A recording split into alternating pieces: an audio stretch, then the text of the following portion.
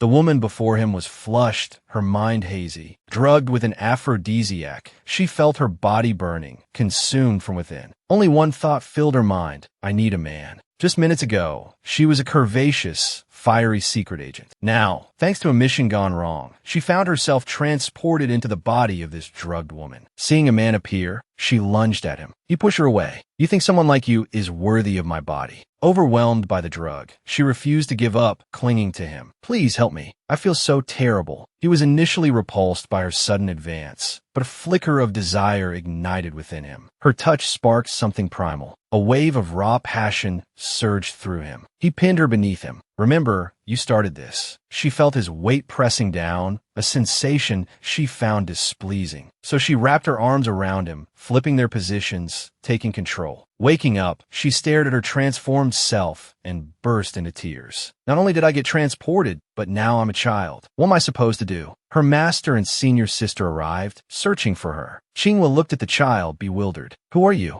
The master, however, understood. She's Yaoer. Qinghua, seeing Yaoer's form, immediately thought of the marriage agreement with the crown prince. The master, sensing Qinghua's desire to take Yaoer's place, smoothed Yaoer's clothes and said coldly, you may leave. Stroking Yaoer's head, she continued, for 12 years, you've practiced the frost flower ice heart technique, striving for perfection. Now, your virginity is lost, your power's gone. You're cursed for 3 years. Every month on the 15th, you'll have a chance to regain your original form and abilities. Only by finding the fairy mist lotus and using the heart blood of the man who took your virginity can you break the curse. Having just arrived, she had been taken by that man, losing her virginity. Now a child, she needed the fairy mist lotus to return to her true form. To find it, she had to fulfill the marriage agreement and wed the crown prince. Finally accepting her predicament, Yaoer realized she had an advantage. She had been in seclusion since entering the sect. Aside from the elders, no disciples knew her. Using her newfound cuteness, she quickly charmed her fellow disciples. Flirtatious words flowed easily. Senior sister, do you know what my weakness is? It's you. Junior sister, guess where my heart is? It's with you.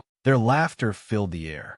Then, the elder approached. Yaoer, you are to be married to the crown prince soon. The sect leader wishes to see you. Qinghua seethed with resentment. Despite her schemes, the elders and sect leader still favored Yaoer. Even a prince was hers. In a secluded forest, the man waited for Qinghua. He glared at her, striking her with a single blow. Qinghua knelt, begging for forgiveness. Princess, I was wrong. Please forgive me. You plotted against me, drugging the holy maiden of Cloud Water Sword, concealing her identity, leading me to her, hoping to ruin her engagement with the prince. Qinghua, realizing he didn't know about Yaoer's transformation, lied. That wasn't the holy maiden. The man's voice dripped with menace. If you lie, I will tear you to shreds. Meanwhile, the elder brought Yaoer to the sect leader. Yaoer, I know you were framed. No outsider could know about Cloud Water Sword's forbidden grounds. We will investigate the man involved. Now your powers are gone. Take these 3 pills for protection. Yaoer argued, the fairy mist lotus may only be found in the palace, but marriage isn't the only way. The sect leader spoke gently. Yaoer, you are the holy maiden. This is your duty. Yaoer tried to protest. I am no longer a virgin. I cannot. The sect leader was firm. I know you are intelligent. Yaoer, you know what you must do. Yaoer understood. She was expected to pretend to be a virgin before the prince. She had lost her virginity shortly after arriving, and now she was forced into this marriage with a stranger. To make matters worse, she had to participate in a humiliating ceremony, bowing to a dog.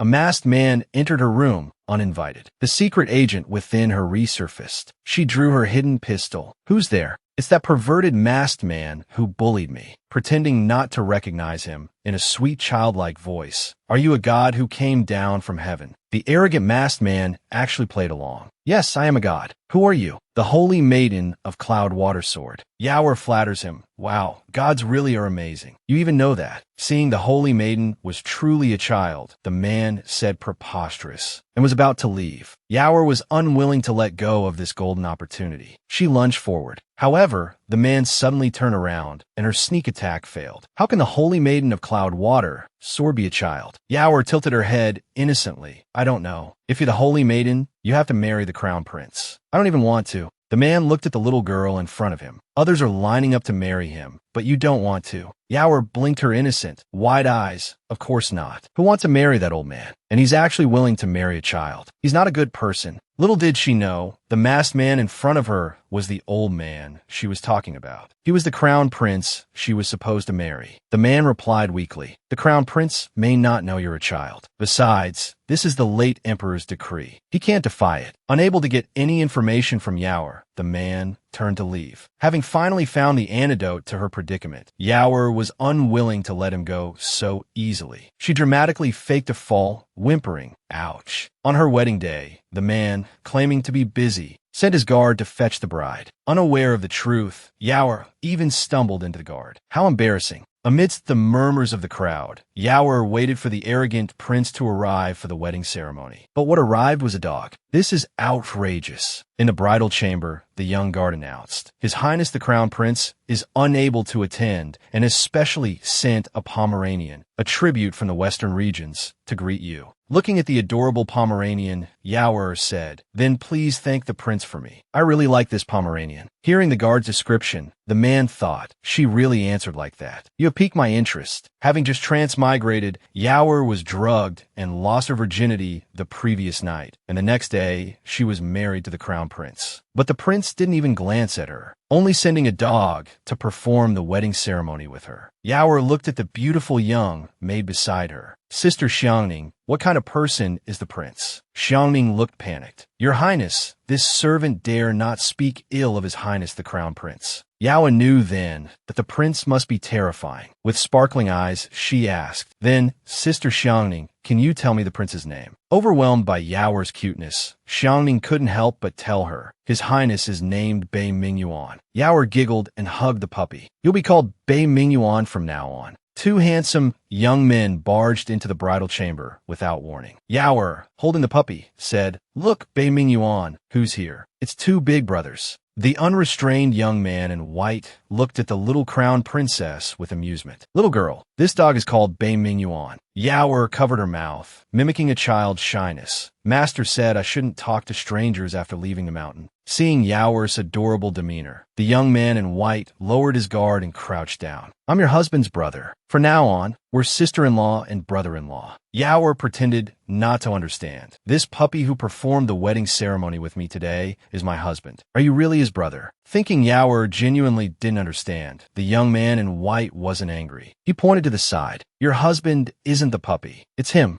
Yawer looked at the prince in his wedding attire. Why do this person's eyes look so familiar? Yawer tried to recall if she had seen him before, unaware that the prince before her was the very man who had shared that passionate night with her, the one who caused her regression. Unable to figure it out, Yawer decided to drop it. Regardless, this disrespectful pervert. She blurted out, "You're old." The man couldn't help but recall the passionate night he spent with her. Her flushed expression and soft body ignited a fire within him, threatening to erupt like a volcano. Bei Mingyuan ranked first among the 10 most handsome men in the world. Hearing his bride call him old, his gaze involuntarily turned cold and intimidating. Yawer, having deliberately provoked him, pretended to be a frightened little flower. He's so scary. The man softened his tone again. Realizing the man wasn't reacting to her attempts to scare him, Yawer, desperate to avoid sharing a bed with him, resorted to her ultimate weapon, bursting into tears. He was truly frightening. The two men quickly left the bridal chamber. Bei Mingfeng perched on the prince's shoulder. "This little one is quite interesting," the prince remarked. He then addressed the dog. "Bei Mingyuan, aren't you leaving yet?" Bei Mingfeng glint. "It's such a joyous occasion, brother. I wanted to stay and enjoy it a bit longer. Is that child really the holy maiden?" The prince pondered, his gaze lowered. "She is. I married her only to obey the late emperor's decree." Bei Mingfeng teased again. "Although she's just a child, I find her quite unique. After all, she's the first person who dares to scold even you."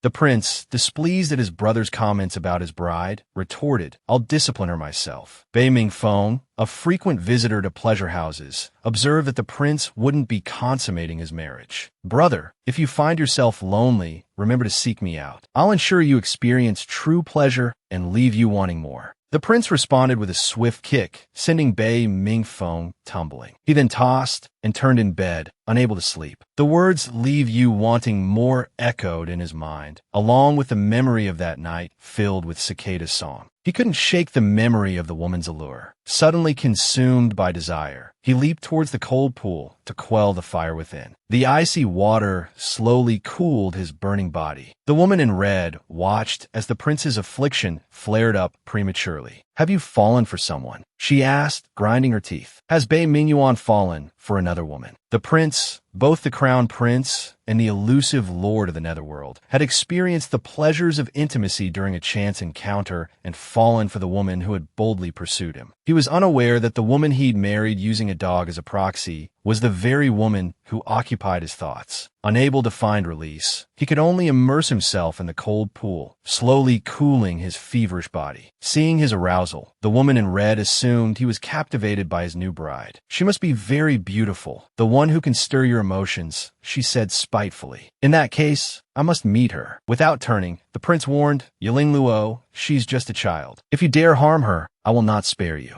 Yiling Luo, who secretly loved him, seethed. "It's only the first day of your marriage, and you already protect her so fiercely." The prince remained calm. "She is my wife now, and I will protect her." Yiling Luo persisted. "Do you truly have no feelings for me?" She began to undress, revealing her bare skin. "You can use me to relieve your affliction." The prince sent her sprawling with a wave of his hand. Yiling Luo went to the prince's bedchamber. Looking at the sleeping Yaoer, she noted her childish appearance. What's so special about her? She wondered, scrutinizing her closely. Yiling Luo placed her hand on Yaoer's wrist. She detected 2 distinct pulses. Even with her exceptional medical skills, she couldn't unravel the mystery. Yaoer stirred in her sleep and forcefully flung Yiling Luo's hand away. Just as she was about to cry out for help, she fell unconscious again. The next morning, the prince handed a portrait to Yihan. "Find the woman in this painting. It's imperative." Yihan looked at the portrait. Our prince is finally interested in a woman, he thought, unaware that the woman in the painting was the prince's new bride. The prince, afflicted by the poison, had countless women offering to help, but he refused them all. He preferred to endure the icy water, all because he had fallen for the woman he'd spent one passionate night with. The prince inquired about Yaoer. Xiangning finally managed to rouse her. Yaoer tried to recall the previous night's events. "Who drugged me?" she wondered. Xiangning, seeing her dazed state, urgently reminded her, "You must pay your respects to the Empress Dowager and the Empress this morning. If you're late." Yaoer bolted like a rabbit. "Let's hurry." Noticing her beloved puppy was missing, she shyly asked, "Where did Bei Mingyuan go?" Xiaoning's loud cries. The crown princess giving the dog such a name. It's a crime punishable by death. Yaoer slowly rented here. The prince using that dog as a stand-in for the wedding ceremony. Doesn't that confirm the dog's status? "Yesterday, I called it that to his face and nothing happened," she said, about to take the puppy into the palace. Xiangning whispered a reminder. "You must first dine with the prince, and then enter the palace together." Having no choice, Yaoer took the puppy to the dining hall to eat with Bei Mingyuan. Bei Mingyuan looked at the tiny Yaoer, a small dog perched on her shoulder, finding her quite adorable. His tone softened unconsciously. "Come and eat." Yaoer struggled to climb onto the dining chair. Even with all her might, she could only just peek her head over the table. She reached for a large drumstick on the table. Slap! Bei Mingyuan wrapped her small hand with his chopsticks. Yaoer whimpered, rubbing her little paw, quietly listening to Bei Mingyuan's scolding.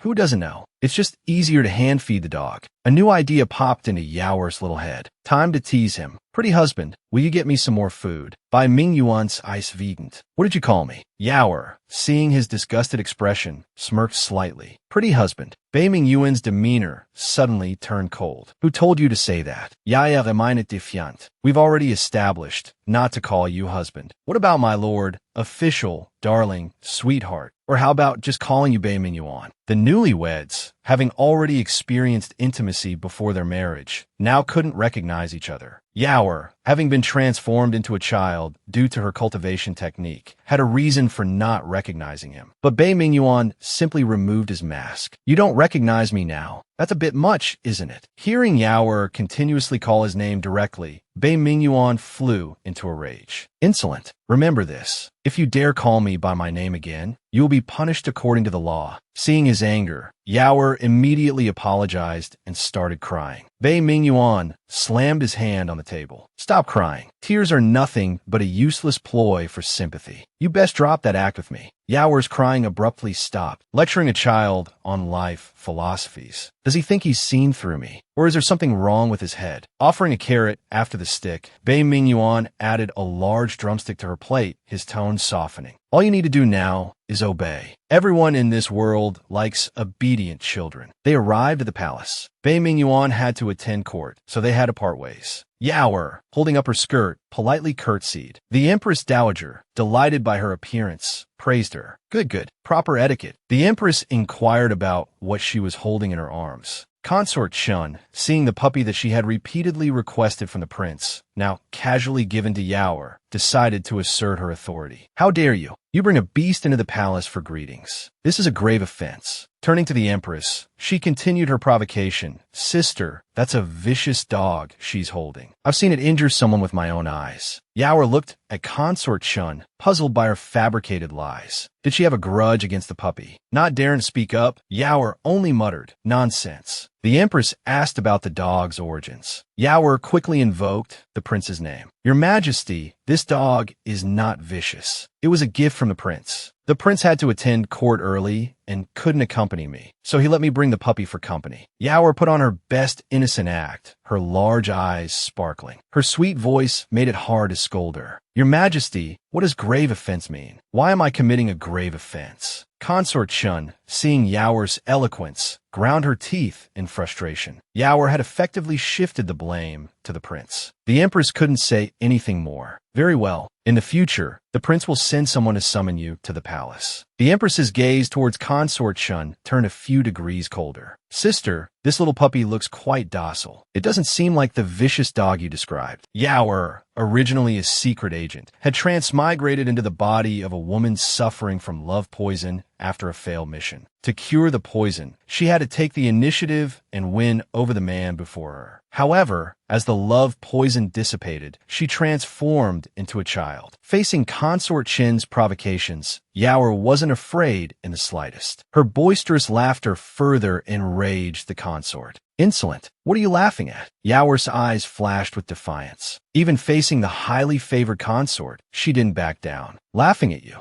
The other consorts watched Yao, gossiping amongst themselves. She was truly tired of living, they whispered. Consort Chun had plenty of ways to deal with her. Consort Chun, suppressing her rage, said, Tell me, what is there about me that you find so amusing? Yao countered with a question, Your Highness, do you think a pig can ride a horse? Consort Chin's fury, fueled by Yao's feigned ignorance, finally erupted. Someone, Caesar. The Empress watched Yao with a hint of disappointment. The Crown Prince's power base is not yet secure. Discretion is paramount, yet she acts as if she can do as she pleases. Seeing Consort Chin's outburst, Yao finally began to explain. This afternoon, I observed that the puppy wouldn't bite. Consort Chun retorted, This must be the vicious beast you speak of. Yao continued, As you can see, he's small and quite petite. His teeth are not only tiny, but they're all baby teeth. Even if I put my hand in his mouth and let him bite, it would only tickle. It's hardly the skin and flesh torn apart scenario that Your Highness described. Yao knew Consort Chun was trying to assert dominance. She responded with a smile, If you want to punish my dog, find a legitimate reason. Accusations without proof won't do. Seeing Yao's clear logic, Consort Chun could only temporarily retreat. It seems I misjudged you, Crown Princess. I'm sure you won't hold this against me. Yao replied with a sweet smile, her words carefully chosen. My master taught me to be magnanimous. I will forgive Your Highness. The Empress Dowager grew fonder of her granddaughter-in-law with each passing moment, praising her repeatedly. Yao had managed to navigate this hurdle safely. The prince possessed a breathtakingly handsome face and was the crown prince. Countless women lined up, hoping to marry him. Yet his heart was captivated by a woman he had only met once. Having just escaped a throng of women, Yao encountered the prince's flirtatious brother, Bei Mingfeng. He crouched in front of her. Are you waiting for my brother? Wary of Bei Mingfeng's intentions, Yaoer put on a cheerful facade. Do you know where my pretty husband is? She asked. Bei Mingfeng, charmed by her adorable appearance, chuckled. My brother is truly fortunate to have such a cute little wife. He reached out to pinch her cheek. Alarmed by his forwardness, Yaoer recoiled, using the puppy as a shield. What are you doing? Improper conduct between men and women is forbidden. Seeing her about to leave, Bei Mingfeng tempted her with the beauty of the Imperial Garden. The mention of the Imperial Garden immediately caught Yaoer's attention. It sounds like the perfect place to walk a dog, she thought. Yaoer happily made her way to the Imperial Garden. Hearing a group of women chattering, Yaoer paused to listen. Drawn by the mention of the most beautiful woman in the land, she drew closer. It turned out that Chu Yi, the renowned beauty, wanted to marry the prince. She even mocked Yaoer for her wedding ceremony with the dog. Yaoer's fists clenched as she listened. This humiliation had spread throughout Kanglan. Using her father's influence, Chu Yi petitioned the emperor to arrange a marriage with the prince. Bei Mingyuan, witnessing this, stepped forward with barely contained anger. Father, my marriage has already been decided by the late emperor. The emperor, seeing the prince's resolve, argued that Yaoer was still a child and couldn't bear children, attempting to force him to marry Chu Yi. Bei Mingyuan simply replied, then we shall wait until she is older. Seeing the prince's unwavering stance, Chu Yi's father dropped the matter. The prince, who also held the identity of a martial arts sect leader, could only grit his teeth as he watched his brother flirt with his bride. All because his bride was a 6-year-old child. Yaoer, still holding the puppy, continued to make veiled criticisms, unaware that the prince was watching her from behind. Before the prince could speak, Bei Mingfeng appeared before Yaoer.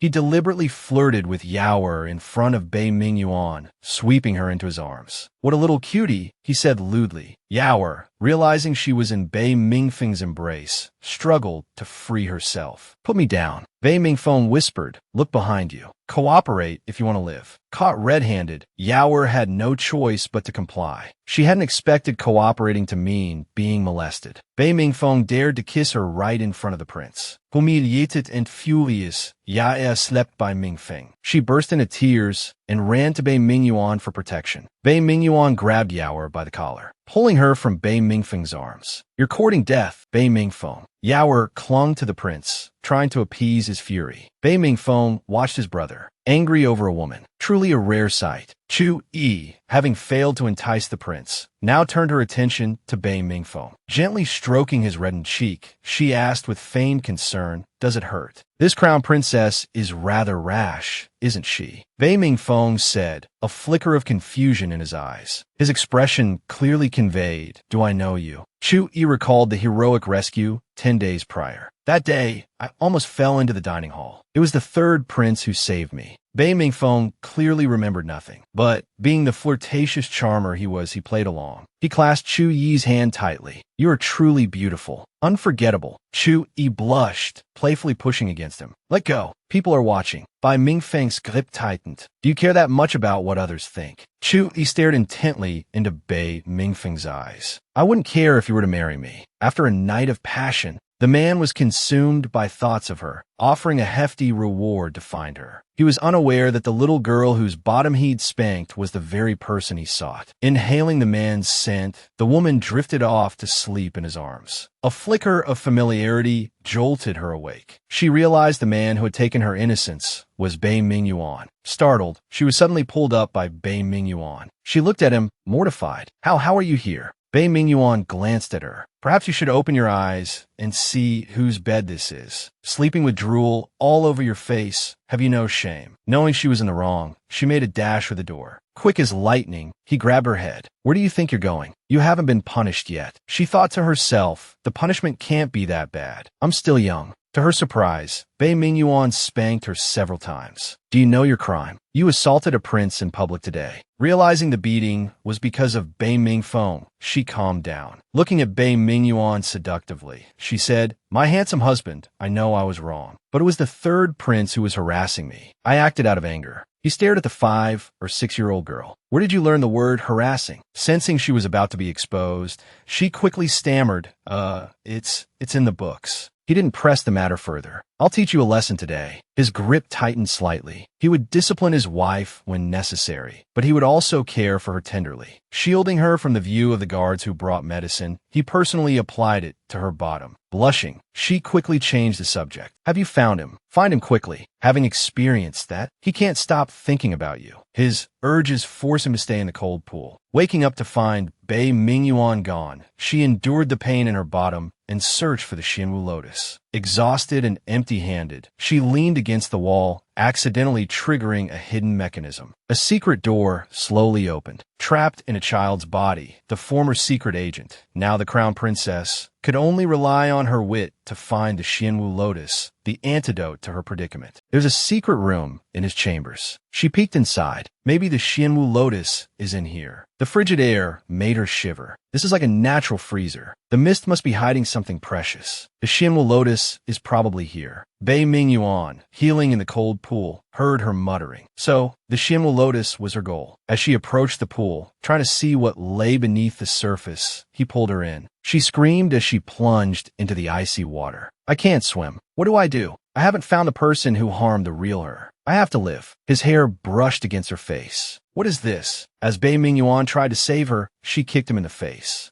Weakly, she looked up at the man holding her in the water. It was Bei Mingyuan. The icy chill of the pool was unbearable. He used his internal energy to try and warm her, but it was ineffective. He looked at her with concern. How could such a small child endure this icy coldness? He could only undo his clothes and hold Yaoer in his arms, using his body heat to slowly warm her. Feeling the warmth, she nestled closer. Bei Mingyuan was captief outet bei Yaoer es sleeping foam. What was this sense of familiarity he felt with her? The next morning, in bed, Yaoer's small hand groped around. This felt pretty good. Remembering everything that happened yesterday, Yaoer suddenly woke up with a start. Looking at the naked man in front of her, Yaoer's face flushed crimson and she screamed. Early in the morning, the energetic Bei Mingyuan was about to do something to Yaoer when an oblivious guard, following the sound, pushed the door open. Bei Mingyuan glared at the guard with a gaze as sharp as a knife. Without any moves, the guard was knocked to the ground. Yaoer looked at the icy Bei Mingyuan with fear. It seemed she had to do something to ensure secrecy. She put on an act, trying to appease him with coquettishness and charm. Handsome husband, she began. My bottom hurts so much. Having a soft voice, by Mingyuan's anga dissipated konzida appli. This is the consequence of her disobedience. As he spoke,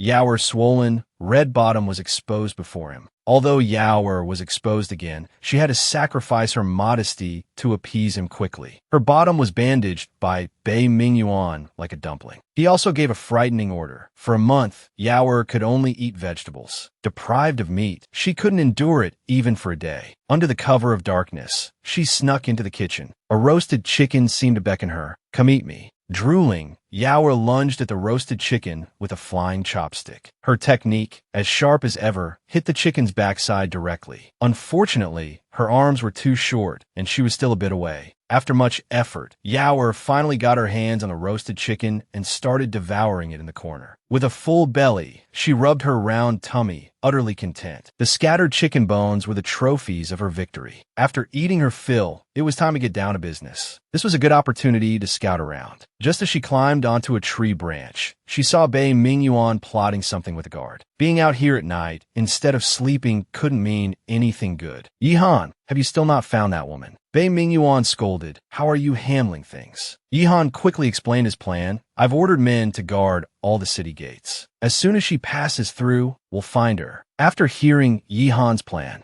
Bei Mingyuan became even angrier. You idiot. Issue a reward in the black market. Increase it to 500,000 taels of silver. 1,000,000 taels of gold. Yihan was stunned by the astronomical figure. Good heavens. Is it too late to get a face change now? Yaoer, perched in the tree, heard their entire conversation clearly. Who is that old man looking for with such a hefty reward? If the black market is so powerful, could I also issue a reward to find the mysterious person? Watching Bei Mingyuan leave, Yaoer jumped down from the tree. Thud, face first. The pain made her dizzy. She felt a dark figure standing before her. Sweat dripped down Yaoer's pretty face. Heavens, someone save me. Bei Mingyuan's voice questioned, why are you here? Panicked, Yaoer stammered, trying to find an excuse. Bei Mingyuan stared intently at her. Seeing her like this, I'm not even angry. I find it rather endearing. How absurd. Yaoer stood up shakily, her mind racing. Her wide eyes conveyed confusion. How did I get here? Bei Mingyuan didn't say much. This prince doesn't like lies, child. Yaoer clung to his leg and started crying. Handsome husband, I'm not lying. I've had an illness since I was little. I've suffered from sleepwalking ever since I can remember. Sometimes I wander around. I don't know what I say or do.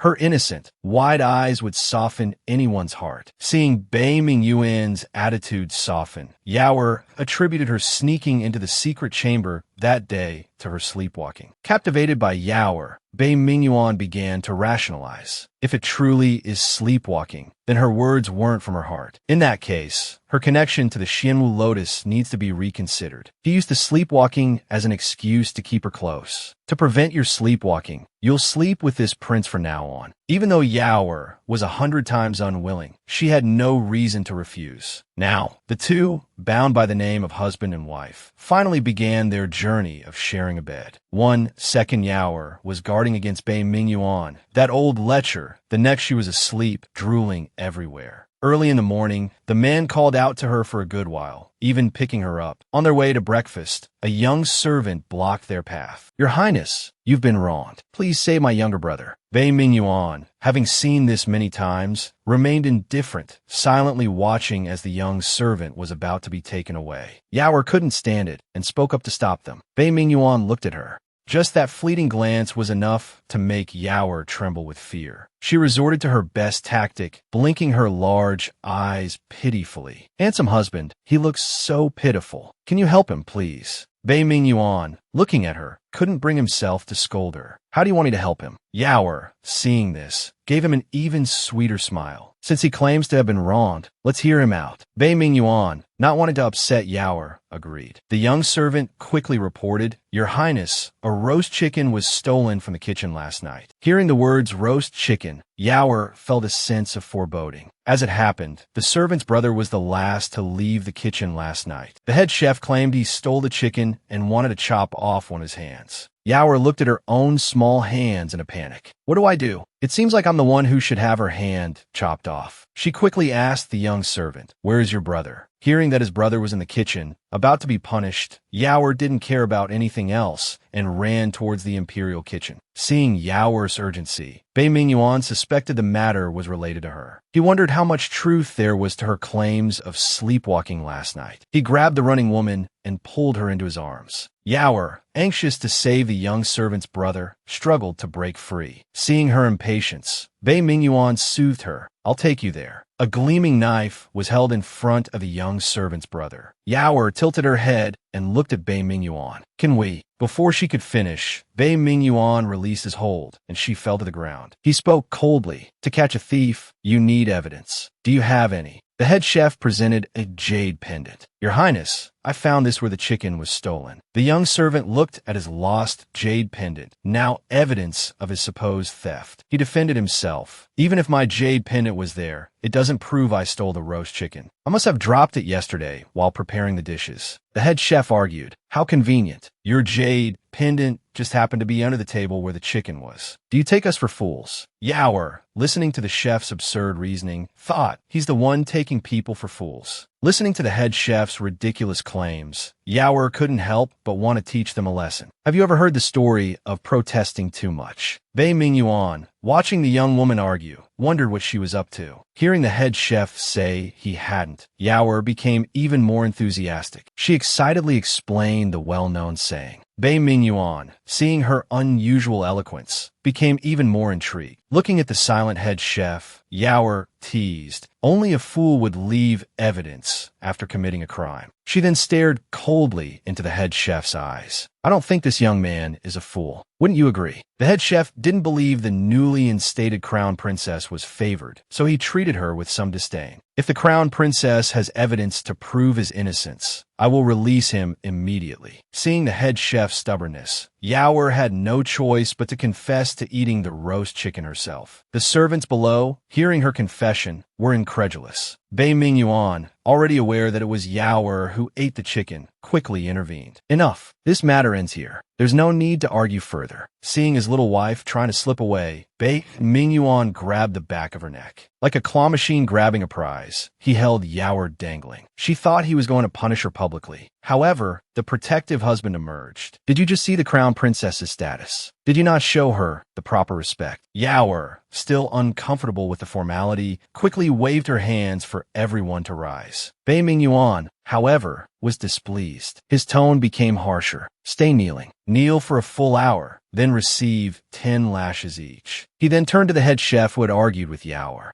And you, as head chef, you knowingly broke the rules. Your punishment is doubled. After asserting the crown princess's authority, Bei Mingyuan carried Yaoer away. Away from the gazes of the others, Bei Mingyuan stared at Yaoer. His words seemed to have gone in one ear and out the other. Faced with his questioning, Yaoer's expertly crafted innocent expression appeared on cue. I know I was wrong. Please forgive me just this once, handsome husband. Hearing her plea, Bei Mingyuan felt a surge of satisfaction, but maintained a composed facade. Consider this a debt you owe me. The crown prince and a leftover woman from the pugilistic world. After a passionate night masked in secrecy, they entered a marriage of convenience, each searching for the other, unaware that the person before them was their partner from that fateful night. The crown prince had a young guard bring Yaoer's maid to him. He instructed the maid to monitor Yaoer's every move. Seeing the maid return after a long time, Yaoer asked sweetly, Xiang Ning, why did you take so long? Xiang Ning, preoccupied with her thoughts, stammered, I just had a bit of a stomach ache. Yaoer had only asked casually, but Xiang Ning's strange demeanor caught her attention, raising a flicker of suspicion. That night, Bei Mingyuan insisted on sharing a bed with her. Knowing she was outmatched, Yaoer simply flopped onto the bed. Fine, come on up. Taking advantage of her childish persona, she kicked her little feet onto his face without a care in the world. Seeing Bei Mingyuan's exasperated yet annoyed expression, Yaoer couldn't help but feel a surge of triumph, a smirk playing on her lips. Did you think this little firecracker was so easy to sleep with? The next morning, before dawn even broke, Bei Mingyuan roused Yaoer from her sleep under the pretense of breakfast. Although she knew it was a blatant power play, due to her position, she had no choice but to get up and indulge in the feast. Watching her unrestrained eating habits, Bei Mingyuan found himself strangely charmed. He was startled by his own thoughts. How could this be? I must be bewitched. Looking at Bei Mingyuan's sullen face, another mischievous idea popped into Yaoer's head. Picking up a gnawed chicken leg, she offered it to him. Handsome husband, would you like some? Looking at the half-eaten chicken leg, he replied, that won't be necessary. Yaoer, channeling her inner drama queen, exclaimed, handsome husband, are you disgusted by me? Unable to bear the sight of her feigning disappointment, he reluctantly took the chicken leg. You have no manners at all. It seems I must find a governess to teach you properly. While Bei Mingyuan was attending court, Yaoer planned to sneak out of the palace to search for the man who had slept with her and then disappeared. However, escaping the palace presented a challenge. Xiang Ning, hearing Yaoer's suggestion, felt a sense of foreboding. You want to leave the palace? Sneaking out like this, how will we explain it to the crown prince? Xiang Ning explained the palace rules to Yaoer.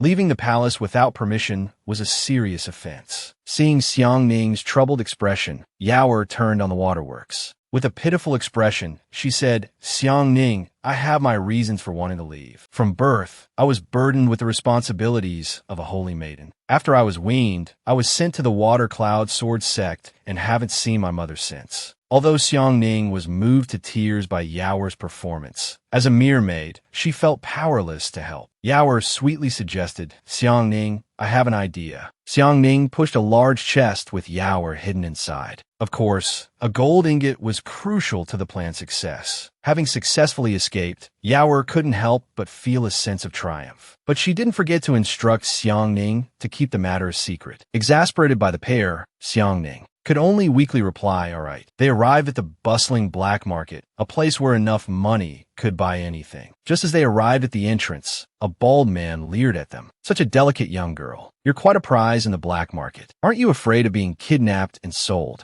Yaoer, no longer a naive child, was unfazed. Let's see if anyone dares to buy me. Upon entering the main hall, Yaoer was immediately captivated by the beast fighting. Xiang Ning, though intimidated by the unfamiliar surroundings, still shielded Yaoer's eyes. This place is terrifying. Let's leave as soon as we've met the person we came to see. Yaoer glanced back at the people who had been following them. What are they up to? Oh well, since we're here, might as well stay. I don't believe they won't reveal their intentions eventually. The Intelligence Bureau's bounties are among the highest in the world. Whether it's rare treasures, beautiful women, or monstrous beasts, everything is available. At this moment, a familiar figure appears before Yaoer. Yaoer, having snuck out of the palace to the black market, intends to inquire about the masked man's whereabouts. Unexpectedly, she is caught red-handed by her brother-in-law, Bei Mingfeng. He takes her to a room for a private conversation. Seeing a table full of bounty notices, Yaoer realizes Bei Mingfeng has something he wants to ask. It's time to cut to the chase. Bei Mingfeng is taken aback by Yaoer's change in demeanor. He can't help but pat her head. Sealed by a magical force, Yaoer can only endure silently, waiting for the day her powers return. Bei Mingfeng doesn't waste time. Picking up a bounty notice, he asks Yaoer, "Do you know who this bounty is for?" Yaoer replies with disdain, "Are you trying to tell me that your imperial brother is offering 5 million gold pieces just to find a woman?" Bei Mingfeng is truly surprised that this little girl knows even this. He drops the notice in his fluster. Yaoer picks it up to examine it, only to discover that the person in the drawing is herself before her transformation. Yaoer frantically recalls everything that happened before. I've clearly never met him. How could it be me? Could my previous self have been the crown prince's sweetheart? Observing Yaoer's reaction, Bei Mingfeng asks, "Who is this woman?" Having no choice, Yaoer improvises, "This woman is my mother." Bei Mingfeng is stunned by her answer. "How could that be your mother? Then is your father the crown prince?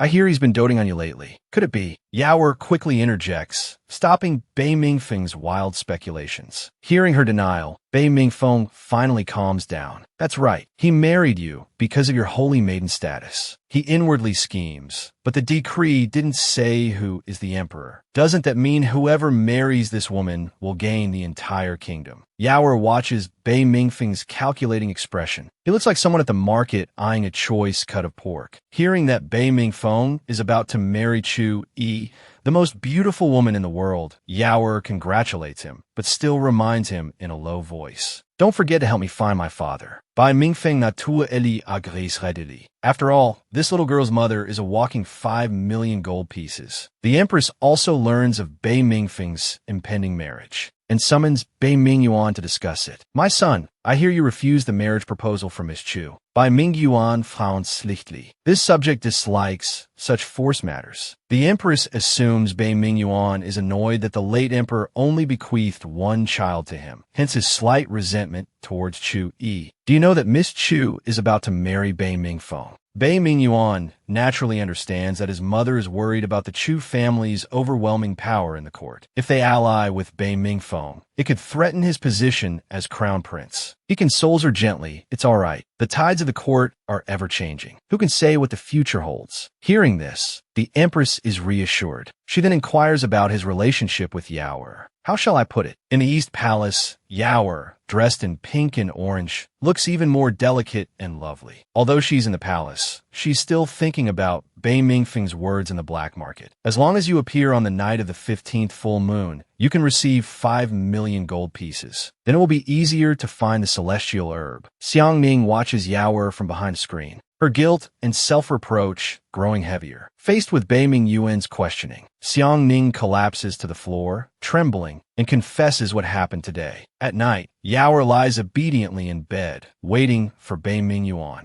Bei Mingyuan, dressed in white, reveals his well-defined physique. Lying in bed together, Yaoer can't help but feel shy. Feigning sleepwalking, her hand moves uncontrollably towards his abs. Yaoer wants to quickly find the man who took her virginity, so she can resolve her love poison and return to her charming, true self. But she didn't expect to be discovered by her brother-in-law so soon. Bei Mingfeng knocks on Yaoer's head. "What are you doing in this dangerous place?" Yaoer, grasping at straws, tells him she's here looking for someone. After all, he's a prince. His presence in the black market suggests he knows something about the affairs of the martial world. Bei Mingfeng appears happy to help her. "Although it's not easy to find someone based solely on the mass characteristic you mentioned, I happen to know two. I don't know if either of them is the one you're thinking of." Recalling that night, the woman said, "He's about 8 feet tall and wears a very exquisite golden mask." Bei Mingfeng understood. Seeing the woman's anxious look, he held back from revealing the information he knew. Cunningly, he questioned the woman about her reason for seeing this man. Having just lied about it being her mother, she had no choice but to fabricate another flimsy excuse. Facing the youthful-looking Shui Yunyao, Bei Mingfeng felt no arousal, only shock, stuttering, "Wait, I must confirm first. We're talking about the same person." Shui Yunyao quickly sketched the man's portrait. Bei Mingfeng studied it carefully, thinking, the princess of a nether palace, the most evil sect in the martial world, actually has a daughter. Shui Yunyao gritted her teeth in hatred for the man, but had to temporarily acknowledge him as her father. "Is my father the person you know?" Receiving Bei Mingfeng's affirmative answer, Shui Yunyao wanted to leave immediately, but due to Bei Mingfeng's impending wedding, she had to postpone it. Bei Mingfeng calculated, wouldn't sending her there earn me a favor from the Nether Palace, the most powerful force in the martial world? Shui Yunyao, on the other hand, expressed great shock at the news of Bei Mingfeng's upcoming wedding, having heard nothing about it. The ambiguous atmosphere made her uncertain.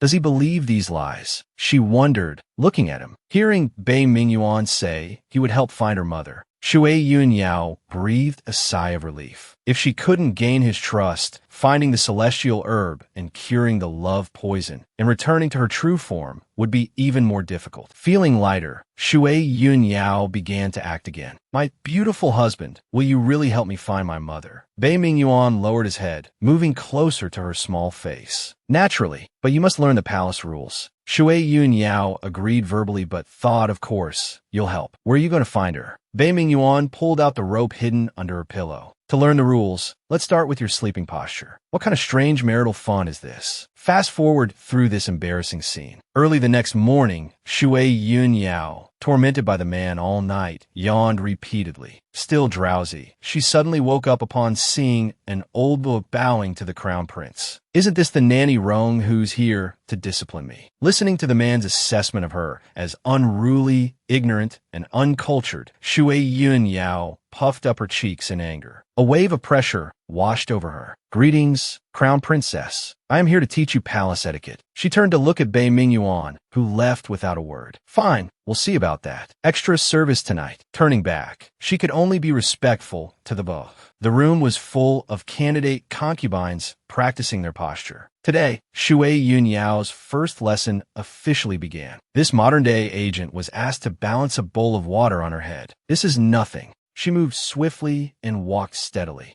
This made Shui Yunyao quite proud. Although she looked like a child, her spirit was still that of a 21st century agent. Faced with the temptation of Bei Mingyuan's abs, she drooled involuntarily. Bei Mingyuan, enduring Shui Yunyao's harassment, pushed her away. How could she tolerate this? She clenched her fists and swung at him. Bei Mingyuan quickly caught her wrists. Acting up again. Time for a spanking. Shui Yunyao's mind raced. She pretended to be dreaming of her mother, muttering in her sleep. Her small hands instinctively clung to Bei Mingyuan. "Don't go, don't leave." I thought she was up to something again, but seeing the tears slowly sliding down her cheeks, Bei Mingyuan froze, his heart aching. He gently wiped away the glistening teardrops with utmost tenderness. Shui Yunyao was still unaccustomed to Bei Mingyuan's sudden tenderness. Unable to swallow her discomfort, she resorted to acting coquettish. Bei Mingyuan stared at her, asking, "Who is your mother?" Shui Yunyao tried to evade the question. Bei Mingyuan dropped the pretense, his tone becoming colder. "Who is the mother you were suspiciously searching for in the black market?" Though Shui Yunyao was annoyed at being followed, faced with Bei Mingyuan's aggressive questioning, she obediently answered, "Her name is Shui Xian." Bei Mingyuan looked slightly shocked at her reply. Songlong Kingdom doesn't allow children to take their mother's surname. Under the pressure of his powerful aura, Shui Yunyao could only embellish her lie. "My mother isn't from Songlong Kingdom." She spoke while planning to rush out, preemptively shouting, "I know you want to ask who my father is. My mother said that heartless man is already dead." Having said that, she quickly scrambled off the bed, wanting to escape the tense bedroom. In her panic, Shui Yunyao tripped and fell into the arms of Bei Mingyuan, who had rushed over. Suddenly, the atmosphere between the two, now very close, became somewhat sweet. Shui Yunyao stood at attention, in perfect military posture. Nanny Rong couldn't find any fault. Among the other swaying candidate concubines, Shui Yun Yao moved gracefully and steadily, not spilling a drop of water. Watching her elegant and composed demeanor, Nanny Rong couldn't help but admire her. The lessons that were supposed to take 3 days, the little crown princess had mastered in half a day. She showed no signs of being unruly. With her lessons finished, Shui Yun Yao wandered around, familiarizing herself with the palace layout. A dilapidated courtyard caught her attention. Occasionally, the sound of light coughing drifted out. Shui Yun Yao couldn't help but wonder, could this be the legendary Cold Palace? She slowly approached and saw a young boy holding a bowl of clear water for a frail woman lying in bed. Shui Yun Yao immediately intervened. Your mother is sick. Why are you giving her cold water? The boy, only a few years old, naturally hadn't considered this. Shui Yun Yao quickly explained the situation. The weak consort Ro, seeing that Shui Yun Yao was about the same age as her son, inquired about her identity with concern. The young boy took out his imperial token. Can you help me get some hot water? We can't go out. Shui Yun Yao looked at the large Mo character in the center of the token. So you are the 7th prince, Bei Mingma. Is your mother Consort Ro? Consort Ro was shocked that this little girl knew her. Because she had offended the arrogant and domineering noble consort Shun, she had been banished to the Cold Palace, and even the 7th prince couldn't leave. Shui Yun Yao told the little prince to keep his token safe, assuring him she would arrange for water and medicine to be sent. The lonely little prince was reluctant to see her go. He hoped Shui Yun Yao would visit him again. Shui Yun Yao returned to the East Palace. Xiang Ning rushed up to her. Crown Princess, you're finally back. The Crown Prince has been waiting for you in the dining hall for an hour. Shui Yun Yao felt a sense of foreboding. She had been so engrossed in conversation that she had lost track of time. Hesitantly, she lingered at the doorway, softly calling out, My beautiful husband, what did you need me for? Bei Mingyuan stared at her coldly. Where did you go after your lessons today? Shui Yun Yao scratched her head sheepishly. I was just wandering around the palace. Who knew the scenery was so beautiful? Bei Mingyuan's impassive, cold face made her feel apprehensive. Is he going to spank me again? She thought. Increasingly exasperated with her, Bei Mingyuan sighed softly. His tone softened slightly. You need permission to wander around in the future. He turned to leave, then abruptly stopped, speaking in a commanding tone. The 3rd prince's wedding is on the 14th. You will accompany me. Shui Yun Yao blurted out why. Her mind, however, was preoccupied with her transformation on the 15th and the 5 million gold pieces. It was too late to take it back. Bei Mingyuan frowned slightly at her reaction. Because you're my crown princess. Shui Yun Yao tried to resist, whining and rolling around, saying she didn't want to go. Bei Mingyuan simply stated, you must go, and left. Xiang Ning quickly comforted Shui Yun Yao. The crown prince is taking you to a wedding. This is a sign of his favor. Shui Yun Yao's mind was filled with thoughts of the 5 million gold pieces. She couldn't think of anything else. Thinking of the gleaming gold, she spoke without thinking, pouting, who cares about his favor? Xiang Ning frantically gestured for her to be quiet. If you anger his highness, you'll be sent to the Cold Palace. Recalling the dilapidated Cold Palace and the 7th prince, Bei Mingma, waiting for her help, Shui Yun Yao asked Xiang Ning for medicine to treat his cough. By the small medicine stove, surrounded by medicinal ingredients, Shui Yun Yao patiently tended to Bei Mingma and Consort Ro, hoping to improve their lives, even just a little. Back at the East Palace, Shui Yun Yao strapped on sandbags made by Xiang Ning, intending to do some weight training. Xiang Ning, unfamiliar with such exercises, worried that Shui Yun Yao might injure herself. Seeing Xiang Ning's concern, Shui Yun Yao invited her to join the workout. Xiang Ning, as a servant, could only reluctantly agree. As Shui Yun Yao and Xiang Ning exercised together, the other maids gossiped, assuming they were being punished by the crown prince. Might as well share the joy then. Let's all run. Looking at the exhausted group, Shui Yun Yao gloated. This little firecracker isn't so easy to gossip about, is she? Although a trained agent, her current body was still that of a young child. Exhausted after a day's activities, she quickly fell asleep. Drifting into a sweet dream, Shui Yun Yao returned to her original world, a soft bed, toys scattered on the floor, and her teddy bear to cuddle. She nuzzled against it, relieved to be back. But as she continued nuzzling, something fell off. Why is it so stiff? Opening her eyes, Shui Yun Yao realized she was in a man's arms, her hand touching his bare skin. Mortified, she quickly hid under the covers. Bei Mingyuan watched her with amusement. Is the little one shy? Shui Yun Yao was so embarrassed she couldn't sleep the rest of the night and had no appetite for breakfast. Looking at the elaborate clothes sent by the crown prince, she felt a flicker of annoyance. Nevertheless, she obediently dressed for the wedding banquet the next morning. Shui Yun Yao thought the third prince and his bride, a playboy and a schemer, were a perfect match. But I still need to find a chance to arrange a meeting with Bei Mingfeng and that mysterious man. As she was thinking, Bei Mingyuan, dressed in matching attire, approached. Shui Yun Yao stared at their matching outfits. What is this? Matching outfits. This is more like parent-child attire than couples attire. She turned to Bei Mingyuan with a sweet smile. My beautiful husband, I think I shouldn't call you husband anymore.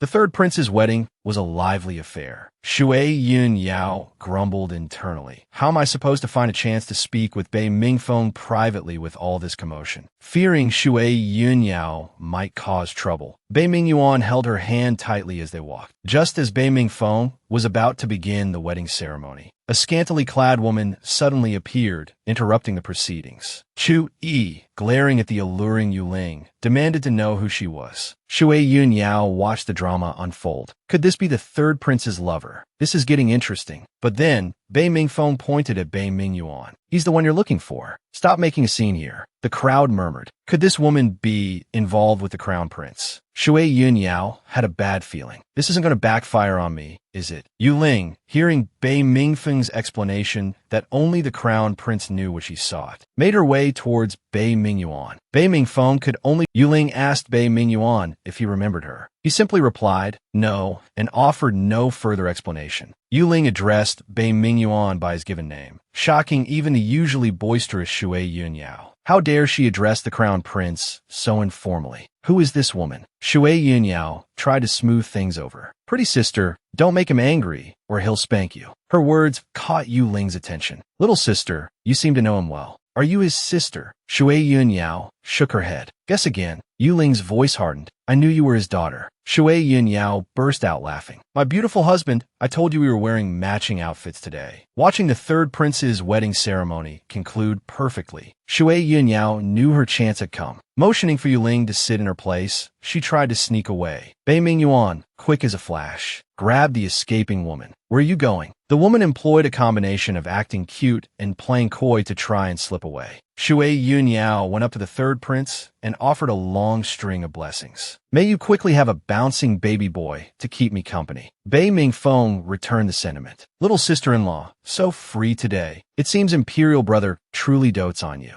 Shui Yun Yao didn't waste any more time. She stated her purpose directly. Since you're married now, when will you take me to see him? The frivolous Bei Mingfeng continued to tease. Little sister-in-law, what's the rush? Don't you know the wedding night is worth 1,000 gold pieces? Shui Yun Yao frowned. This little one doesn't understand any of that. I just want to see my dad quickly. With the matter half settled, Shui Yun Yao was no longer anxious. About that woman Yu Ling today, what exactly is your relationship with her? Bei Mingfeng smiled faintly. Does it matter what my relationship with her is? Didn't you see how familiar she seemed with Imperial Brother? If you don't go, they might just become a passionate inferno, leaving no room for a little sprout like you. By the time Shui Yun Yao returned to the table, Yu Ling had already left. I wanted to have a good chat with her. Honestly, why didn't she say goodbye? Seeing that she had taken so long to return, Bei Mingyuan was a little displeased. What, is the third prince's residence even bigger than the crown prince's estate? Shui Yun Yao could only feign weakness to gain his trust. This man just happened to fall for this trick. She acted coquettishly, asking Bei Mingyuan to pick up food for her. The onlookers started gossiping again. Minister Liu spoke up directly, silencing them. If the crown princess wishes to eat something, perhaps a servant can attend to her. It's hardly necessary to trouble the crown prince. Shui Yun Yao retorted. When we used to dine, he would always pick up food for me. One should take care of one's own wife. She's so adorable. How could I not spoil her?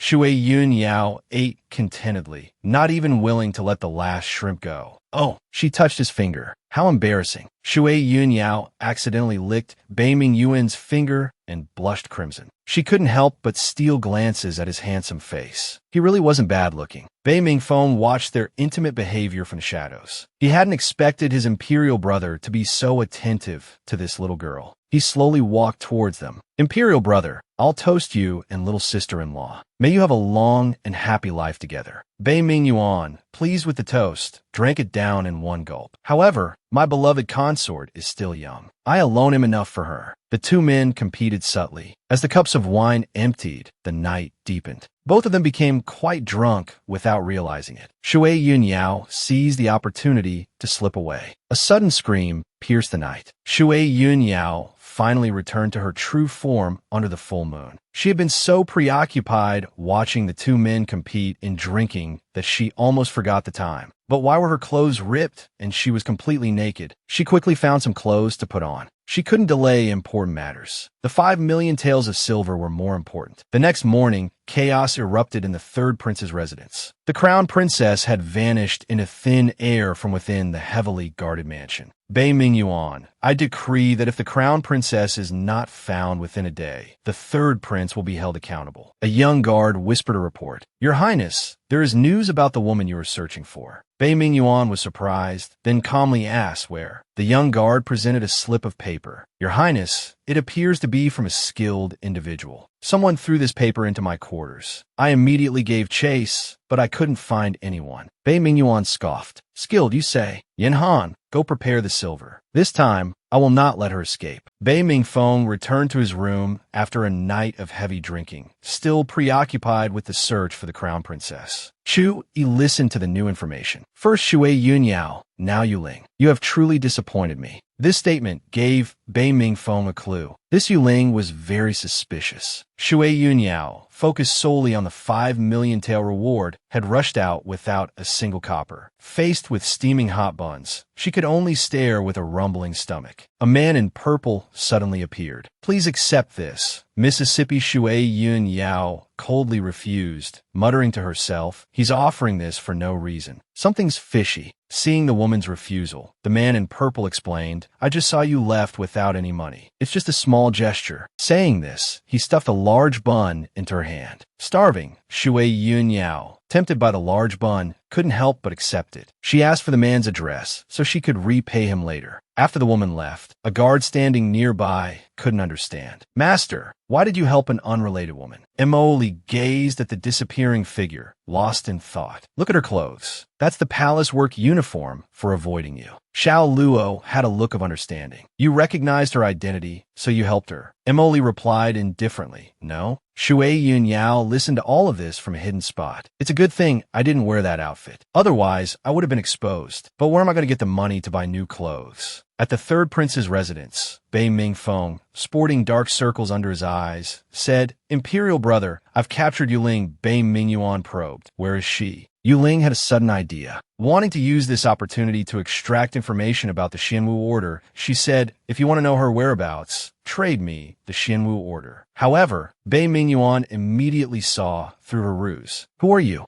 Yuling stammered, unable to speak. The man kicked Bei Ming Feng. Go find her now. Shui Yun Yao finally managed to earn some money. After buying some clothes, she arrived at the Hong Kong restaurant. The two were finally about to meet. Bei Ming Yuan finally saw the woman he had been longing for day and night. The moment he drew his sword, his body became uncontrollably hot and his heart beat faster and faster. The woman felt a little panicked. She saw him every day, so why was she suddenly nervous now? The first thing Shui Yun Yao said upon seeing him was the silver. Bei Ming Yuan asked the woman to remove her veil to confirm her identity. The woman slowly removed her veil. He finally saw that haunting face again. Looking closely at the woman he had been with once before, Bei Ming Yuan blushed and stammered, not satisfied. Hearing the man's outrageous words, the woman felt a little angry. In that case, I won't bother you any longer. Seeing the woman about to leave, the man waved his hand and slammed a large silver note on the table. Before I give you the silver, I need to confirm your identity. The woman tugged at her cheeks. Look,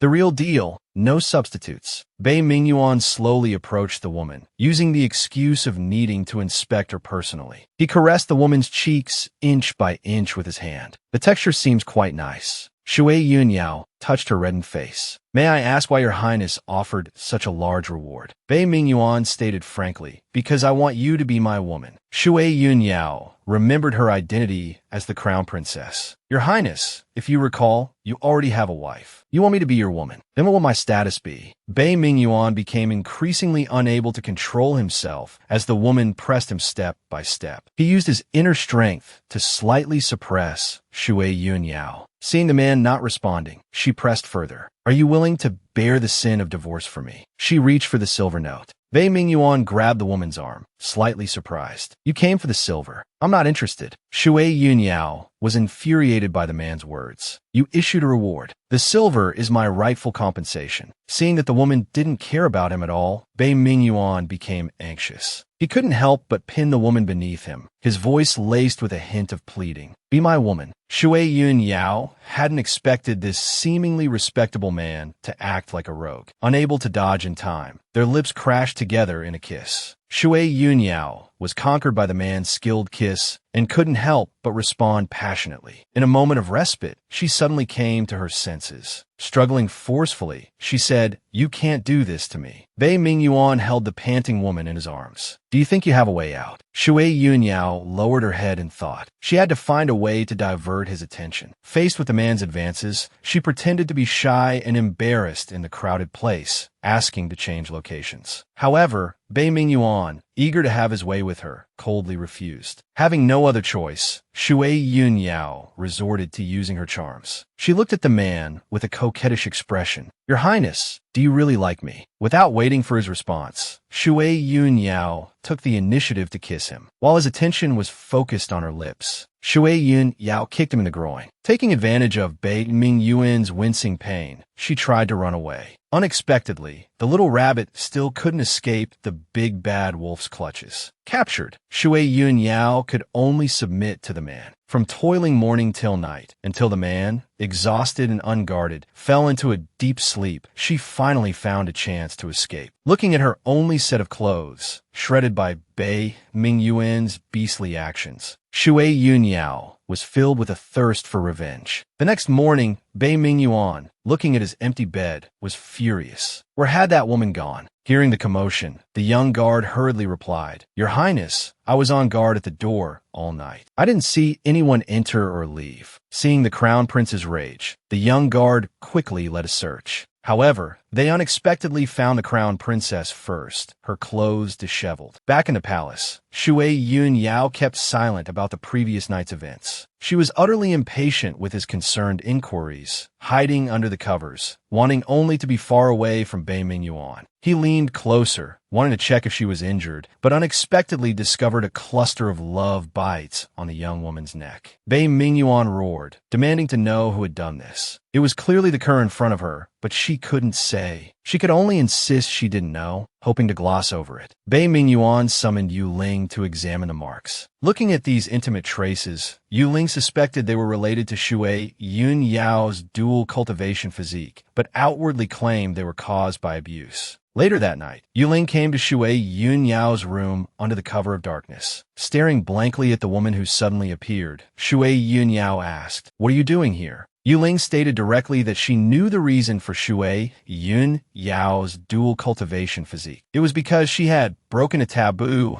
of some cultivation method. Listening to Yu Ling's description, Shui Yunyao couldn't help but be surprised. You figured it all out. Then, she looked directly at the woman, regaining her composure. Since you didn't expose me in front of the crown prince, what's your purpose? Yu Ling, deeply infatuated with the crown prince, told Shui Yunyao that as long as she was willing to leave him, she would tell her the solution. After leaving a signal flare, she left gracefully. The next morning, Shui Yunyao was pacing back and forth, thinking about the annoying Bei Mingyuan. She wanted to vent to Xiang Ning, but found that Xiang Ning had disappeared again. She went out to look for her, but accidentally fell to the ground. Yishur, a guard by the crown prince's side, happened to pass by, learning that she had injured her back and couldn't walk. The guard had no choice but to carry Shui Yunyao to the crown prince's palace. Unexpectedly, they ran into Xiang Ning, who was privately reporting to Bei Mingyuan. Shui Yunyao was a little displeased. "Why are you here? I've been looking for you everywhere." Xiang Ning, whose only wish was for the two of them to be harmonious, felt even more guilty. Bei Mingyuan, seeing Shui Yunyao in the guard's arms, asked what happened. Before the guard could answer, Shui Yunyao spoke first. "I accidentally hurt my back just now. Guard, you was just taking me to see the imperial physician." Hearing that she was injured, Bei Mingyuan frowned. "Let me see." Shui Yunyao tried to struggle, but he pulled her into his arms. After dismissing everyone, only the two of them remained in the large bedchamber, gazing at each other. Recalling the man's insatiable desire, Shui Yunyao blushed and hid her face in her shoulder. Bei Mingyuan softly asked where she was hurt. Still angry, Shui Yunyao's tone was sharp. "You're not the imperial physician."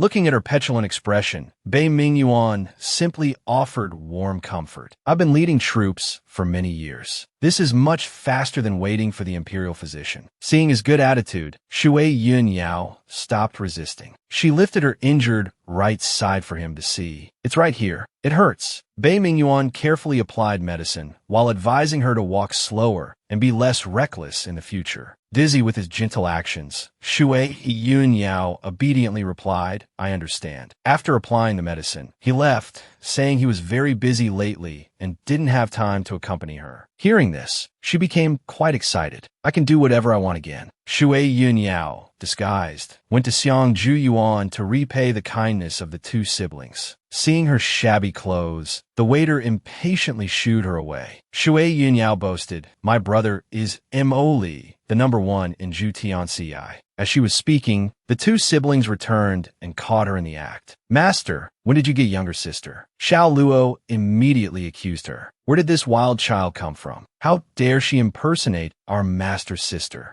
Emoli stepped in to stop Xiao Luo, reassuring Shui Yunyao not to be afraid. The woman gave a sweet smile that charmed everyone. "My brother's woman is really something. To thank you, I'll treat you to a meal." After a satisfying meal, Shui Yunyao, feeling content, pulled 4 coins from her pocket, explaining her purpose. "Actually, I'm returning money on behalf of a young lady." She said she borrowed 2 copper coins and is returning 4. The other 2 are for the interest. A hint of melancholy flickered in Mo Li's eyes. He couldn't help but worry about the woman he'd only met once. "So you were sent by her. Is she doing well now?" "She's fine," Shui Yunyao replied, slapping down a large silver note for the owner to settle the bill. Noticing the Songlang Kingdom's official seal on the silver note, Mo Li exchanged it for gold, claiming it was for easier carrying. Xiao Luo was puzzled. "Master, we don't lack silver. Why exchange it?" Mo Li carefully examined the silver note. If she stole this official note, exchanging it for gold might save her from punishment. Meanwhile, in the East Palace, Bei Mingyuan was still anxiously searching for news of the woman. A perceptive guard reminded him, "Your Highness, don't you think that woman resembles a grown-up version of the Crown Princess? I suspect there's some blood relation between them. The young Crown Princess's previous disappearance might also be related to this matter." Bei Mingyuan pondered for a moment. "If anyone has used those silver notes, apprehend them immediately." Shui Yunyao returned late at night after finishing her errand. Cries echoed through the quiet night. Following the sound, she discovered it was Yu Ling, who had disrupted the wedding, crying for help. Seeing Shui Yunyao, Yu Ling clung to her as if she were a lifeline. "You must be here to save me." Shui Yunyao looked at the open door. "Couldn't you just escape?" Yu Ling glanced out the window. "This Crown Prince's residence is too big. I can't find a way out." Shui Yunyao got straight to the point. "So why are you locked up here?" Hearing Yuling's answer, Shui Yun Yao's jaw dropped in shock. You actually want Bei Mingyuan too. Looking at Yuling, who shared her desire, Shui Yun Yao declared haughtily, if I were the crown prince, I wouldn't just lock you up, I'd lock you up for life. Finally, after Yuling repeatedly promised not to pursue Bei Mingyuan any further, Shui Yun Yao pointed out an escape route. Returning to her chambers and still not seeing Bei Mingyuan, she grumbled, he called me here and then isn't even here himself. I don't know what he's so busy with. Xiang Ning, seeing Shui Yun Yao finally showing concern for the crown prince, smiled happily. I heard the crown prince is preparing for the hunting competition, so he's very busy. Hearing about something new, Shui Yun Yao couldn't contain her excitement. Can I go too? Before she could finish, Bei Mingyuan arrived, his questioning tone preceding him. Where do you think you're going? Try to run off again. The more he looked at Shui Yun Yao, the more she resembled that woman. He took out the portrait and demanded, who is this woman in the painting? Shui Yun Yao stuck to her usual story. The woman in the painting is my mother. Bei Mingyuan pressed her, hoping to extract more information. However, Shui Yun Yao's ability to weave tales was even more proficient. Bei Mingyuan pressed fortier. You said your father was a heartless man before, but now you praise him. You've never even met them. How do you know they reconciled? Seeing that her lies were failing, Shui Yun Yao pretended to have a mental breakdown over not being able to find her mother, bursting into loud sobs. Seeing her heartbroken appearance, Bei Mingyuan was once again deceived. Be good. I've been very busy lately, but if you're obedient, I'll take you to find her. Shui Yun Yao put on a brave face, but thought to herself, like you'll actually be able to find her with me. What a joke. Bei Mingyuan summoned Qing Yu, the one who had caused him to lose control that night. He wanted to know the whereabouts of that woman. Qing Yu blamed everything on the woman, portraying her as a promiscuous woman who had even bought abortion pills. Bei Mingyuan was an Adatsa. Could Shui Yun Yao really be his child? Then, with a flick of his finger, he sent Qing Yu crashing to the ground, his voice filled with the fury of being tricked. You said she was the most wonderful woman in the world, and now you tell me she even has a child. Seeing Bei Mingyuan's uncontrollable rage, Qing Yu blurted out in panic at Shui Yun Yao. She begged me to lie to you. Hearing Shui Yun Yao's name, Bei Mingyuan became even more agitated. What did you say? Shui Yun Yao. Qing Yu quickly corrected himself, not Shui Yun Yao. It's my junior sister's child. I misspoke just now. Ignoring Qing Yu's rambling, Bei Mingyuan summoned his demonic beast, Jiao Long, and looked at Qing Yu. He's yours now. After a series of screams, Qing Yu lay bloodied, writhing in agony, with only one thought echoing in his mind. Someone save me. I don't want to die. A mysterious person appeared before the woman. Do you want to live? Bei Mingyuan arrived at Shui Yun Jian and found the sect leader. He questioned who the person in the painting was. The sect leader learned that the person who had defiled Shui Yun Yao was the princess of Yuming Palace. To protect Shui Yun Yao and the crown prince's relationship, he could only deny knowing the person in the painting. Bei Mingyuan angrily retorted, if she's not your disciple, how could she appear on your sect's grounds? Having no other choice, the sect leader admitted, she was indeed once my disciple, but I already expelled her. You must know the reason. Bei Mingyuan explained for the woman, she and I were both schemed against by your disciple. You shouldn't have expelled her. The sect leader still wanted to ask who the person was. Bei Mingyuan only spoke in an unquestionable tone. I've already cleaned up for you. Seeing the man still relentlessly pursuing the woman's whereabouts, the sect leader couldn't help but ask why the crown prince was so persistent. Bei Mingyuan recalled that night, because she is already mine. Seeing the man's determined look, the sect leader proposed a duel. If the man lost, he could no longer search for her and must offer a drop of heart blood as payment. Unexpectedly, the woman was knocked to the ground in a single move. The sect leader would rather die than reveal her location. Bei Mingyuan saw through the sect leader's bluff. If she were truly expelled, he wouldn't risk his life. He left a message. If you want my heart blood, come to Yuming Palace yourself and take it from me, then departed. Shui Yun Yao was still worried about the lack of news regarding the Xianwu Lotus. What if I suddenly transform in front of Bei Mingyuan? She worried. Just then, the third prince, Bei Mingfeng, arrived. With the crown prince absent, it's most appropriate for this little crown princess to receive the guest, she thought. Shui Yun Yao's mind raced. It's the end of the month. Is he taking me to see my father? She happily went out to meet him. However, Bei Mingfeng didn't mention the matter at all, which displeased her. The crown prince isn't here. Go back where you came from. Bei Mingfeng had a good temper. He wasn't annoyed by Shui Yun Yao's cold demeanor. He whispered in her ear, "There's so many people here. How can I take you out if you don't cooperate?" Shui Yun Yao quickly caught on. What? Third prince, you want McDonald's and Pizza Hut? We don't have those here. We have to go outside. Bei Mingfeng was completely baffled by her nonsense. I'm talking about Xiangman Lu. It's the best restaurant in Songlang Kingdom. Xiang Ning tried to stop them, but was left stammering and confused by the third prince's smooth talking. While Xiang Ning was disoriented, Bei Mingfeng scooped Shui Yunyao up and quickly left the crown prince's residence. Looking at the Xiangman Lu signboard, Shui Yunyao was displeased. Didn't you say you'd take me to see my father? Why are we at Xiangman Lu again? The third prince is so sly. He had an excuse prepared, bringing you to Yu Ming Palace in broad daylight. Aren't you afraid of being discovered? I'm afraid. Shui Yun Yao grumbled. So we're going at night. Why did you have to bring me to Xiangman Lu now? Bai Mingfeng smirked. Of course, I brought you here to watch a good show. Shui Yun Yao was enjoying her drinks with Bei Mingfeng when the bustling noise downstairs caught her attention. She leaned over to look outside. An exotic beauty was on the street, attracting a large crowd. People surrounded her, making it impossible for her to move. Shui Yun Yao turned to tease Bei Mingfeng. Don't you love beauties? Why aren't you playing the hero today? Bei Mingfeng spread his hands. As the best man in Songlang Kingdom, I've already clarified my stance. Besides, this beauty is special. She's already taken. Shui Yun Yao wanted to hear more gossip, but Bei Mingfeng deliberately kept her in suspense, refusing to say more. She could only stretch further to see more of the commotion. However, this scene was witnessed by Bei Mingyuan. Seeing the woman, who should have been in the palace, at Xiangman Lu, Bei Mingyuan's fury surged. After ordering Yi Shi to continue escorting the princess safely, he stormed into Xiangman Lu with a murderous look. Seeing Bei Mingyuan's furious entrance, Bei Mingfeng felt a smug sense of accomplishment. Imperial brother, why are you here? Shui Yun Yao, still engrossed in her large chicken leg, was completely unaware of the impending storm. Bei Mingyuan glared at Bei Mingfeng, gritting his teeth. Why did you bring her out of the palace? Hearing his voice, Shui Yun Yao dropped her chicken leg in fright. Before she could react, she was lifted up like a pendant by Bei Mingyuan. Noticing the smell of alcohol on her, he glared at Bei Mingfeng, wanting to execute him on the spot. Following the others, Princess Shui Ji of Shui Yu Kingdom arrived at the inn. Her voice was gentle, yet tinged with coldness. May I ask which of you is His Highness, the Crown Prince? Bei Mingyuan, shielding the dizzy Shui Yun Yao in his arms, turned towards the princess. I am Shui Ji. Looking at the handsome face and tall figure of her betrothed, chosen by her imperial brother, she felt quite satisfied. But who is this child in your arms? Is this your child? Shui Yun Yao felt trapped between two icebergs, struggling to survive. Bei Mingfeng broke the silence first, showering the princess with flattery. Shui Ji frowned slightly. And who are you? Bei Mingfeng flashed his signature, sunny smile. I am Bei Mingfeng, the third prince of Songlan Kingdom. Knowing full well that Shui Ji was here for the crown prince, he deliberately asked Shui Yun Yao, I heard Princess Shui Ji came here on behalf of Shui Yu Kingdom for a marriage alliance. I wonder who the fortunate man is. Shui Ji, unmoved by Bei Mingfeng's familiarity, replied coldly, that is none of your concern, third prince. Bei Mingyuan, after entrusting Yi Shi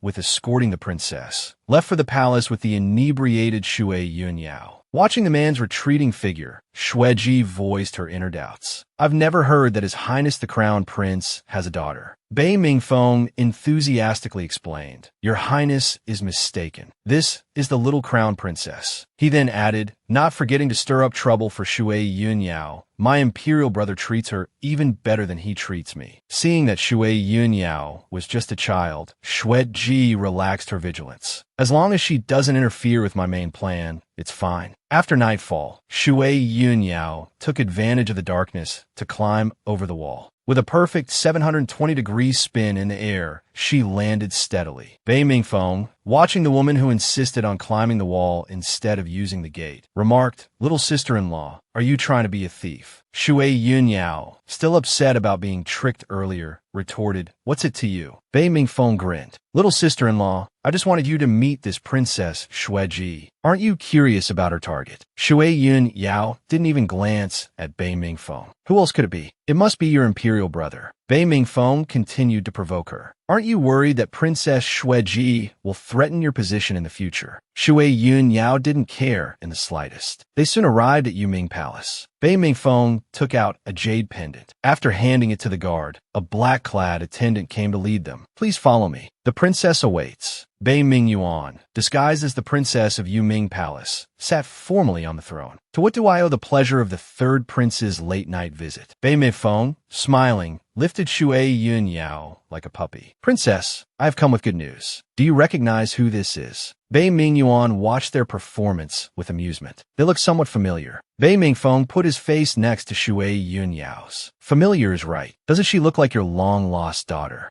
Bei Mingyuan knew better than anyone. He had only been with that woman twice. How could he have a daughter? His voice was laced with surprise. "I wasn't aware I had a daughter." Bei Mingfeng assumed the man simply couldn't remember due to his many encounters with women. Bei Mingyuan retorted, "When it comes to womanizing, I am no match for the third prince's reputation." While the two bickered, Shui Yun Yao walked up to Bei Mingyuan. "Are you my father?" Bei Mingyuan deliberately spoke vaguely. "Shouldn't you know better than I?" Shui Yun Yao's heart pounded, but she maintained a calm facade. "My mother said my father was a masked immortal. It must be you." Bei Mingyuan immediately understood. She had come for that woman. He turned to Bei Mingfeng. "What is your purpose in going to such lengths?" Bei Mingfeng didn't bother hiding it. "I need the silver immortal grass from Yuming Palace. It can cure any poison. Would the princess be willing to part with some?" Bei Mingyuan ordered someone to take Bei Mingfeng to retrieve the herb, using the opportunity to question the woman alone. "Tell me your true purpose in coming here today." Shui Yun Yao, assuming this was the man's first time seeing her, tried to deceive him with her childlike appearance. "I came to see you because I miss you, of course." Facing the cunning Shui Yun Yao, Bei Mingyuan instinctively said what he often said to women. "I don't like children who lie." Hearing this familiar reprimand, Shui Yun Yao thought, "This sounds just like Bei Mingyuan. No.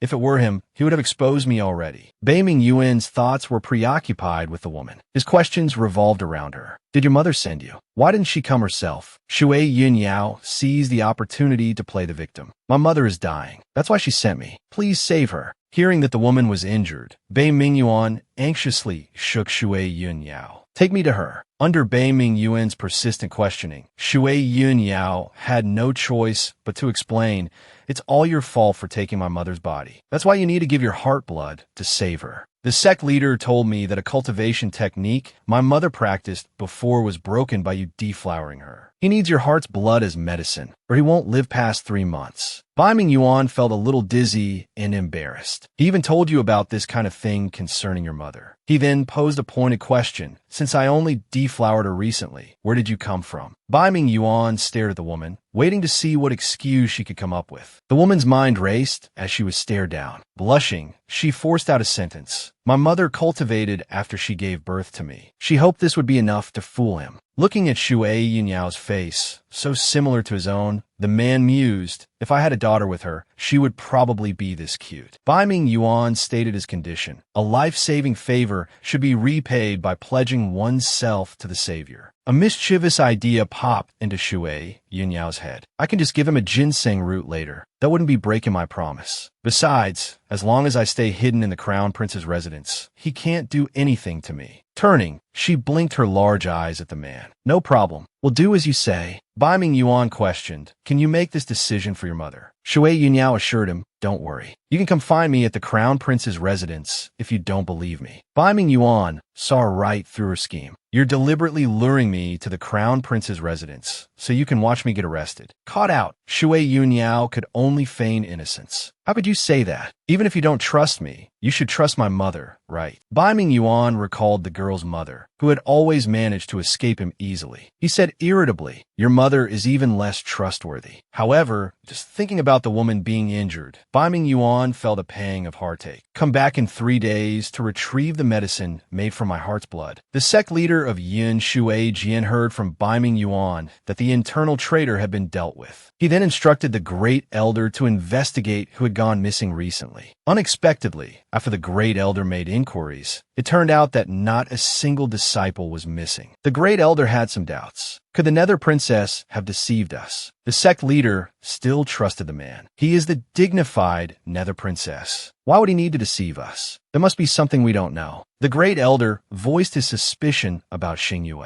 Recently, trouble has followed him wherever he goes. All of this conversation was overheard by Qin Yue, who was hidden in the shadows. Inside the Crown Prince's palace, Shui Yunyao was still sleeping soundly even though the sun was high in the sky. Xiangning rushed in, pushing the door open. Young Crown Princess, have you forgotten that you have etiquette lessons today? Shui Yunyao whined. I don't want to go. I've already learned all of this before. As she spoke, the Vogue appeared behind her, radiating a powerful, oppressive aura. The Crown Prince has ordered that if you do not obey, I am to punish you. Shui Yunyao quickly shut her mouth, frightened. Inwardly, she cursed Bai Ming Yuan from head to toe. Shui Yunyao was once again dragged off to learn proper conduct. Because the Mo wasn't teaching her directly, the woman simply fell asleep during the lesson. The teacher tapped Shui Yunyao's desk with a ring, waking her from her slumber. Shui Yunyao, grumpy from being woken up, snapped. Why did you scare me like that? Looking at the painting instructor's red and green outfit, Shui Yunyao thought of the saying red and green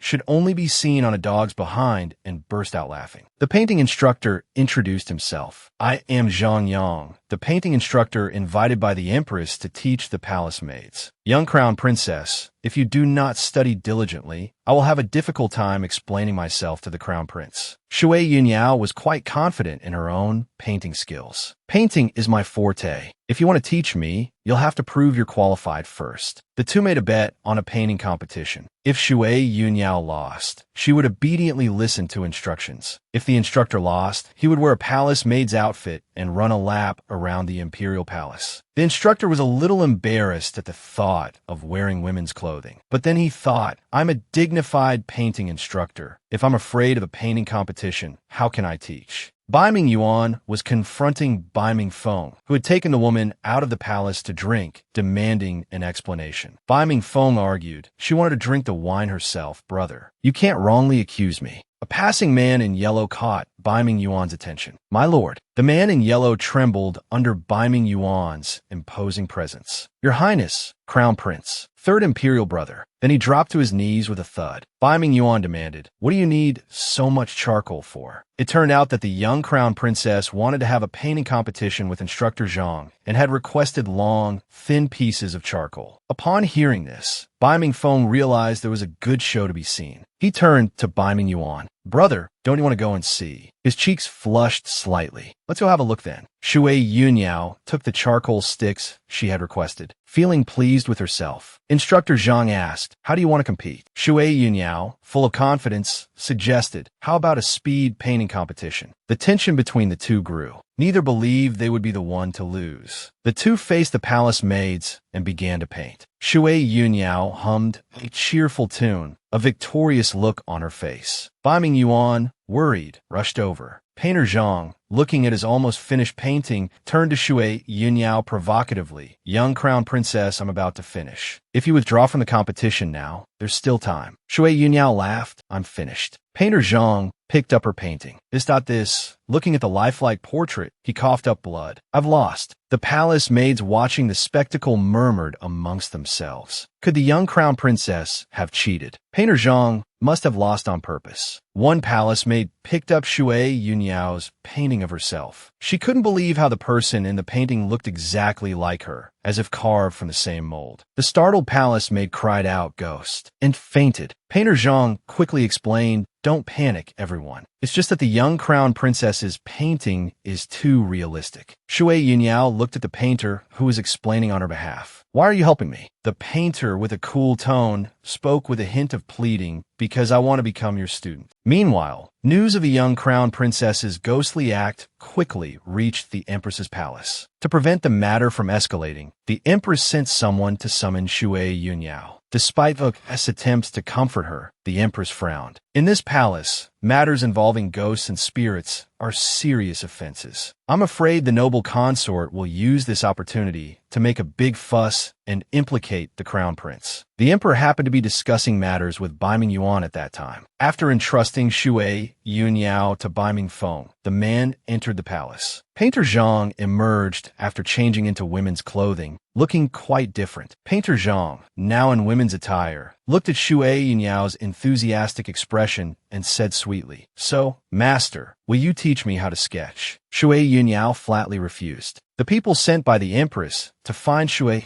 Yunyao arrived at the crown prince's palace. "Young crown princess, everyone is talking about the ghost incident with the painter. The empress wants to see you to understand the situation." The clever Shui Yunyao thought she needed two people, and it just so happened that Painter Zhang and the fainted palace maid would do. Painter Zhang wanted to refuse. Shui Yunyao threatened with a slight pinch. "Since you want me to be your master, you know what to say later, right?" Noble consort Chun, having heard the rumors, arrived at the empress's palace before Shui Yunyao. "Sister, I heard there's a ghost in the palace, and it involves the young crown princess." Shui Yunyao, dressed in pink, looked particularly delicate. Her tone, anticipating a smooth conversation, became sweet. "Greetings, Mother Empress." Painter Zhang also quickly knelt on the ground, giving a timid greeting. Noble consort Chun, seeing the man dressed as a woman, scolded loudly. Painter Zhang quickly crawled forward 2 steps and explained, "Noble consort, you misunderstand. I am Zhang Yang, the painting instructor responsible for teaching the palace maid's painting skills." Noble consort Chen just wanted to get rid of Shui Yunyao quickly, so she ignored Painter Zhang's explanation. "Sister, I see this person has wicked intentions. He should be immediately imprisoned in the Zhongrenfu for a thorough investigation." Seeing the situation take a turn for the worse, Shui Yunyao quickly put on a weak act and cried, pleading, "Mother Empress, I'm sorry. It was just a prank I started with him. Please don't blame him." Seeing Shui Yunyao's tearful face gave the Empress an opportunity to intervene. "Sister, Yaoer is still young. It's normal for her to play a prank with Painter Zhang. As an elder, you should be more tolerant. Why be so harsh?" The noble consort argued, "But this matter of ghosts and spirits is a serious issue. If it's not clarified, it will cause panic in the palace." The cunning Shui Yunyao's mind raced, and she shouted, "Where's the ghost? Why haven't I seen it? Could it be that the noble consort released the ghost? Why is she the only one who can see it?" Hearing Shui Yunyao's accusation, noble consort Chun, enraged, blurted out, "Nonsense. Is this the good upbringing your sister has taught you?" The empress soothed her, "Sister, be careful not to anger yourself. Yaoer is just speaking innocently. Let's wake up the fainted palace maid and ask her what happened before making any judgments." The palace maid slowly opened her eyes. Before she could speak, she fainted again, overwhelmed by the scene before her. Seeing this, noble consort Chun remained relentless, wanting to punish the young crown princess. The empress was displeased. Such blatant targeting of her daughter-in-law showed no regard for her position as empress. As the tense atmosphere intensified, Bai Mingfeng presented Shui Yunyao's painting to the empress. "Your Majesty, it's truly because the young crown princess's painting skill is too realistic that it frightened the palace maid. It's definitely not a ghost." Noble consort Chun impatiently snatched the painting and looked at the lifelike portrait. "Impossible. There must be something unclean possessing the crown princess." Shui Yunyao, indignant, was about to retort angrily. Bai Mingfeng arrived just in time. "Your Majesty, I have something to say about this matter." Bai Mingfeng had someone brought forward. The young palace maid answered tremblingly, "Reporting to your Majesty. The charcoal used by the young crown princess was indeed delivered by me, but I absolutely did not tamper with it." Noble consort Chun, believing she had the upper hand, spoke arrogantly. "Since there's nothing wrong with the charcoal, how can you prove the young crown princess's innocence?" Noble consort Chin's words played right into Bai Mingfeng's hands. This young palace maid hadn't done anything, but that didn't mean someone else hadn't. He turned to a nearby palace maid and asked, "Where did this charcoal come from?" The palace maid quickly explained, "The weather has recently turned cold, and charcoal is in short supply. I heard noble consort Chun had some extra, so I bought a little from Mei Xiang, the consort's maid." Noble consort Chun flew into a rage upon hearing this. She slapped Mei Xiang across the face. "You useless fool." Mei Xiang stammered, terrified by the enraged noble consort. I only sold her some charcoal. I didn't tamper with it." The empress seized on the key point. "Sister, why do you have so much charcoal in the palace?" Before noble consort Chun could explain, Shui Yunyao spoke, her eyes shimmering with innocence. "Mother Empress, I've heard that there's a type of witchcraft in southern Jiang. If you burn something belonging to someone you hate, you can curse them. Could it be that noble consort Chun wanted to use it for a curse?" Noble consort Chun cried out, "I've been wrong." The empress questioned her with imperial authority. "Sister, are you still unwilling to tell the truth?" Seeing the situation, Mei Xiang had no choice but to confess. "It was I who secretly withheld consort Rose charcoal. I wanted to exchange it for some money. Noble consort Chen knew nothing about it." In the end, Mei Xiang was imprisoned, and noble consort Chen was punished with 3 months confinement for negligent supervision. Through the charcoal ghost incident, Shui Yunyao had inadvertently helped consort Ro and Bai Mingyuan, making their days in the cold palace a little easier. Bai Mingyuan was overjoyed to see Shui Yunyao after such a long time. Consort Ro's health gradually improved, and she no longer needed to be bedridden. Looking at Consort Ro's rosy complexion, Shui Yunyao finally felt some relief. "I'm so relieved to see you safe and sound. But Consort Ro, even if you don't consider yourself, shouldn't you consider Yuan her?" Consort Ro then revealed how Bai Mingyuan had been framed. "He framed me for causing his miscarriage. The emperor, in his fury, banished me to the cold palace. I haven't dared to resist because of his influence." Shui Yunyao urged Consort Ro to fight back. Consort Ro was a little bashful. "I only know how to sing operas and little tunes. Even if I shouted, the emperor wouldn't hear me." Shui Yunyao promised to help Consort Ro. Consort Ro recalled how noble Consort Chun had made similar promises. "I know you're a good child, but why are you going through so much trouble to help me?" Bai Mingyuan was angered by his mother's suspicion. "Mother, how can you doubt her?" Shui Yunyao, however, was rather pleased by Consort Ro's wariness. In the deep palace, the worst thing was to trust others easily. "Actually, I'm also doing this for myself. I offended her not long ago. Bringing her down would be good for me too."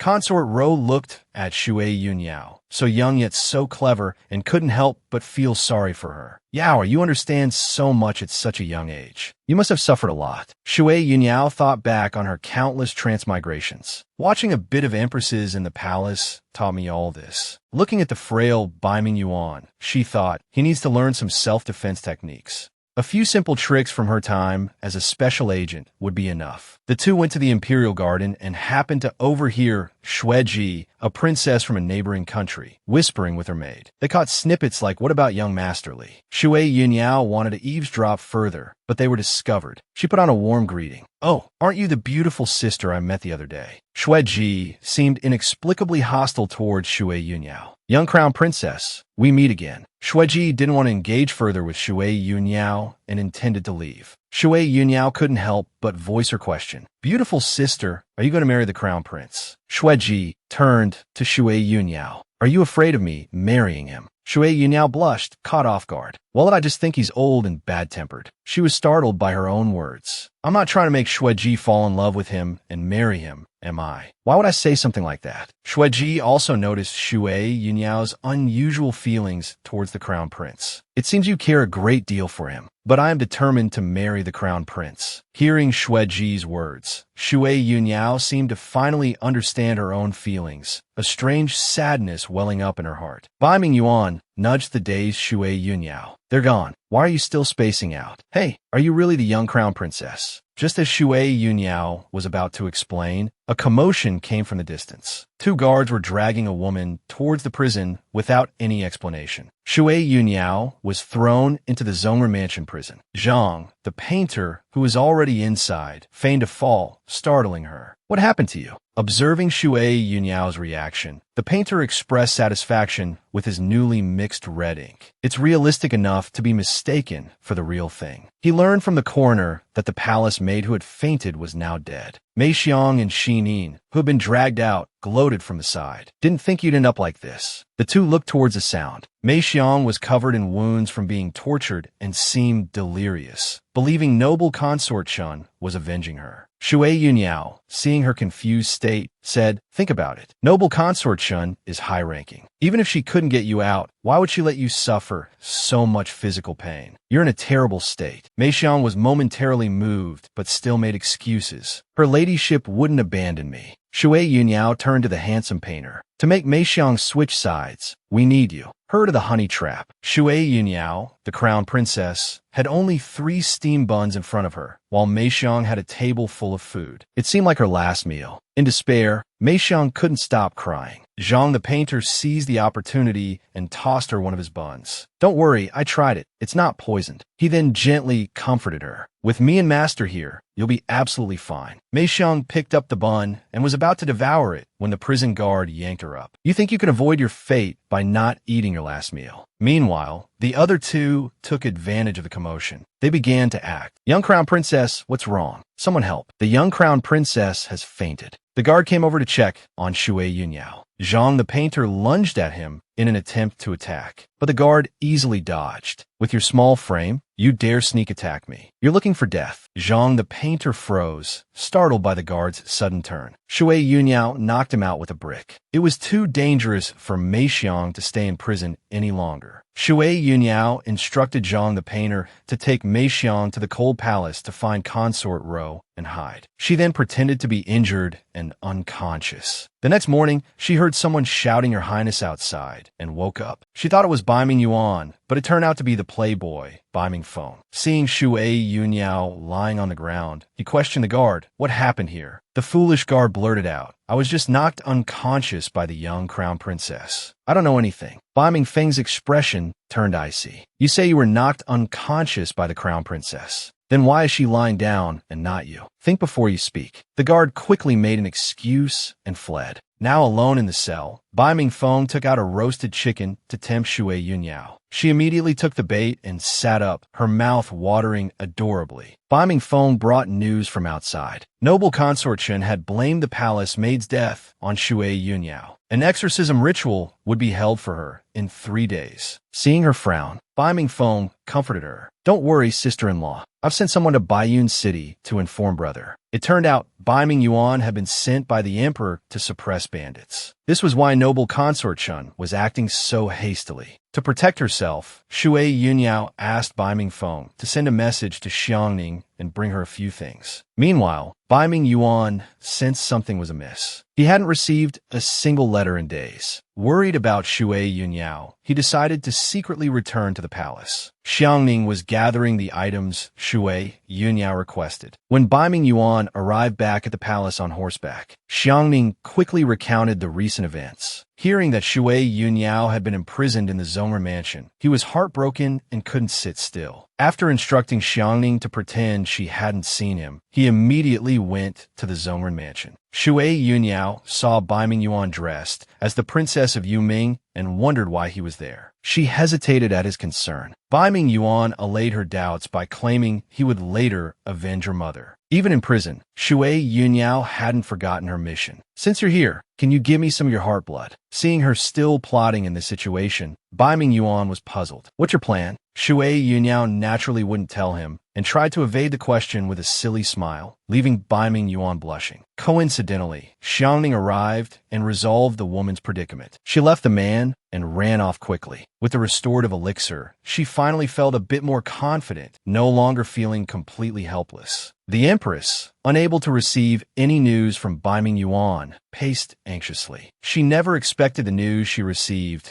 would be that the young crown princess was to be brought to the sacrificial altar ahead of schedule. A Taoist priest in yellow robes arrived at the plaza, putting on a mystical act, just as Shui Yunyao was about to be forced to drink the drug potion. Bai Ming Yuan hid nearby, ready to intervene. Shui Yunyao was not easily controlled. She spat the potion onto the Taoist priest. Prepared for this, the Taoist priest took out another potion, intending to force-feed it to Shui Yunyao. Seeing this, Bai Ming Yuan secretly used a hidden weapon to help her. The Empress arrived just in time and pleaded with the Emperor to rescind his order. Noble Consort Chen claimed the ritual was to clear the young crown princess's name and exorcise evil. The Empress could only invoke Bai Ming Yuan's name. buying Shui Yunyao some time. All matters would be decided upon his return. Shui Yunyao looked at the empty plaza. There was clearly nothing there. Who just helped me? The sun had already set when Zhang the painter finally arrived. Seeing the empty altar, he burst into tears. A young guard, seeing them wailing, assumed they were slacking off. Only after their explanation did he realize the young crown princess was still safely locked up in the Zomer mansion. And so, the two sat there like meditating monks. Meanwhile, back in the Zomer mansion, Shui Yunyao asked Xiangning to bring her some clothes. Everything was ready. Finally, she could transform. In Yuming Palace, Bai Mingyuan was still investigating the carrier pigeon incident. All signs pointed to General Chun. What was that Chun up to? Transformed, Shui Yunyao wanted to check the morgue where Mei Xiang's body was kept, but unfamiliar with the palace layout, she kept going in circles. Suddenly, someone entered the hall. Caught off guard, Shui Yunyao was rescued by Bai Mingyuan and hidden behind a screen. Noble consort Chun and the Taoist priest, their ritual failed, devised a new plan. This deadly poison could cause hallucinations. Just a little bit in the emperor's food, and they guaranteed he would order the execution of the young crown princess tomorrow. After they left, Shui Yunyao remained. Bai Mingyuan's sudden approach startled her. What are you doing here? Seeing her, Bai Mingyuan couldn't contain his passion and kissed her deeply. I won't let you escape this time. Shui Yunyao broke free, blushing, and warned him, don't push it or I won't be polite. Remembering Shui Yunyao's mother's precarious situation, Bai Mingyuan retorted, looking at you so full of energy, you hardly seem like someone about to die. Fearing she might reveal too much, Shui Yunyao tried to leave. With her daughter still imprisoned, she had no time for this. Bai Mingyuan refused to let her go, wanted to join her in rescuing her daughter. Exasperated by his persistence, Shui Yunyao asked, do you even know where I'm going? And you just want to follow me? Bai Mingyuan certainly knew. You're planning to stop noble consort Chun from poisoning the emperor and then investigate the morgue, right? Shui Yunyao, surprised he knew everything, resigned herself to letting him follow. Watching him navigate the palace with ease, she couldn't help but wonder about his connection to Bai Mingyuan. Their voices and identities were completely different, yet she felt a strange similarity. Lost in thought, she bumped straight into him when he stopped abruptly. Not far away was noble consort Chin. She added the poison to the emperor's late-night meal. Shui Yunyao seized the opportunity and approached her from behind. Lowering her voice to a sinister tone, she said, you've made me suffer so much. Why don't you come and keep me company? Noble consort Chun, though inwardly terrified, maintained a fearless facade. Taking advantage of her distraction, Shui Yunyao immobilized her with a pressure point strike. She then turned and forced the poisoned tea down noble consort Chen's throat. They went to the morgue to investigate. Bai Mingyuan, worried about corpse poison harming her, tried to stop her. Shui Yunyao felt a flutter of affection at his unexpected concern. A little devil appeared in her mind. This Yuming princess is much more reliable than Bai Mingyuan. Forget Bai Mingyuan. Shui Yunyao blushed crimson at her wicked thoughts, closing her eyes and telling herself to forget them. Bai Mingyuan quickly found Mei Xiang's body. The cause of death was indeed strange. It looked like both poisoning and strangulation. He stepped forward to examine it. The strangulation marks on her neck were fabricated after death. Such obvious forgery meant the coroner must have been bribed by noble consort Chin. Suddenly, footsteps came from outside the door. Shui Yunyao's agent instincts were still sharp. The sneaky Taoist priest was actually trying to destroy the body. With lightning speed, Bai Mingyuan knocked him unconscious with a single palm strike. Shui Yunyao hurriedly stopped him. Her small hands fumbled around his waist. Bai Mingyuan's face flushed red to the tips of his ears. Are you throwing yourself into my arms? Hearing his words, Shui Yunyao blushed and retorted, you, the esteemed Yuming palace master, don't even carry a single vial of poison. Bai Mingyuan was bewildered. What do you need poison for? Do you think I'm the kind of person who carries poison around? Shui Yunyao, blushing, explained her thoughts. I just wanted to use it to make the Taoist priest testify against noble consort Chin. It's not that I don't trust you. Bai Mingyuan found her naive idea somewhat endearing. Just a few small fries won't bring her down. Her father is the general who controls the military. As long as the Chin family isn't uprooted, she will eventually make a comeback and regain favor. Instead of making the Taoist priest testify against noble consort Chin, it's better to use him for our own purposes. Shui Yunyao gave him a thumbs up. Brilliant. The Taoist priest trembled under their intense gazes. Shui Yunyao seized the opportunity to intimidate him. Do you know who he is? He's the ruthless Yu Ming Palace Master. What you just took was his unique 49-day cultivated poison. If you don't want to die a painful death, obey us. Bai Ming Yuan snapped his fingers. The Taoist priest felt a jolt of electricity surge through him, his psychological defenses completely shattered. He was ready to kneel and beg for mercy. The two seemed to be growing more and more in sync.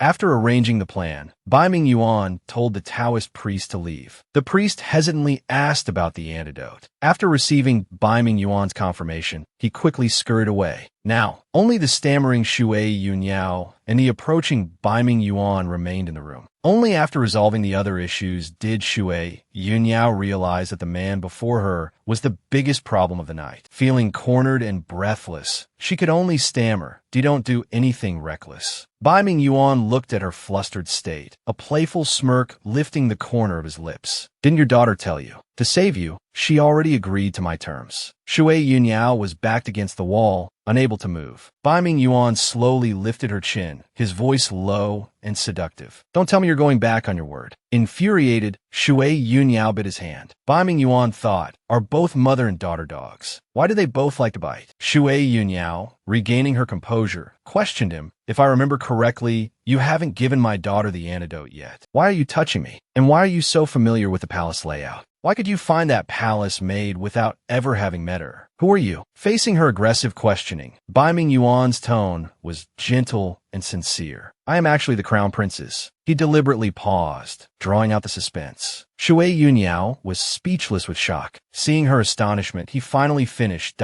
"Ally." Shui Yunyao looked at the man entangled with her. "Why would you ally with the crown prince?" Bai Ming Yuan explained. "The crown prince's identity is special. It's inconvenient for him to do certain things, so naturally, he needs someone to act on his behalf." Shui Yunyao felt something was amiss, but his explanation seemed to make sense. Bai Ming Yuan deliberately moved closer, encircling her in his arms, his voice laced with intimacy. "I know everything about you and the crown prince." Shui Yunyao pushed him away forcefully. "Since you know about us, aren't you afraid he'll turn against you for treating me like this?" A smile played at the corners of Bai Ming Yuan's eyes. "So what?" he added, with a touch of provocation. "If you're willing to return to Yuming Palace with me, I guarantee he won't bother you again." Faced with two persistent men, Shui Yunyao didn't want to choose. After all, in the adult world, you could have both. The time for the medicine's effects to wear off was approaching. A sharp pain stabbed Shui Yunyao's chest. Bai Ming Yuan looked at her with concern. "Why has your complexion suddenly become so pale?" Shui Yunyao gritted her teeth and insisted, "I'm fine, but before I return to Yuming Palace with you, I want to see my daughter." Bai Ming Yuan looked at the woman's pained expression. At this point, Shui Yunyao would likely agree to anything. "All right, I'll go with you." Naturally, Shui Yunyao was reluctant and quickly refused, but she couldn't withstand Bai Ming Yuan's persuasive eloquence. They arrived at Zhongren Mansion. Shui Yunyao was prepared for her identity to be discovered. Unexpectedly, Bai Ming Yuan, seeing how obedient she'd been along the way, allowed her to visit her daughter alone. As soon as he finished speaking, Bai Ming Yuan pulled her in his arms, his lips firmly pressing against hers. After the kiss, he carefully instructed her, "Don't let down so many lives." Shui Yunyao was warmed by his thoughtful concern and couldn't help but hug him back. Bai Ming Yuan also felt a pang of guilt. After the woman left, Bai Ming Yuan noticed someone hidden in the shadows guarding Baiyan City. There was an exchange of words. Bai Ming Yuan ordered the guard to take the woman back to Yuming Palace and not to harm her. Then he returned to Baiyan City. The guard was left alone, waiting for his benefactor, who never returned. Bai Mingfeng arrived at the prison with good news for Shui Yunyao. Noble Consort Chen has gone mad. Early this morning, Noble Consort Chen was acting insane, and the emperor saw her and slapped her. Now, even if she tries to cause trouble, the emperor probably won't believe her. Shui Yunyao grasped the key point. Now that Noble Consort Chen has fallen out of favor, isn't this Consort Ro's chance? She then went to Bai Mingfeng and told him her plan to help Consort Ro. Faced with Shui Yunyao's resourcefulness, Bai Mingfeng looked at her childlike appearance suspiciously. This mature demeanor didn't resemble a child at all. Bai Mingfeng used the excuse of talking with the emperor to lead him near Consort Ro's courtyard. Hearing the melodious singing, Bai Mingfeng was pleased. The pain of losing his mother would finally be avenged soon. Following the sound of singing, the emperor arrived at Ziyuan Palace. A child caught his attention. After some questioning, he learned that this was his youngest son. Noble consort Chen had told him years ago that the child had died. He hadn't expected him to suffer alone for so many years. Seeing the emperor's closeness with her son, Consort Ro secretly vowed that this time she wouldn't back down. She had to expose noble consort Chen's crimes. Consort Ro looked at the emperor with watery eyes, her gentle demeanor captivating. "Your Majesty, why don't you come in and sit for a while and have some tea?" The emperor looked at her, finding her even more graceful and charming than before, making him want to cherish her even more. Within Baiyun City, Bai Mingyuan finally caught the thief. He used his trick again, placing a pill in the thief's mouth. With a snap of his fingers, the thief was in excruciating pain and begged for mercy. He revealed Chen Da's plan to usurp the throne. Due to insufficient evidence, Bai Mingyuan decided to meet the leader of the thieves himself to increase his chances of success. Back at Ziyuan Palace, under consort Ro's guidance, noble consort Chen's servants also confessed to her crimes. Witnessing noble consort Chen's disgusting acts one by one, the emperor gritted his teeth in anger. However, due to the Chen family's power, he had to consider carefully how to handle the situation. In noble consort Chen's palace, Shui Yunyao arrived smugly to visit the disgraced noble consort. She informed her of consort Ro regaining the emperor's favor. This psychologically damaging tactic completely broke noble consort Chen's will, leaving her slumped on the floor like a deflated balloon. As noble consort Chen was wallowing in her misery, a sharp reprimand startled her. Chunda looked at his pathetic daughter, crying over such a small matter. "You're truly useless. My grand plan is almost complete, and you're messing things up at this critical juncture. You even lost the emperor's favor." Noble consort Chen wanted to complain about Shui Yunyao's interference, but before she could finish, Chunda slapped her across the face. Chunda berated her for her useless womb. "If you had given birth to a prince, we wouldn't have to go through all this trouble." He threw her a bottle of medicine, ordering her to find a chance to slip it into the emperor's food. The Taoist priest, hiding nearby, heard their entire conversation. However, in his shock, he stepped on a branch, making a noise. Before the priest could even cry out for help, Chunda swiftly dealt with him. Without a second glance, he left the body for noble consort Chen to dispose of and quickly left. Noble consort Chen struggled to drag the Taoist priest's body into the lake. Bai Mingfeng witnessed everything. He sighed, seemingly to himself, "Noble consort, you seem quite skilled at destroying evidence." Noble consort Chen stared at the suddenly appearing Bai Mingfeng, her voice filled with terror. "How could you be here?" Bai Mingfeng's face held the satisfaction of long-awaited revenge. "Your Highness, do you remember how my mother died? You personally pushed her into the pond. You didn't really think no one knew, did you?" Bai Mingfeng quietly watched the ripples on the lake's surface gradually calm. His eyes held only longing for his mother. "Mother, rest in peace. Your son has finally avenged you." The next morning, the news of the Taoist priest and the palace made committing suicide together by jumping into the lake spread like wildfire throughout the palace. Shui Yunyao was completely bewildered by this news. Just who could have done this? As she pondered, Xiang Ning's voice interrupted her thoughts. Why would Bai Mingyuan do such a thing? Xiang Ning was confused by Shui Yunyao's question. This servant doesn't know why His Highness would arrange such a thing. Xiang Ning presented a letter from Bai Mingyuan. The letter said that it might be dangerous outside recently and instructed them not to go out and to stay safe in the residence. Shui Yunyao, though slight in frame, was determined. This threshold, I, Shui Yunyao, am destined to cross. Shui Yunyao, carrying a sack of ginseng, went to find Bai Mingyuan to exchange for his heart blood. However, she was met with disappointment. The princess of Yuming Palace was not in. Shui Yunyao went to the bustling market. Only delicious food could soothe her wounded heart. She happened to run into Princess Shueji. Seeing Mo Li's residence, Xiangju Yuan, she wondered could the master Li that he and the maid spoke of last time BMO Li. Sensing a juicy piece of gossip, Shui Yunyao followed Princess Shui Ji to Mo Li's residence. She heard Mo Li's gentle voice. How have you been lately? Princess Shui Ji frowned at Mo Li, her concern mixed with a hint of reproach. I'm fine, but you? Why did you come to the Songlang Kingdom? Mo Li recalled the events of a few months prior. Master dealt with a few traitors, but when it came time for burial, the bodies vanished. Later, someone discovered their traces in the Songlang Kingdom, so Master sent me to investigate. Hearing this strange tale, Princess Shui Ji became agitated. The same thing happened in the Shui Yu Imperial Palace. My brother, and I believe it's Shui. Before she could finish, Qing air burst in frantically. Princess, something terrible has happened. A large group of soldiers are gathering near the palace gates. It seems like a rebellion. Princess Shui Ji, unwilling to have the marriage alliance plans disrupted, wanted to stop it immediately. Emoli couldn't bear to let her face danger alone and knocked her unconscious with a single blow. King I'll go gather information. Hearing about the rebellion, Shui Yunyao thought that if she saved the emperor, perhaps she could bypass Baiming Yuan and obtain the immortal artifact. She took out the transformation pill and returned to her original form. Shui Yunyao managed to distract Qi Er and changed into Princess Shui Ji's clothes. Impersonating Princess Shui Ji, she headed towards the palace. Chunda led his troops and stormed the palace. Faced with the emperor's questioning, he brought up his tragically deceased daughter, noble consort Chun, claiming to be a grieving old man seeking justice. Bai Mingfeng stood before the emperor, blocking the attack. Shui Yunyao also hurried, and finally arrived just before the coup, a sharp sword flying straight towards the emperor. In that instant, a small, chubby hand firmly grasped the sword in front of the emperor. Turning to look at the rebellious Chunda, she declared, "Did you get my permission to kill the emperor?" The emperor and Bai Mingfeng stared at the woman who had suddenly appeared, both asking in unison, "Who are you?" Bai Mingfeng was the first to recognize the woman's clothing. "You're Princess Shui Ji, aren't you?"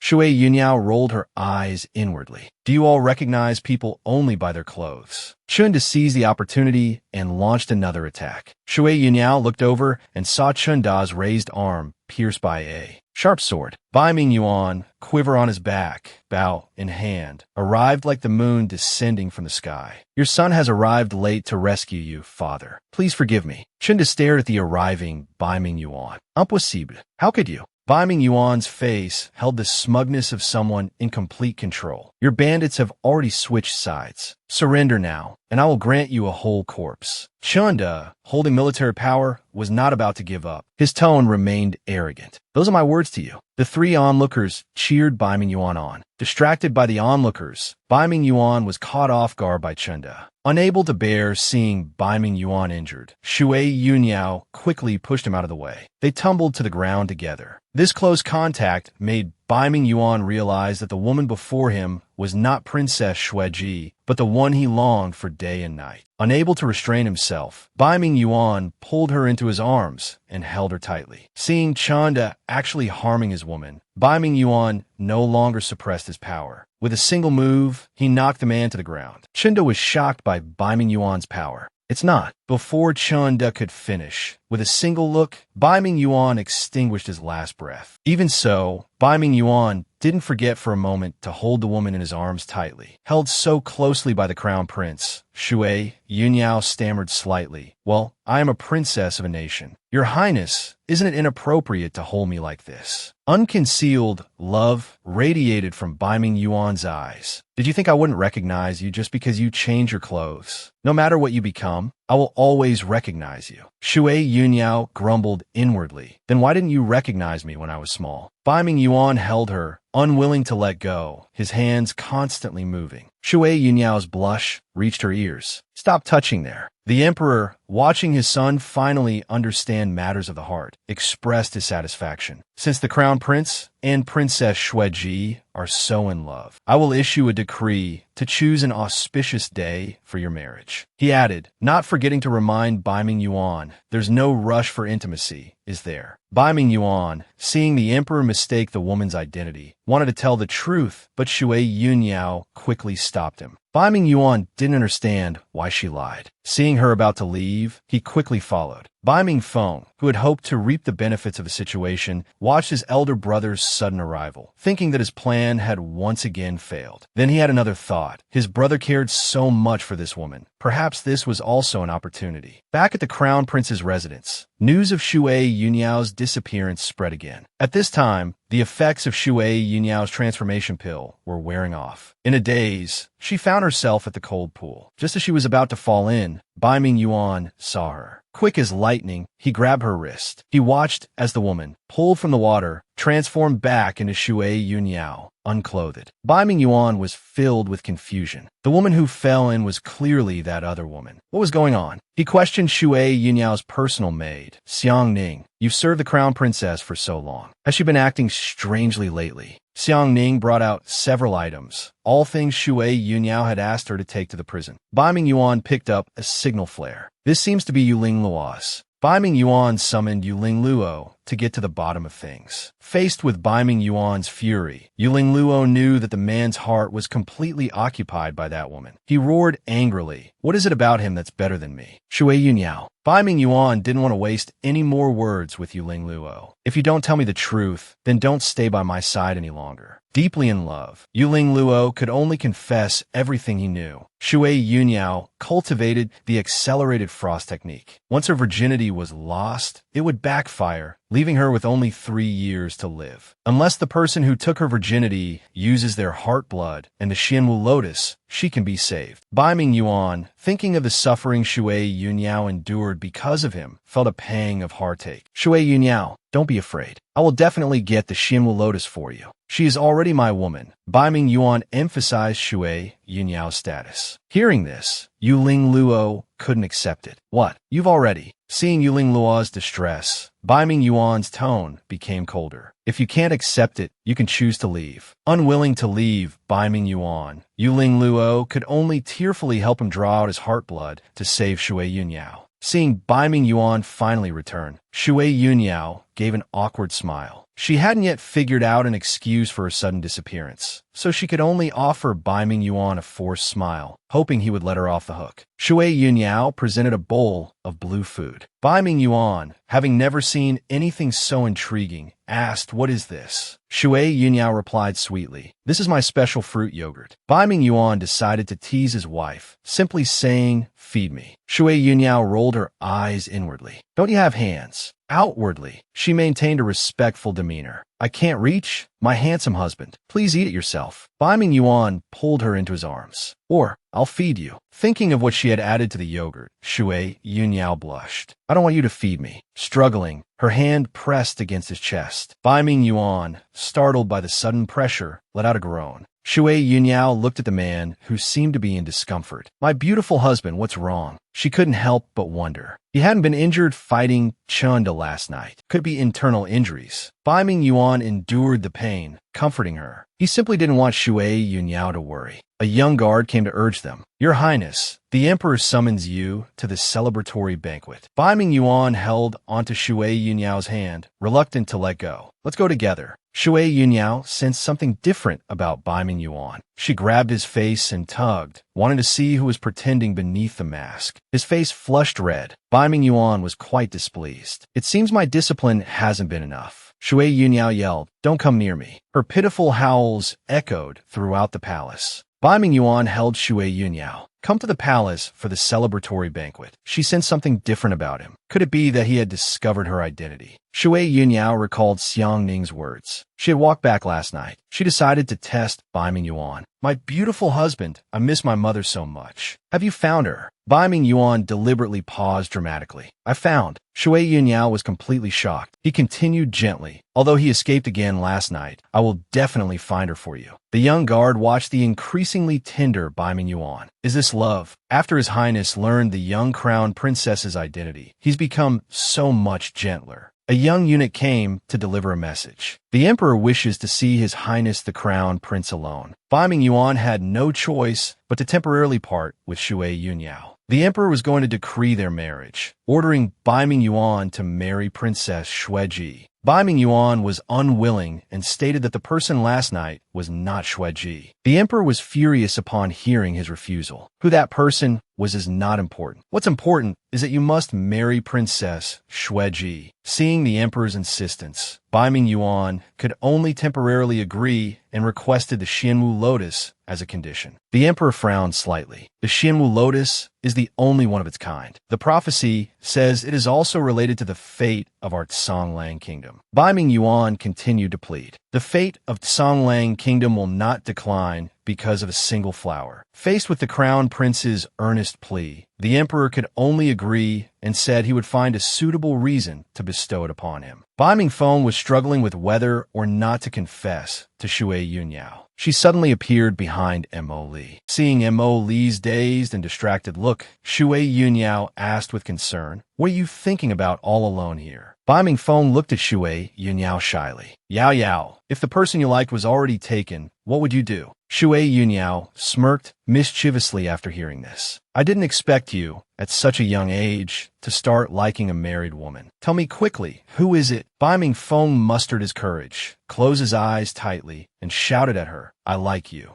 Xue Yunyao was so startled by the child in front of her that she didn't know what to do. "What the heck? The married woman is me." Both of them suddenly felt a chill behind them. They quickly closed their mouths and slowly turned around. "My beautiful husband, elder brother crown prince." Bai Mingyuan pulled Xue Yunyao into his arms, holding her like a treasure for fear of someone stealing her away. He declared his ownership to Bai Mingfeng. "She's mine." Bai Mingfeng was frightened by his fierce older brother and burst into tears. Seeing this, Xue Yunyao punched Bai Mingyuan's chest lightly. A nearby guard looked worriedly at the crown prince's chest. "How long will it take for that to heal?" At the celebratory banquet, the emperor announced two joyous occasions. The first was the establishment of a hunting competition to obtain the Xianwu lotus for the crown prince. The competition was set for 3 days later, which coincided with the day Xue Yunyao's transformation would wear off. The prize was the Xianwu lotus. Bai Mingyuan seemed to have read his wife's thoughts and comforted her considerately. "Don't worry. First place will definitely be mine." Xue Yunyao also strategically flattered him to make him happy, while inwardly cheering. The Xianwu lotus was finally within reach. Bai Mingyuan was completely smitten by his wife's cuteness. The emperor announced the second matter. Princess Xueji will marry the crown prince in a few days. Bai Mingyuan, in order to obtain the Xianwu lotus and save Xue Yunyao, could only temporarily agree. Xue Yunyao originally thought she didn't care about him, but she felt a tightness in her chest, an inexplicable discomfort. Bai Mingyuan, seeing her listless appearance, felt his heart ache. He stroked her head and comforted her softly. "This is just a temporary measure. I won't marry her." His face grew redder as he spoke. "You're the only one in my heart." Xue Yunyao was still a little angry and turned her head away, ignoring him. Bai Mingfeng, upon hearing the news, could only drown his sorrows in alcohol. Xueji is his. Even the throne is his. Bai Mingfeng's eyes were filled with unconcealed resentment. The third prince's consort also noticed her husband's displeasure. Bai Mingyuan carried Xue Yunyao back to the residence on his back. A figure in black stood watching them from above. "This is your fate, Bai Mingyuan. You cannot escape." When Bai Mingyuan felt a presence and turned around, there was no one there. Xue Yunyao woke up in Bai Mingyuan's arms early in the morning. Startled, she scrambled back. "What are you doing? Why are you here?" Bai Mingyuan was already beside her pillow, his loose sleepwear slightly open, revealing the skin of his chest. "You should ask yourself that." Xue Yunyao's face flushed crimson. Recalling last night's events, she thought, could it be that Bai Mingyuan was taken advantage of by me last night? No, that's not right. In this body, even if I wanted to, I wouldn't be able to. Bai Mingyuan, seeing her expression, knew what was going through her mind. He flicked her forehead sharply. "Are you thinking about indecent things again?" Xue Yunyao refused to admit it. Her face burning red, she insisted on arguing. A young guard arrived to report someone at the border. Bai Mingyuan instructed the guard to take Xue Yunyao for breakfast first, then left. Xue Yunyao watched his secretive departure, feeling a little unhappy, her lips pouting. It turned out that Princess Shueji had come to discuss how they would work together against the demon clan after their marriage. Bai Mingyuan took this opportunity to clarify things. I'm only doing this as a temporary measure. Shueji was puzzled. You want to defy the imperial decree and cancel the wedding. Bai Mingyuan dared to do this because he had received intelligence, so he was very confident. Princess, before you came to Songlang Kingdom, you attempted to run away from the marriage. So, you don't actually want to marry me either, right? Seeing that Bai Mingyuan knew everything, Shueji no longer hid it. As long as I can secure the position of Empress, and our two kingdoms form an alliance to eliminate the demon clan, I don't care who you love or who you want to marry. But I do care. Bai Mingyuan said these words almost without thinking. But I do care. He didn't want Shui Yunyao to feel even a little bit sad or hurt. He was willing to clear all obstacles for her, as long as she could be happy. Seeing him about to leave, Shueji quickly grabbed the corner of Bai Mingyuan's robe, her voice pleading. But without the marriage alliance, how can we convince the people? Bai Mingyuan didn't want to be entangled with her and quickly pulled away. I have my own arrangements. Princess, please return. Shui Yunyao had quietly come to eavesdrop on their conversation, but she was too far away and couldn't hear anything. She didn't know how deep Bai Mingyuan's love for her was. Late at night, Shui Yunyao paced back and forth in her room. Jerk, liar, scumbag. Yesterday, he said he only had me in his heart, and today he's all tangled up with Princess Shueji. Suddenly, the door opened. Shui Yunyao followed the sound. Yulin Luo shouted angrily, he's done so much for you, and you're cursing him behind his back. Shui Yunyao was confused. What has he done for me? Frantically plant a whole field of grass on my head. Yulin Luo stepped forward, grabbed Shui Yunyao, and shook her neck forcefully. Today is your death day. Shui Yunyao used her last bit of strength to cry for help. Bai Mingyuan, save me. Yulin Luo added insult to injury. Don't bother yelling. He's the one who sent me to kill you. Just then, Xiang Ning, who had come to deliver medicine, saw Shui Yunyao being attacked and immediately called for help. Seeing that he had been exposed, Yulin Luo quickly fled. Bai Mingyuan looked at Shui Yunyao with concern. Quickly, get the imperial physician. Shui Yunyao fainted from the shock. Bai Mingyuan held her in his arms, his heart filled with worry and fear for her safety. The next day, Shui Yunyao finally woke up slowly. Still disoriented, she thought she had gone to heaven. Bai Mingyuan was charmed by her dazed appearance and comforted her warmly. This is the Crown Prince's residence. You're all right now. Hearing his voice, Shui Yunyao pretended to be frightened and recoiled. Bai Mingyuan, why did you want to kill me? Bai Mingyuan was completely bewildered by her words. What? Shui Yunyao, feigning fear, rattled off a list of accusations. If you find me a hindrance to your marriage with Princess Shueji, I'll just give up being the crown princess. After her rambling tirade, Bai Mingyuan didn't know how to explain things to her. He could only ask tentatively, so what will it take for you to believe me? Unless you give me the Xinwu Lotus. All right, Bai Mingyuan agreed readily, leaving Shui Yunyao momentarily unsure. He agreed so easily. Just as she was thinking this, Bai Mingyuan added a condition. Shui Yunyao looked at him with a suggestive glint in her eyes. What condition? Don't tell me you want me to offer myself to you. Bai Mingyuan looked at her petite frame. I'm not interested in your bean sprout body. I'll tell you later. A young guard brought the assassin before Shui Yunyao. Shui Yunyao looked at the unfamiliar man with some annoyance. The person who wanted to kill me was Yulin Luo. Who is this? The young guard, seeing him acting suspiciously, had brought him in as the assassin. After the man's interrogation, nothing came to light. They only knew someone had paid a large sum to target the crown princess, Shui Yunyao. Feeling slightly apprehensive about the dangers of her high-profile position, Shui Yunyao tugged at the man's sleeve. My beautiful husband, being your crown princess is dangerous. Can I divorce you? Bai Mingyuan scowled and pressed down on her head. Say that again and see what happens. From today onwards, you're not to step outside the crown prince's residence. Shui Yunyao argued her case. Despite the crown prince's residence's supposedly tight security, Yulin Luo still found a weakness. I must move to an outside so that others can't find me. Bai Mingyuan, seeing some logic in her words, softened his tone. Shui Yunyao's plan to run away with the Xinwu Lotus gained momentum. She deployed her cute tactics, putting on a pitiful expression. My beautiful husband, please agree. Bai Ming Yuan's face suddenly flushed crimson. Kiss me and I'll agree. Shui Yunyao blushed at his teasing. Bai Ming Yuan couldn't suppress his flirtatious nature. Seeing that Shui Yunyao had no intention of kissing him, he said, "If you're not willing, then stay put in the residence." Hearing his ultimatum, Shui Yunyao quickly pecked him on the cheek. Both of their faces flushed from the light kiss. Shui Yunyao strutted through the bustling marketplace. Xiang Ning reminded her with some concern, "It's still best to be careful." Knowing that there were guards secretly protecting her, Shui Yunyao told Xiang Ning not to worry. After all, when you find one cockroach in your house, there are at least 1,000 more hiding in the dark, having a party. So by the same logic, there are countless guards hidden nearby right now. Bai Ming Feng, clapping his hands, appeared behind her. That's an interesting theory. I wonder what kind of party sister-in-law is talking about. Startled by Bai Ming Feng's sudden appearance, Shui Yunyao was full of questions. How did you know? Bai Ming Feng chuckled, looking at Shui Yunyao's annoyed expression. He quickly tried to ingratiate himself. Sister-in-law is here for the black market auction too, right? Tell me what you want, and I'll buy it for you. But if you're willing, perhaps you could do me a small favor.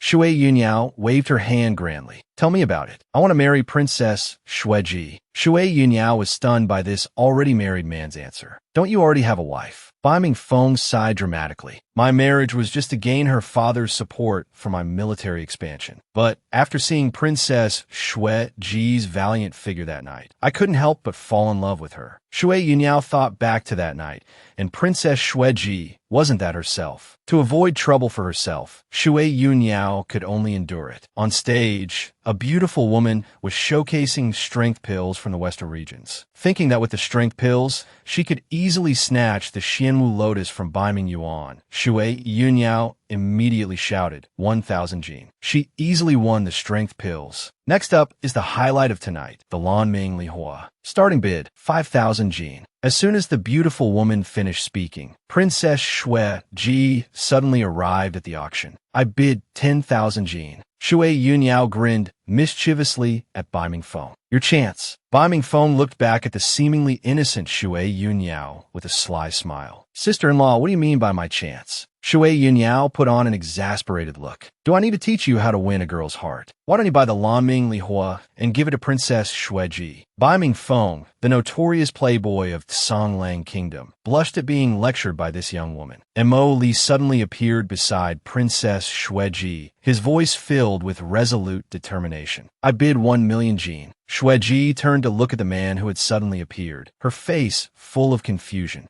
Mo Li, unable to meet her gaze, lowered his head and said sadly, just consider this my last gift to you. Shueji looked at him with heartache and couldn't help but ask, why didn't you come that day? I waited for you in the snow all night. Hearing her words, Mo Li's heart shattered. I'm sorry. That day, my master sent me away, and I didn't see your letter. By the time I returned, you had already left for Songlang Kingdom. His voice suddenly softened. If you're willing, we can still run away now. Before he could finish, Shueji interrupted him. Don't say any more. As the princess of Shueyu, it is my duty to marry for the sake of my kingdom. Emoli, there's no turning back for us. Shui Yunyao, deeply moved by their love story, immediately jumped up. Third prince, I can't help you anymore. My OTP can't be broken. Bai Ming Feng watched Shui Yunyao's retreating figure. Another path blocked. The Shueji route was a dead end. But my goal is just to threaten Bai Ming Yuan. So wouldn't this? Before Bai Ming Feng could succeed, a strong hand gripped his arm. Third prince, what do you think you're doing to him? Seeing that the Yuming Palace princess wasn't someone to be trifled with, Bai Ming Feng hurriedly made an excuse and fled. Shui Yunyao's first words upon seeing the man were a question. My heart's blood. Although somewhat displeased, Bai Ming Yuan endured the pain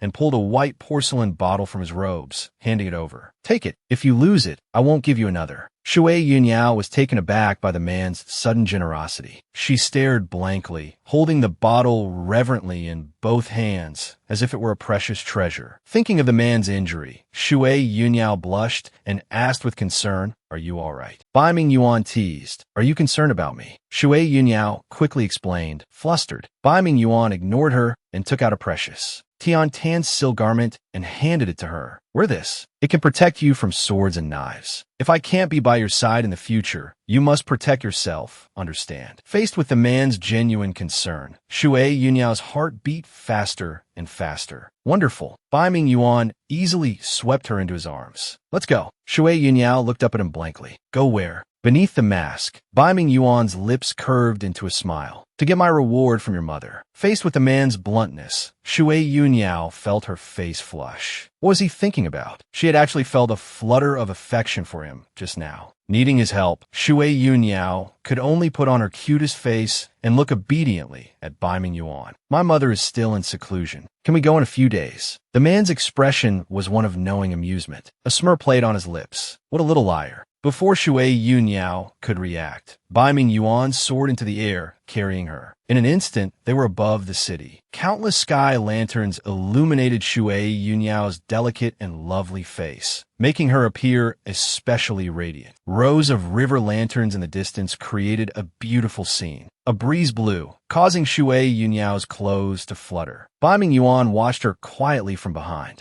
His gaze was gentle as water. Do you like it? Shui Yunyao turned around, looking innocently at the warm Yuming palace princess. I do like it, but why does this person seem just like Bai Ming Yuan? Something doesn't feel right. Shui Yunyao noticed the corner of a book peeking out from the man's robes. Quick as a flash, she snatched it. Bai Ming Yuan reached for the fallen book, but Shui Yunyao's height advantage prevailed. Seeing the words love guide on the book, she burst out laughing. So the princess is a love-struck young man. Bai Ming Yuan turned his face away shyly, stammering an explanation. My subordinate insisted on giving it to me. Shui Yunyao looked sweetly at the innocent young man before her. He seemed much more adorable than Bai Ming Yuan. The two little figures in Shui Yunyao's mind began to argue again. Who should I like? Can I be a little more ambitious and have them both? Bai Ming Yuan patted her head. What are you thinking about? Shui Yunyao was too embarrassed to admit she was thinking about how to win him over. She could only change the subject. It's getting late, let's go back. Yulin Luo stood pressed against the wall with his eyes closed, his body emanating demonic energy. Bai Ming Yuan sensed something was amiss, but couldn't quite place it. Suddenly, Yulin Luo opened his eyes, his gaze cold as he looked at Bai Ming Yuan. With all his might, he lunged forward, thrusting a dagger towards him. Caught off guard, Bai Ming Yuan quickly dodged. Seeing Yulin Luo's actions, the nearby guard shouted, Your Highness, be careful. Bai Ming Yuan swiftly used his internal energy to knock Shui Yunyao to the ground. However, the demonic energy within Shui Yunyao quietly seeped into Bai Ming Yuan through his wound. Meanwhile, Shui Yunyao, dressed in turquoise pajamas, was about to fall asleep. But she was awakened by her senior sister, who had rushed in. Qin Yu grabbed Shui Yunyao's wrist and prepared to leave hurriedly. Her urgency puzzled Shui Yunyao. Why would the sect leader want to see me? Could it be that he wants to harm me? Thinking this, Shui Yunyao quickly pulled her hand away. Senior sister, you go back first. I have something to do. I'll go find the sect leader myself later. Seeing Shui Yunyao alone and vulnerable, Qin Yu revealed her foxtail. You're coming with me, whether you like it or not. Facing the suddenly aggressive Qin Yu, Shui Yunyao narrowed her eyes. I advise you to let me go. The woman pointed her little finger behind Qin Yu. Otherwise, he'll beat you up. Look, Qin Yu, seeing Bai Ming Yuan, was visibly taken aback. He actually escaped being devoured by the demonic energy. Yulin Luo, he's actually still alive. Well, today you'll get a taste of my power. The fiercer the boast, the quicker the defeat. In short, if you can't win, retreat. Qin Yu scrambled to her feet and fled the scene. Shui Yunyao looked at the bloodstains seeping from the man's sleeve, her voice laced with worry. Are you all right? Are you hurt? Bai Ming Yuan, pale but stubborn, insisted I'm fine. Don't worry. He then tried to quickly leave Shui Yunyao's presence, not wanting her to fret. The next second, however, he collapsed in front of her. Shui Yunyao's heart ached as she looked at the man who had been injured protecting her. She reached out a small hand and touched his mask. I just wanted to lift your mask and wipe your sweat. Don't worry. Even if your face is ugly, I won't dislike you. Shui Yunyao, your husband is about to be stolen away, and you're still playing matchmaker. Have you forgotten the passionate entanglement of that night? Just as the mask was about to be pulled off, Yi Han, the young guard, arrived just in time, stopping Shui Yunyao's hand. Shui Yunyao looked at Bai Ming Yuan's guard, puzzled by his sudden appearance. Before Shui Yunyao could voice her question, Princess Shueji arrived close behind. I'm looking for His Highness the Crown Prince. Why did you bring me here? Yihan felt a wave of cold sweat. Thank goodness I arrived in time. Otherwise, His Highness's identity would have been exposed. Shueji looked at the young crown princess beside her. Shui Yunyao, it seems more appropriate to talk to you about this. Young crown princess, can I have a word with you? The opportunity to get Shui Yunyao away was precisely what Yihan wanted, and he eagerly agreed. Young crown princess, please go ahead. I'll take good care of him. Shui Yunyao, left behind, could only offer an awkward smile. What can a child like me do to help you? Shueji spoke frankly. I can see that you hold a special place in the crown prince's heart. However, I apologize, but I must marry the crown prince. Can you help me? Shui Yunyao was at a loss for words, caught in the midst of these adults' tangled love affairs. Everyone wants me to play matchmaker. Is it really that easy? It turned out that Shueji wanted to marry the crown prince to save the people of the Shueyu kingdom. 1,000 years ago, the demonic race wreaked havoc. Fortunately, immortals intervened and sealed them within the Shueyu kingdom's borders, allowing the people to live peaceful lives. But those days ended 10 years ago. The sealing formation seems to have been broken. The demonic race has reappeared, and the people of Shueyu are suffering greatly. Shueji's voice grew increasingly agitated, tinged with pleading. Our land is vast but sparsely populated. We simply can't fight the demonic race on our own. I can only have a chance if I marry the crown prince and form an alliance. Shui Yunyao, looking at the princess's anxious expression, felt sympathy but was puzzled. Even without marriage, you could form an alliance. Why must you sacrifice your own happiness? Shueji nervously wrung her hands, speaking frankly. Only by marrying him can I justifiably monitor everything in the Songlang kingdom to maintain balance. Shui Yunyao was stunned by Shueji's sincerity. So, you're here to be a spy. The thought of giving up her husband made Shui Yunyao very uncomfortable. What if I say no? Seeing Shui Yunyao's hesitation, Shueji didn't hesitate to kneel and plead. Shui Yunyao was moved by Shueji's selflessness. But what about Mo Li? Are you just abandoning him? Shueji's expression darkened. He and I are simply fated to be apart. Shui Yunyao wondered how resolute Bai Ming Yuan's feelings for her truly were. She thought he might give her up for the sake of the Songlang kingdom. So she was considering choosing Princess Yuming. At this moment, Bai Ming Yuan had just awakened from the injury caused by the demonic energy's intrusion. He was still unaware that his wife was already planning to give him away. The demonic race's attack this time was fierce. It's highly likely they were targeting Bai Ming Yuan. Quickly, have Yihan go to the Shui Yun clan and investigate a woman named Qing Yu. The young guard was startled to hear the man wanted to investigate a woman. Your Highness, have you fallen for someone else? After bidding farewell to Shueji, Shui Yunyao hurried back to check on Bai Ming Yuan, only to find Yihan alone in the room. Calming down, Shui Yunyao felt something was amiss. Are you very familiar with him? Why aren't you surprised he's here? I've only met him a few times. We're not very familiar. Shui Yunyao seemed to have grasped the key point. Met him a few times. Then you must have seen his true face. Shui Yunyao blinked her large, innocent eyes. Is he really that ugly? Yihan was rendered speechless by her question. Is he ugly? In the end, Yihan couldn't help but burst into laughter. If he were ugly, then there would be no handsome men in the world. Shui Yunyao, hearing this, couldn't help but feel overjoyed. So, he's a peerless beauty after all. The little imp who had decided to abandon the crown prince and throw herself into Princess Yoming's arms couldn't help but chuckle mischievously. Hee, then I'm relieved. Soon, the day of the hunt arrived. Shui Yunyao finally got the chance to return to her original form for a day. The woman, intent on finding the magical lotus, was attracted by a scream nearby. Bai Ming Feng was being eyed by a giant rabbit. The giant rabbit approached Bai Ming Feng with a love-struck expression, frantically licking the boy's small face with its saliva. Actually, the little boy was scared, but he still looked at the giant rabbit unflinchingly. I'm sorry, you're too ugly. I can't take you back with me. Shui Yunyao, watching the little boy from behind a tree, couldn't help but comment, so young and already so focused on looks. What will he be like when he grows up? Bai Ming Feng looked at Shui Yunyao, who had rescued him and his good friend. The crown princess looks a lot like my older sister. Do you know Yao Yao? Shui Yunyao could only say that she was his mother, which was why they looked so alike. Bai Mingfeng couldn't quite believe it. He looked incredulously at the young woman in front of him. She was actually Yao Yao's mother. Hearing the little boy's sweet words, Shui Yunyao couldn't help but nuzzle his face. As if encouraged by his mother-in-law, Bai Mingfeng mustered up his courage and looked at the woman, his little hands rubbing together nervously. Actually, there's something I don't know if I should say. Shui Yunyao immediately became shy. Don't tell me you're going to confess to me again. Bai Mingfeng's face flushed crimson. He shouted, please have another daughter as cute as Yao Yao. Yao Yao already belongs to my older brother. No, I wouldn't dare compete with him. Bai Mingfeng's adorable and naive appearance melted Shui Yunyao's heart. She suddenly thought that having such a son-in-law wouldn't be bad. Then she could have a cute daughter with Princess Yuming. Since you're so cute, I promise you, if I have a daughter in the future, I'll consider arranging a marriage between you two. Bai Mingyuan stood coldly behind Shui Yunyao. The child she bears should call you imperial uncle. Both of them were stunned by these words. Shui Yunyao was the first to speak. Why are you everywhere I go? Bai Mingyuan glared at the fat rabbit and then at Bai Mingfeng. Get out of here with your rabbit. Seeing the man's fierce appearance, Shui Yunyao was very dissatisfied. He's still a child. Why are you so mean? Bai Mingyuan instantly pulled her into his arms, holding her tightly. You just said you wanted to have children.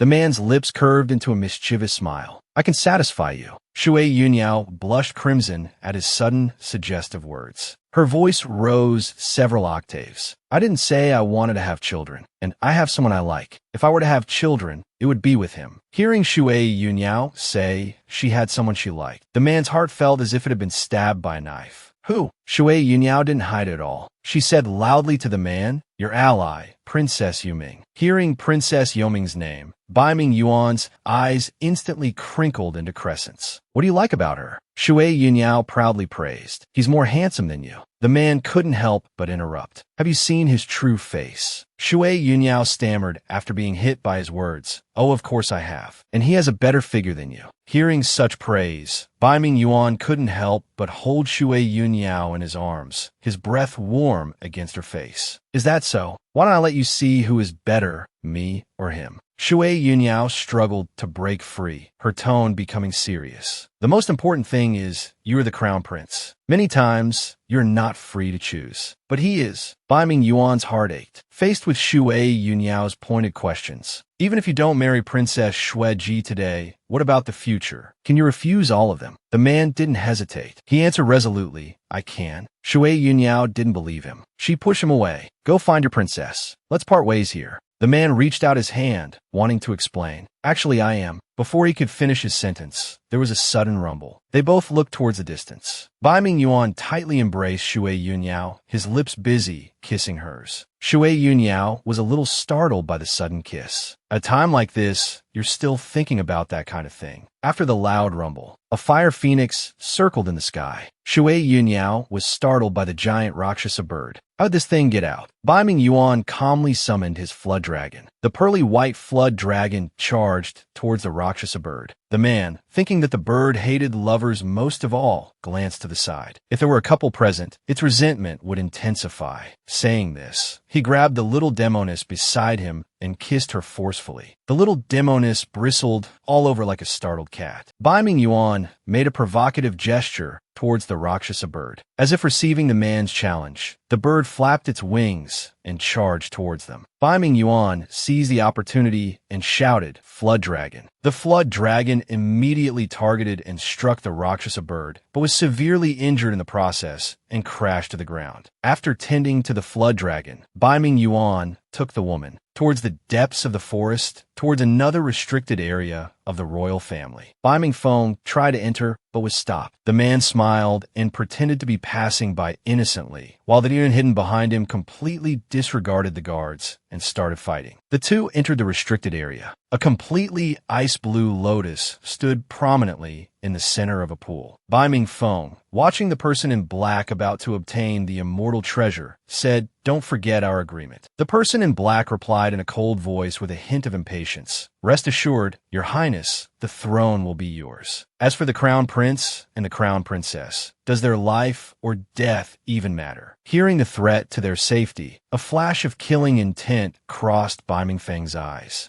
You promised me you wouldn't harm them. Bai Mingfeng pulled off the person in black's hood, revealing a familiar face. The woman looked piously into the distance. My Lord Demon King, the plan is proceeding. You will soon be resurrected. The little demoness, due to Bai Ming Yuan's actions, had lost her saintly powers. She needed the man's heart blood and the Xianwu Lotus to regain her true form. The two arrived at the Xianwu Lotus's location, but they were a step too late. Shui Yunyao, exasperated, cursed, which damned bastard dared to steal the Xianwu Lotus. I'll go crush them. As soon as she finished speaking, a voice came from behind her. You'll have to put in some effort to crush me. A black-robed woman held the precious Xianwu Lotus. If you want it, obey me. She then looked at Bai Ming Yuan. Kill this woman, and I'll give you the Xianwu Lotus. A wicked smile curved Bai Ming Yuan's lips. Dream on. Seeing her words didn't move him, the black-robed woman tried to sow discord. Little girl, you can kill him. Then the Xianwu Lotus will be yours. Bai Ming Yuan took Shui Yunyao's hand, his gaze fixed on her with unwavering determination. Trust me. He then turned to the black-robed woman. We choose to kill you. The black-robed woman showed no fear. Then I look forward to your performance. With that, she vanished from their sight. Bai Ming Yuan pondered the Xianwu Lotus's location. Without guidance, one would easily get lost in the formation. Shui Yunyao, with an I understand expression, said, It seems there's a traitor within the royal family. I know who it is. Shui Yunyao shook Bai Mingfeng's shoulders. Xiao Mo, heartbreak is normal. Don't let love turn into hate. Bai Ming Yuan, looking at his wife's suspect, rolled his eyes. How could you possibly think it's him? Shui Yunyao, thinking of the 1000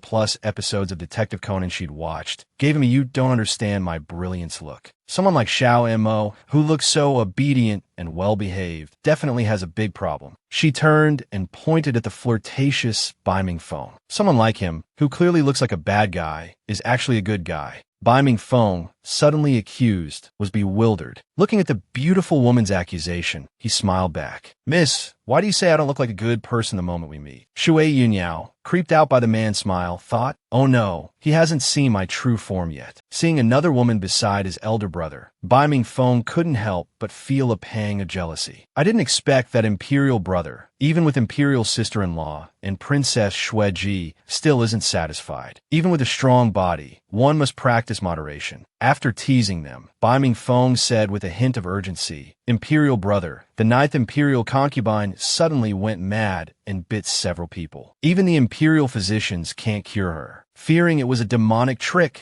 Bai Ming Yuan and Shui Yunyao quickly followed Bai Mingfeng to investigate. Suddenly, cracks appeared in the ground beneath their feet. Simultaneously, they both exclaimed, We've been tricked. Bai Ming Yuan wrapped his arms around Shui Yunyao's waist and gripped a vine in the crevice of the cliff. The startled Shui Yunyao said softly, Good thing I took my strength pills today, or we would have fallen to our deaths. As if on cue, the vine snapped. The two plummeted into the abyss, accompanied by Shui Yunyao's screams. Bai Ming Yuan shielded her with his body. After hitting the bottom, Shui Yunyao still had the energy to curse, her spirit seemingly undaunted. Meanwhile, Bai Ming Yuan looked extremely weak, staggering as he walked. Shui Yunyao watched the stumbling man with heartache, her voice laced with tears. Don't get hurt. I'll feel guilty. The man, seeing her concerned expression, gave a faint smile. Just guilty. Shui Yunyao, looking at his weakened state, her eyes filled with worry, replied, This guy, I'm worried. I don't want you to die. The corner of a book peeking out from the man's chest looked increasingly familiar. Shui Yunyao stared at it. The same dating guide as Princess Yoming's. Did you two buy these in bulk? Caught red-handed secretly reading the dating guide, Bai Ming Yuan was instantly embarrassed. His weakness vanished as he stood up and started chasing after Bai Mingfeng. As I thought, this was all your scheme. The black-robed woman seemed to have anticipated his arrival. Shui Yunyao, though inwardly cursing the woman 800 times, maintained a cheerful facade. The Xianwu Lotus is useless to the demon clan. Sister, why go through all this trouble to steal it? The woman raised a finger. Of course, it's to get Bai Ming Yuan. Hearing this, Shui Yunyao couldn't help but inwardly curse the man for attracting so much attention. The woman continued, and the woman beside him. Shui Yunyao hadn't expected such elaborate scheming was just for her. The black-robed woman sighed. You're strong. Getting you to willingly come with me wouldn't be easy. This woman is different. Her weakness is in my hands, and his weakness is her. Shui Yunyao was puzzled. You want him, so why make us fight each other? The black-robed woman couldn't help but smirk. If you can't even pass this test, how can you rule the demon clan? Isn't that right, Demon Lord? Both Bai Mingyuan and Shui Yunyao were shocked by her words. I won't become a demon,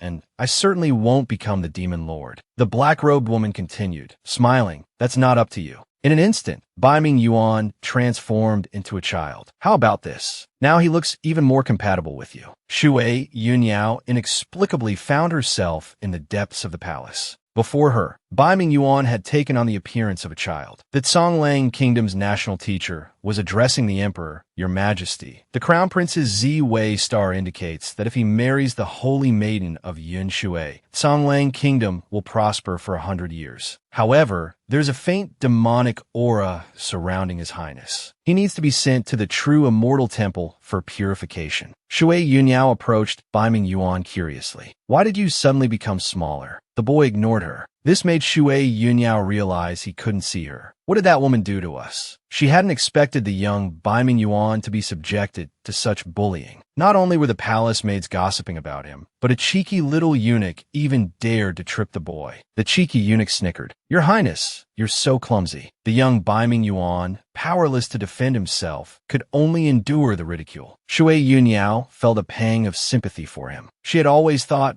Bai Mingyuan, the esteemed crown prince, had grown up pampered. She never imagined he'd face such treatment as a child. Looking at the boy, she couldn't help but want to approach him. I'm sorry. I shouldn't have called you a devil. Bai Mingyuan was sent to the true immortal temple. A large, luscious peach on a tree looked incredibly tempting. A masked man plucked one and offered it to the boy. Just call me master, and this peach is yours. Bai Mingyuan was unmoved. He coldly replied, no. The masked man, rejected, was furious. Do you know how many people are lining up to be my disciple? No matter how the masked man tried to coax or threaten him, Bai Mingyuan firmly refused. The masked man sensed someone watching him and quickly turned around. Shui Yunyao quickly hid behind a tree. Only after hiding did she realize something was amiss. This person can't see me, but he looks a lot like Princess Yuming. But his personality and age don't seem to match. Late at night, Shui Yunyao snuck into the masked man's room, wanting to investigate. But the man slowly opened his eyes. Startled, Shui Yunyao stammered, You can see me. The masked man struck a pose, acting cute. Of course, you're here because of me. I'm Bai Mingyuan's guardian spirit, his first teacher. I sensed demonic energy invading Bai Mingyuan's body and used the last of my spiritual power to pull you into his consciousness. Will you protect him in my place? The little demoness looked troubled. I'll give you this mask. Will you protect me for a price? The man then pulled a seed from his bosom. Plant this in water, and you'll get what you want. Shui Yunyao stared intently at the object in a man's hand. Could this be the Xianwu lotus? The man touched Shui Yunyao's forehead, and she vanished from the illusion. Only the man's sorrowful voice echoed in the air. I'm counting on you. A year later, at the true immortal temple, the master yelled, Bai Mingyuan. An assistant tried to stop the boy, but it was too late. The master looked heartbrokenly at the peach tree he had nurtured for decades, now uprooted. Bai Mingyuan hurriedly apologized. Master, I'm sorry. I didn't mean to. I just didn't control my strength. The master affectionately stroked the little boy's head. Yes, little Yuan is so strong now. There's nothing more I can teach you.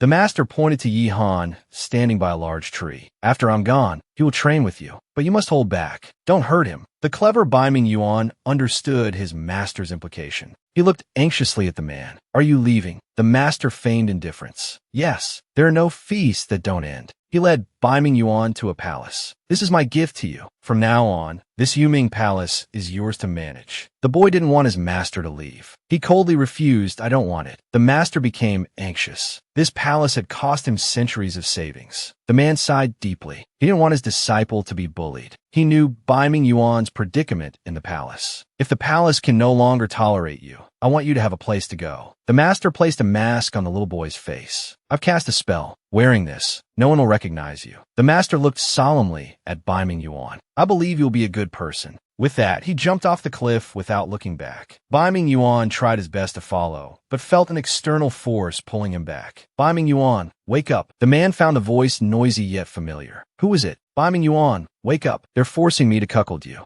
Shui Yunyao looked at the unconscious man, worried. What did you do to him? The black-robed woman was intrigued that Shui Yunyao woke up so quickly. Take the both back. Shui Yunyao looked at the unconscious Bai Ming Yuan. I won't let them succeed. Shui Yunyao used all her strength to lift the man, trying to escape, but in her haste, she stumbled and fell. Seeing the approaching pursuers, Shui Yunyao knew she couldn't carry the unconscious Bai Ming Yuan and escape. She had to find a way to wake him up. She shouted, Bai Ming Yuan, I love you. She looked directly at the still, unconscious man. Could even a confession not rouse him? The black-robed woman tugged at Shui Yunyao's clothes. Stop struggling. Come quietly. Shui Yunyao refused to give up and roared with all her might. If you don't wake up, I'll really cuckold you. Hearing these words, Bai Ming Yuan's eyes snapped open. He instantly repelled all the black-clad figures around them. What did you say? Shui Yunyao quickly pointed at the black-robed woman. She was trying to take advantage of me. Bai Ming Yuan struck the woman with a single blow, sending her crashing to the ground. Though coughing up blood, the woman still felt confident. Don't forget, the Shinwu lotus is still in my hands. Bai Ming Yuan looked shocked. Is that so? Yihan stood behind Bai Ming Yuan, holding the Shinwu lotus. I anticipated this, and had Yihan swap it out earlier. The black-robed woman had a backup plan. She had Shui Yunyao's sect leader and elders brought forward. If you want them to live, trade the Shinwu lotus. Shui Yunyao tugged at Bai Ming Yuan's arm. Give him the Shinwu lotus. Shui Yunyao whispered to Bai Ming Yuan, your master already gave me the seed. I'll explain later. The woman, satisfied with the Shinwu lotus, looked at Bai Ming Yuan. Demon Lord, I await your arrival in Shuiyu. Under a beautiful full moon, Shui Yunyao and Bai Ming Yuan finally recognized each other. They couldn't wait to kiss passionately in the wilderness. Bai Ming Yuan tore at Shui Yunyao's outer garments. Couldn't you wait even a moment? The sect leader watched the two, clearly in love with each other. Little Demonis, you and the crown prince haven't finished talking. Shui Yunyao shyly denied it. Bai Ming Yuan, hearing this, was very displeased. Leaning into her ear, he complained, you just said you liked me. How could you forget so quickly? Shui Yunyao, her thoughts exposed, became angry from embarrassment. The sect leader is still here. Stop touching me, or I'll have him beat you up. Bai Ming Yuan put on an innocent look. The sect leader promised that as long as I win, he won't interfere between us anymore. Hearing this, the sect leader finally understood. Clearly, these words were meant for Princess Yuming. Could you be Princess Yuming? Shui Yunyao pointed at the crown prince. What? You're Princess Yuming. Bai Ming Yuan looked at his wife's adorable face and nodded. Shui Yunyao looked at the crown prince in disbelief. No wonder she always felt they were so alike. They even had the same dating guide. Shui Yunyao couldn't help but punch and kick Bai Ming Yuan for deceiving her. To think I fell for your tricks twice, you scoundrel. He couldn't help but laugh, pulling her into his arms. Didn't you trick me too, my crown princess?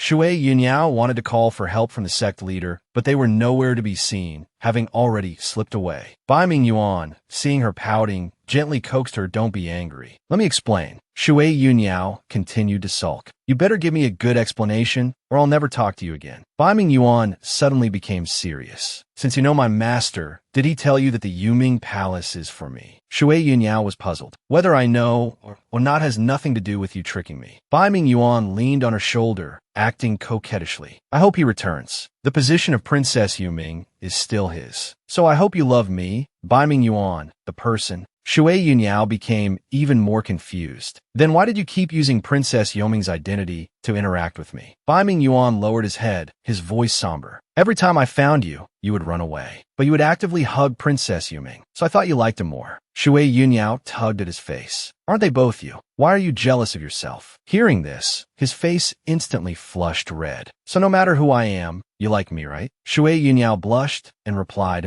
Hearing her affirmation, Bai Ming Yuan couldn't control himself any longer. He hugged her tightly and kissed her passionately. Between kisses, Shui Yunyao struggled and exclaimed, "Stop taking my clothes off." Bai Ming Yuan, blushing, his breathing growing heavier, said, "Well, we still have time. Why don't we just do it here?" Shui Yunyao whimpered, "This is the wilderness. This isn't right." Whispering, "I'm sorry," Bai Ming Yuan kissed her neck. At this moment, both their hearts were set free. Shui Yunyao blushed at his sudden passion. Her small hand was tightly grasped in his large one. Just at the critical moment, bang! With the changing of day and night, Shui Yunyao transformed back into her smaller form. Only then did Shui Yunyao have a chance to speak. She first stared at Bai Ming Yuan. Her face flushed, then burst into tears. "You bullied me again." He quickly comforted her. "I'm sorry, okay?" Shui Yunyao blinked playfully. "Then tell me, what did you do wrong?" Bai Ming Yuan thought for a moment. I didn't let you finish before you transformed." Shui Yunyao gritted her teeth, glaring at him in dissatisfaction. Seeing his wife's angry expression, Bai Ming Yuan frantically thought of 180 ways to appease her. The next morning, Bai Ming Yuan covered Shui Yunyao's eyes and led her to a side hall. Shui Yunyao, outwardly calm, was ecstatic inside. Could it be that his wooden head finally understood? Shui Yunyao excitedly opened her eyes, but was momentarily stunned by the enormous object before her. After a long while, she finally spoke. "What is this thing you're giving me?" Bai Ming Yuan, thinking she was interested, grinned widely and explained, "This is a man-eating flower. I heard it's very effective against the demon clan." Just then, Yihan arrived to report. Third Prince Bai Ming Feng requests an audience. As soon as she heard this, Shui Yunyao became furious. "I won't see him." Seeing his wife so protective of him, Bai Ming Yuan said with a smile, "Have him wait for me in my room." Hearing his words, Shui Yunyao became anxious. "You're still going to see him. What if he hurts you again?" Bai Ming Yuan, feeling her concern, felt a warmth spread through him. "I know you're worried about me. Don't worry, I'll be fine." Bai Ming Feng, upon meeting Bai Ming Yuan, began to make excuses, claiming he was only bewitched by the demon clan. However, Bai Ming Yuan readily forgave him for his betrayal and treason.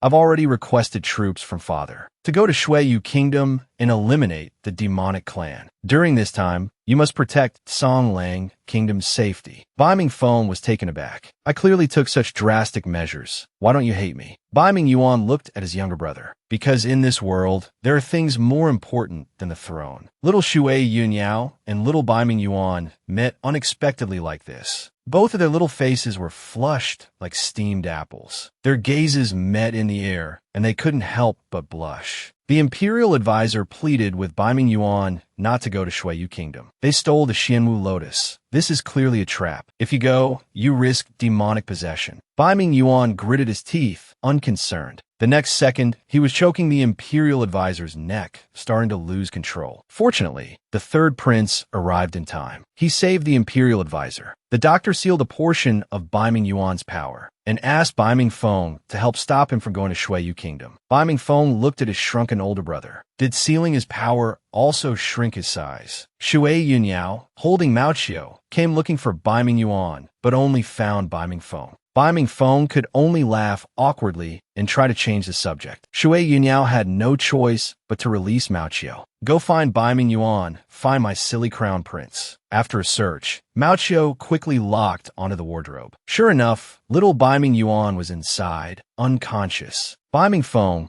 gave an embarrassed laugh. "What if I said he's my illegitimate son? Would you believe me?" Shui Yunyao, growing accustomed to deception, looked at the little face identical to Bai Ming Yuan's and glared at Bai Ming Feng. "He's Bai Ming Yuan, isn't he? What did you do to him?" Little Bai Ming Yuan slowly woke up amidst their argument. Both of them inquired about his condition with great concern. The little boy rubbed his head, looking at the two in front of him. "Who wrote this crappy plot?" Bai Ming Feng immediately went for the kill. "I'm your dad. You're my son." Shui Yunyao pointed at herself, smiling wryly. "Then you don't recognize who I am either." Bai Ming Yuan, seeing the adorable Shui Yunyao, blushed and avoided her gaze. "I like you. Marry me." Hearing this, Bai Ming Feng protectively pulled Shui Yunyao to his side. "That won't do. This young lady is already spoken for." Little Bai Ming Yuan, with a milky face, spoke words colder than ice. "Who is it? I'll kill him." Little Bai Ming Yuan pulled Shui Yunyao into his arms, his gaze firm. Even if he's the crown prince, I won't give up. Bai Mingfeng looked at the little boy. He finally had a chance to bully his older brother and absolutely wouldn't miss this golden opportunity. Her husband is the current crown prince, Bai Mingyuan. What makes you a little pipsqueak think you can compete with him? Little Bai Mingyuan was almost fooled. Shui Yunyao offered Bai Mingfeng a friendly reminder. Aren't you afraid he'll get you back for this later? Not only was Bai Mingfeng unafraid, he grinned and pulled Shui Yunyao closer. Shouldn't we take advantage of my brother's misfortune and discipline him a bit?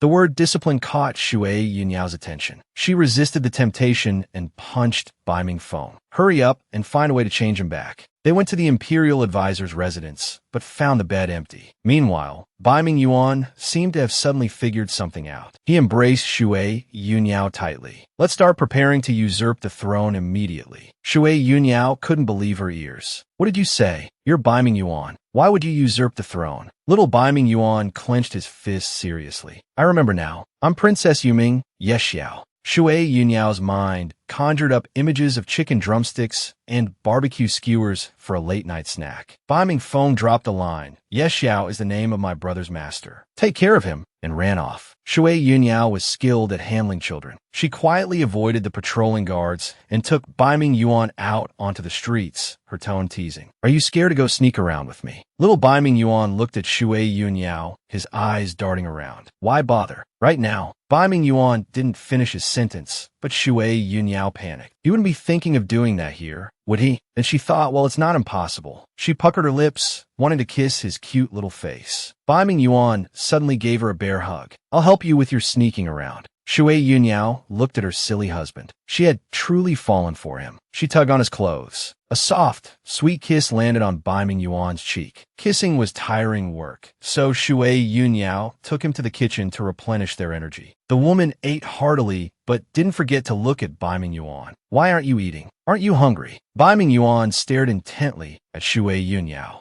The woman ate heartily, but still didn't forget to look at Bai Mingyuan. Why aren't you eating? Aren't you hungry? Bai Mingyuan gazed intently at Shui Yunyao. This made Shui Yunyao blush crimson, her words stumbling. What are you doing? Bai Mingyuan gently wiped the rice from the corner of her mouth, adding a haughty comment. You're such a messy eater. But it didn't matter. I still really like you. Shui Yunyao and Bai Mingyuan were sound asleep on the plush mattress, drooling. Bai Mingyuan felt suffocated. Who was it that said, no crossing the line before bed? Shui Yunyao snuggled closer to Bai Mingyuan's chest.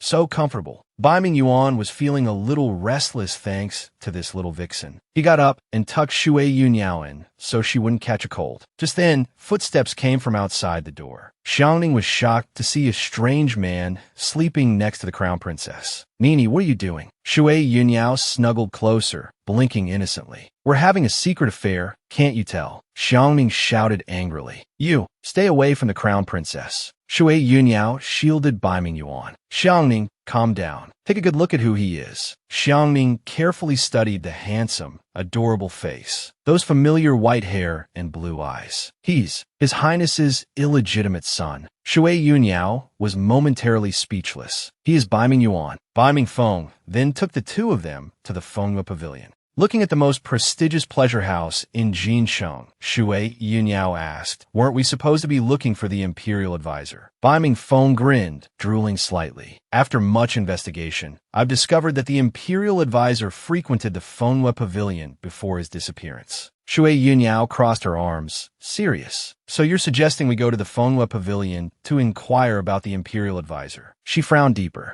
Couldn't you have come yourself? What's your motive for bringing us along? Bai Mingfeng quickly defended himself. Do I look like that kind of person? The two lovebirds gave Bai Mingfeng a dubious look. They spoke almost simultaneously. Yes, you do. Hearing Bai Mingyuan agree, Shui Yunyao looked at him with surprise. Did you remember something? Bai Mingyuan looked down. No. I just think he doesn't seem like a good person. A shower of flower petals fell, and everyone noticed a strange fragrance. A graceful beauty wearing a red veil appeared behind them. Are you three here to inquire about the imperial advisor? Bai Mingfeng, never one to miss an opportunity to flirt, said, such beauty, I'm honored to meet you. Bai Mingyuan, too lazy to watch their mutual flattery, said coldly, tell us about the imperial advisor. The woman, captivated by Bai Mingyuan's voice, couldn't resist reaching out and caressing the boy's tender face. Shui Yunyao was about to explode. Doesn't this idiot know how to dodge when he's being taken advantage of? Bai Mingfeng brought the two children to the capital's famous pleasure house to broaden their horizons. He noticed that the tea here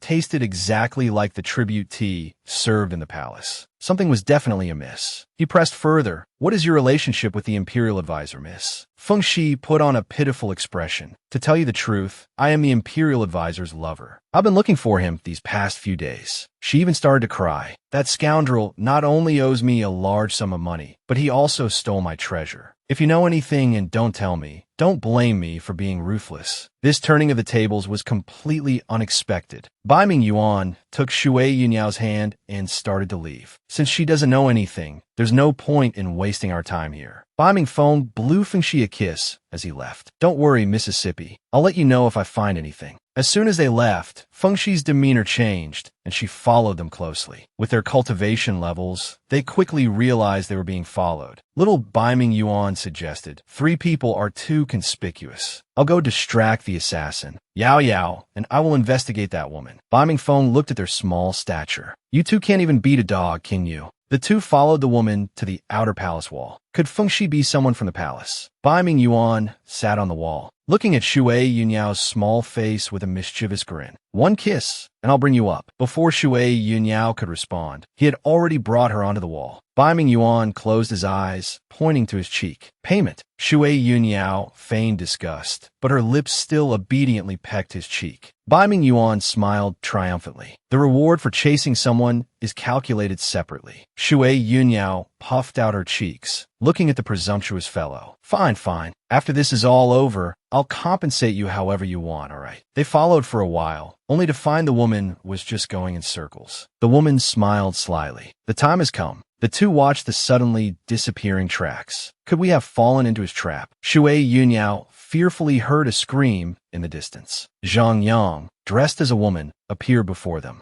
Shui Yunyao looked at Zhang Yang, dressed in women's clothing. Why are you dressed like this in the palace in the middle of the night? Zhang Yang gave her a you wouldn't understand look. Lately, many palace maids have mysteriously disappeared. Yesterday, they even dug up a dried corpse in the imperial garden. Everyone is terrified. Facing a powerful enemy, Shui Yunyao bravely stood in front of Bai Mingyuan. You'll never hurt him. The two followed Zhang Yang to the scene of the incident. Zhang Yang, being timid, stayed outside to keep watch. The two looked at the corpse before them. Bai Mingyuan sensed something was amiss. There's demonic energy on him. Shui Yunyao frowned. Could the incidents in the palace be caused by the demon clan? I thought they had retreated back to Shiuyu Kingdom. Suddenly, Bai Mingfeng's eyes turned crimson. He yelled and ran off. Zhang Yang supported Shui Yunyao, who almost stumbled from the demonic energy. The two quickly split up to search for Bai Mingyuan. Elsewhere, the unconscious Bai Mingyuan slowly opened his eyes. Xiao Mo looked at the little boy who looked remarkably like the crown prince, overjoyed. You look so much like the crown prince. You must be his illegitimate son. That makes me your imperial uncle. You can call me imperial uncle. Shui Yunyao rushed in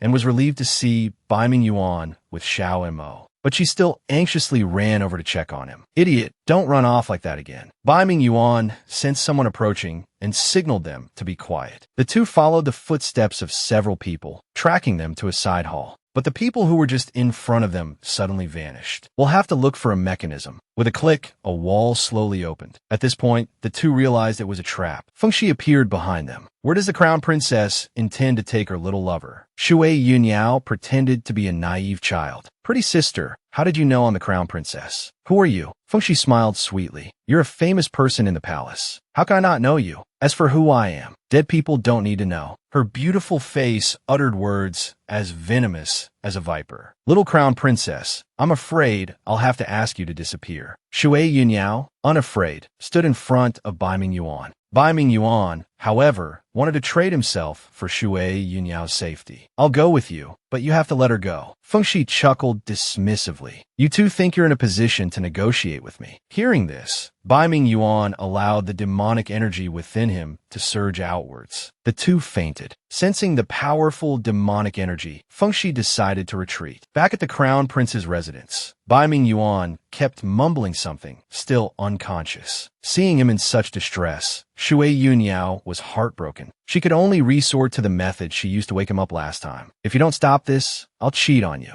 Bai Mingfeng, watching his restless older brother in his arms, couldn't help but retort to Shui Yunyao, maybe you should just shut up. In the end, it was the sleeping drug Bai Mingfeng had on him that calmed Bai Mingyuan down. At that moment, a young eunuch reported to the third prince, "There's a beautiful young lady insisting on seeing you. She claims to be carrying your child. Don't let your stomach rumble so loudly in public," Bai Mingfeng muttered. "Otherwise, people will easily think you're pregnant." Shui Yunyao followed Bai Mingfeng to see which beauty was carrying his child. To their surprise, it was Yuling. Both of them stared at Yuling's stomach. "Tell us what happened." Yuling whimpered, "It was just my stomach rumbling because I'm hungry." She suddenly remembered why she came. "This man asked me to find you." Bai Mingfeng, carrying his brother on his back, followed Yuling, but they kept going in circles, unable to find the imperial advisor's hiding place. Yuling gave an awkward laugh. "It's because the roads and houses in Songlang Kingdom all look the same." Bai Mingyuan broke free from Bai Mingfeng's grasp. Shui Yunyao, worriedly watching the suddenly frantic Bai Mingyuan, anxiously chased after him. Unexpectedly, he collapsed right into the imperial advisor's arms. The imperial advisor, looking at the weakened Bai Mingyuan, explained, "I sealed His Highness's powers to slow the spread of the demonic energy, but His Highness forced his cultivation to save the crown princess, which caused the demonic energy to invade his mind. Now he's delirious." Shui Yunyao quickly asked the imperial advisor, "Is there any way to eliminate the demonic energy within him?" The imperial advisor hesitated. If the demon lord's physical body could be completely destroyed, the demonic energy within His Highness would dissipate on its own. The immortal mist lotus could also temporarily suppress it, but unfortunately, it was stolen by the demon clan. At this moment, Shui Yunyao realized she was being used as a pretext. The immortal mist lotus had other important uses. Without hesitation, she took out the immortal mist lotus seed given by Yexiao. "Imperial advisor, look, is this real?" The imperial advisor examined it carefully. "It's real. But Crown Princess, you also need it very much, don't you?" Although Shui Yunyao felt reluctant, she thought of using it to save Bai Mingyuan.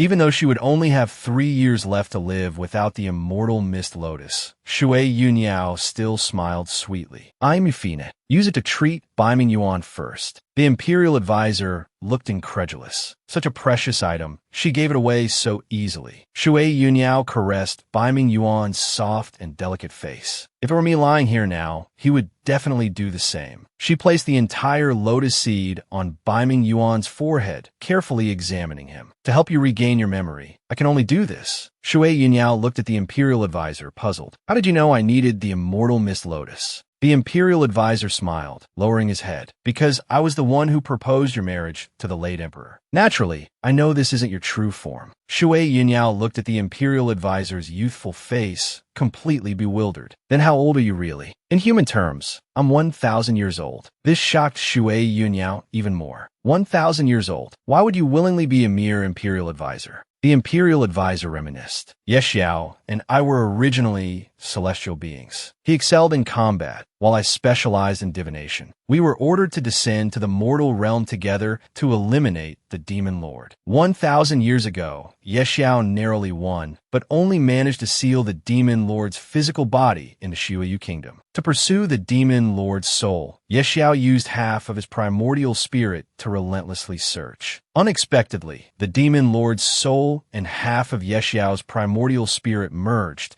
and fell into the cycle of reincarnation together, becoming crown prince Bai Mingyuan. Shui Yunyao was stunned. Bai Mingyuan was actually a combination of the demon lord and a celestial being. She anxiously asked, "Where did Yexiao go? Isn't he worried about Bai Mingyuan in this state?" The imperial advisor's gaze turned cold. Yexiao was worried. He feared forcibly separating the primordial spirits would harm Bai Mingyuan, so he hesitated to act. More than 10 years ago, he traveled to the Dunku Caves, and his life or death remains unknown. The imperial advisor stroked Bai Mingyuan's forehead. "Now we just need to wait 3 days for the immortal mist lotus to mature. During these 3 days, we must avoid any further stimulation." Seeing the imperial advisor about to leave, Shui Yunyao hurriedly chased after him. "I have no objection to you sealing his powers, but why did you seal his memories as well?" The imperial advisor looked bewildered. "I did not seal His Highness's memories." Shui Yunyao was puzzled. Then why did he lose his memory? The imperial advisor glanced at Bai Mingfeng, who was trying to slip away. Perhaps it's because the third prince hit him on the head. Bai Mingyuan finally awoke. His first reaction was to look for Shui Yunyao. She approached with concern. You're finally awake. Her worry was evident. Bai Mingyuan also looked at her anxiously. Did that fengshi hurt you? Being cared for? Shui Yunyao blushed. Dummy, you should be more concerned about yourself. Do you remember who you are now? Bai Mingyuan realized there seemed to be no harm in feigning amnesia. He could ask for kisses whenever he wanted. Bai Mingyuan, feigning innocence, said, I'm the princess of the Yuming Palace, Yexiao. Shui Yunyao leaned closer to Bai Mingyuan's nose. Although the imperial advisor said, we shouldn't stimulate you. There's nothing a good session of loving can't solve. So, remember anything yet? You hit me this hard before too.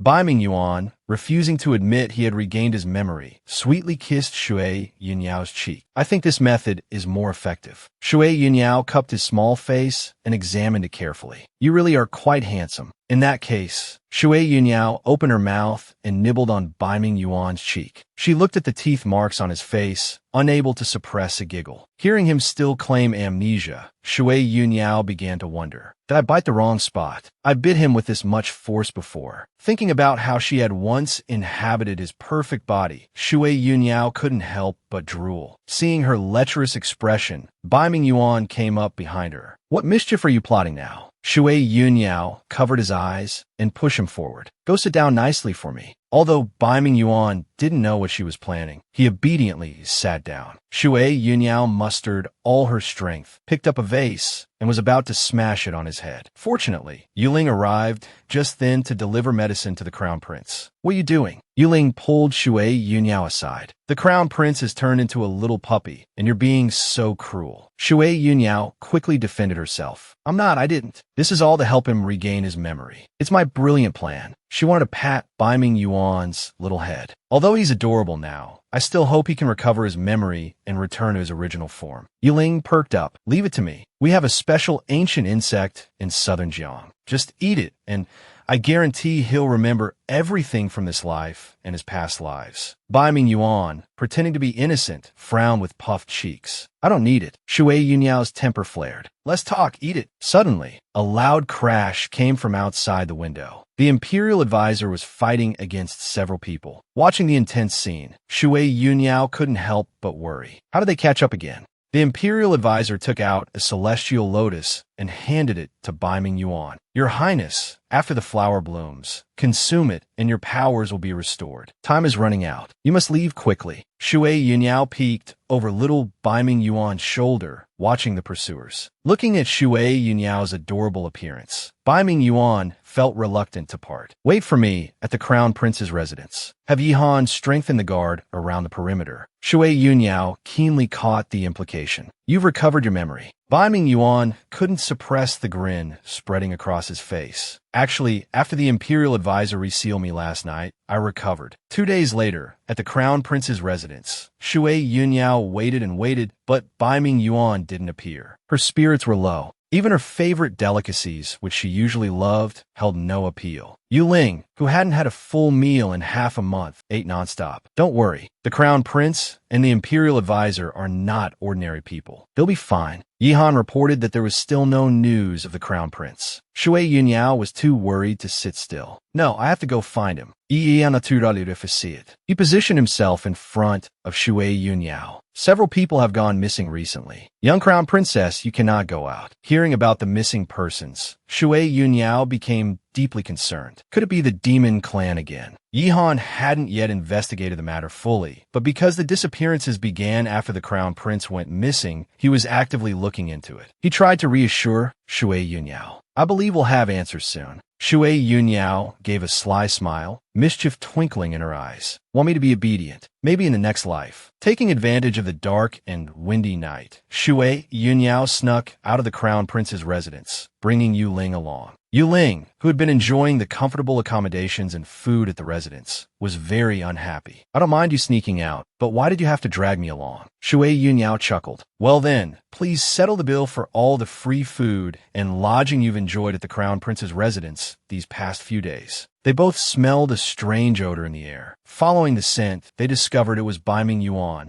Seeing Bai Ming Yuan covered in wounds, Shui Yunyao was extremely worried. Are you alright? Bai Ming Yuan's eyes were blood red. Hearing Shui Yunyao's voice, he regained a moment of clarity. Run. Fengxi looked at Shui Yunyao with an expression that suggested she had expected this. Young Crown Princess, you really came. Seize them both. Bai Ming Yuan gritted his teeth and, despite his exhaustion, shielded Shui Yunyao with his body. Fengxi looked at him as if admiring a satisfactory piece of work. It seems the demonification isn't complete. He actually dares to disobey orders. In that case, kill them both. Shui Yunyao clung tightly to Bai Ming Yuan, refusing to let go, and declared her ownership to everyone present. Another woman, unable to stand it, pulled Bai Ming Yuan away and to the side. She leaned down, drooling as she looked at him. If anyone's going to hug him, it should be me. They were completely surrounded. Bai Ming Yuan was still somewhat disoriented due to the demonic energy. Shui Yunyao's mind raced. She couldn't let Bai Ming Yuan rely on the demonic energy to fight these people off any longer. She pointed at Yu Ling and began to fabricate a story. This is the chosen holy maiden of southern Jiang, a once-in-a-century phenomenon. Then she turned to Bai Ming Yuan. And this one is even more impressive. He's the legendary, merciless netherworld prince, Yexiao. Hearing Yexiao's name, Fengxi's expression turned to panic. She leaned down, carefully examining every detail of Bai Ming Yuan's appearance. He does bear a striking resemblance. Where's your mask? Shui Yunyao hadn't expected her to actually know Yexiao. If their deception was exposed, they'd be in trouble. Bai Ming Yuan shook off Fengxi's grasping hand. Don't touch me. Seeing the disgust in his eyes, Fengxi began to cry. Don't you remember me? Shui Yunyao, ever the quick-thinking diplomat, quickly stepped forward. He's been cursed. Not only has he lost his memory, but he's also been transformed into a child. Hearing Shui Yunyao knew so much, Fengxi seemed displeased. What's your relationship with him that you know everything? Shui Yunyao forced a smile. I'm his disciple. By the way, she urged Bai Ming Yuan, hurry up and put your mask on. And really, with the mask on, the resemblance was even stronger. Shui Yunyao couldn't help but nuzzle closer. He looks so charming with a mask on. Fengxi watched, brimming with jealousy. A disciple and master should act like it. All this hugging and cuddling is inappropriate. She then looked at Bai Ming Yuan longingly. If anyone's going to hug him, it should be me. Bai Ming Yuan, furious, roared, sending the flirtatious Fengxi flying. Shui Yunyao quickly shielded him, explaining, right now, he only remembers me, his disciple. Fengxi ground her teeth. Even if he remembers everything, you're still just a disciple. Shui Yunyao chuckled. Well, how about master-disciple dual cultivation? They both looked at Bai Ming Yuan. Who are you choosing? Bai Ming Yuan calmly replied, I choose Yunyao's mother. Fengxi stared at Shui Yunyao incredulously. What's so great about this brat's mother compared to me? The smooth-talking, charming Bai Ming Yuan radiated charisma. I love her. That's why she's better than you in every way. Faced with Bai Ming Yuan's sudden confession, Shui Yunyao blushed crimson. How can this idiot be so cute? Saying such things with such an adorable face. Fengxi also noticed something was off. He likes your mother. Why are you blushing? Shui Yunyao gave her a you wouldn't understand look. You wouldn't understand the joys of a little blessing's tricks. Fengxi leered at Bai Ming Yuan. You can only be mine. She led them into the underground palace, fawning over Bai Ming Yuan excessively. Bai Ming Yuan pushed away the plate of fruit Fengxi offered, accidentally hitting her in the face with a bang. It looked as though her face had cracked. Shui Yunyao quickly covered her face with her sleeve. Don't look. Ignoring the bewildered children, Fengxi fled in a panic. The group stared, dumbfounded. What happened to her? Did she crack? Bai Ming Yuan detected a trace of demonic energy in the air. Perhaps she has some connection to the demon clan. Shui Yunyao anxiously looked at her almost stolen husband. Never mind that. Let's escape first. Bai Ming Yuan suddenly exclaimed, wait. He then said, somewhat shyly, here, take this. The celestial lotus I've been cultivating has bloomed. Although Shui Yunyao desperately needed it for him to return to his normal form, she refused. You need it more than I do. As they argued, Yu Ling snatched the lotus. If neither of you wants it, I'll take it. The two stared at the suddenly mischievous Yu Ling, dumbfounded. Hey, come back. Upon leaving the room, Yu Ling froze, confronted by a dense and menacing presence.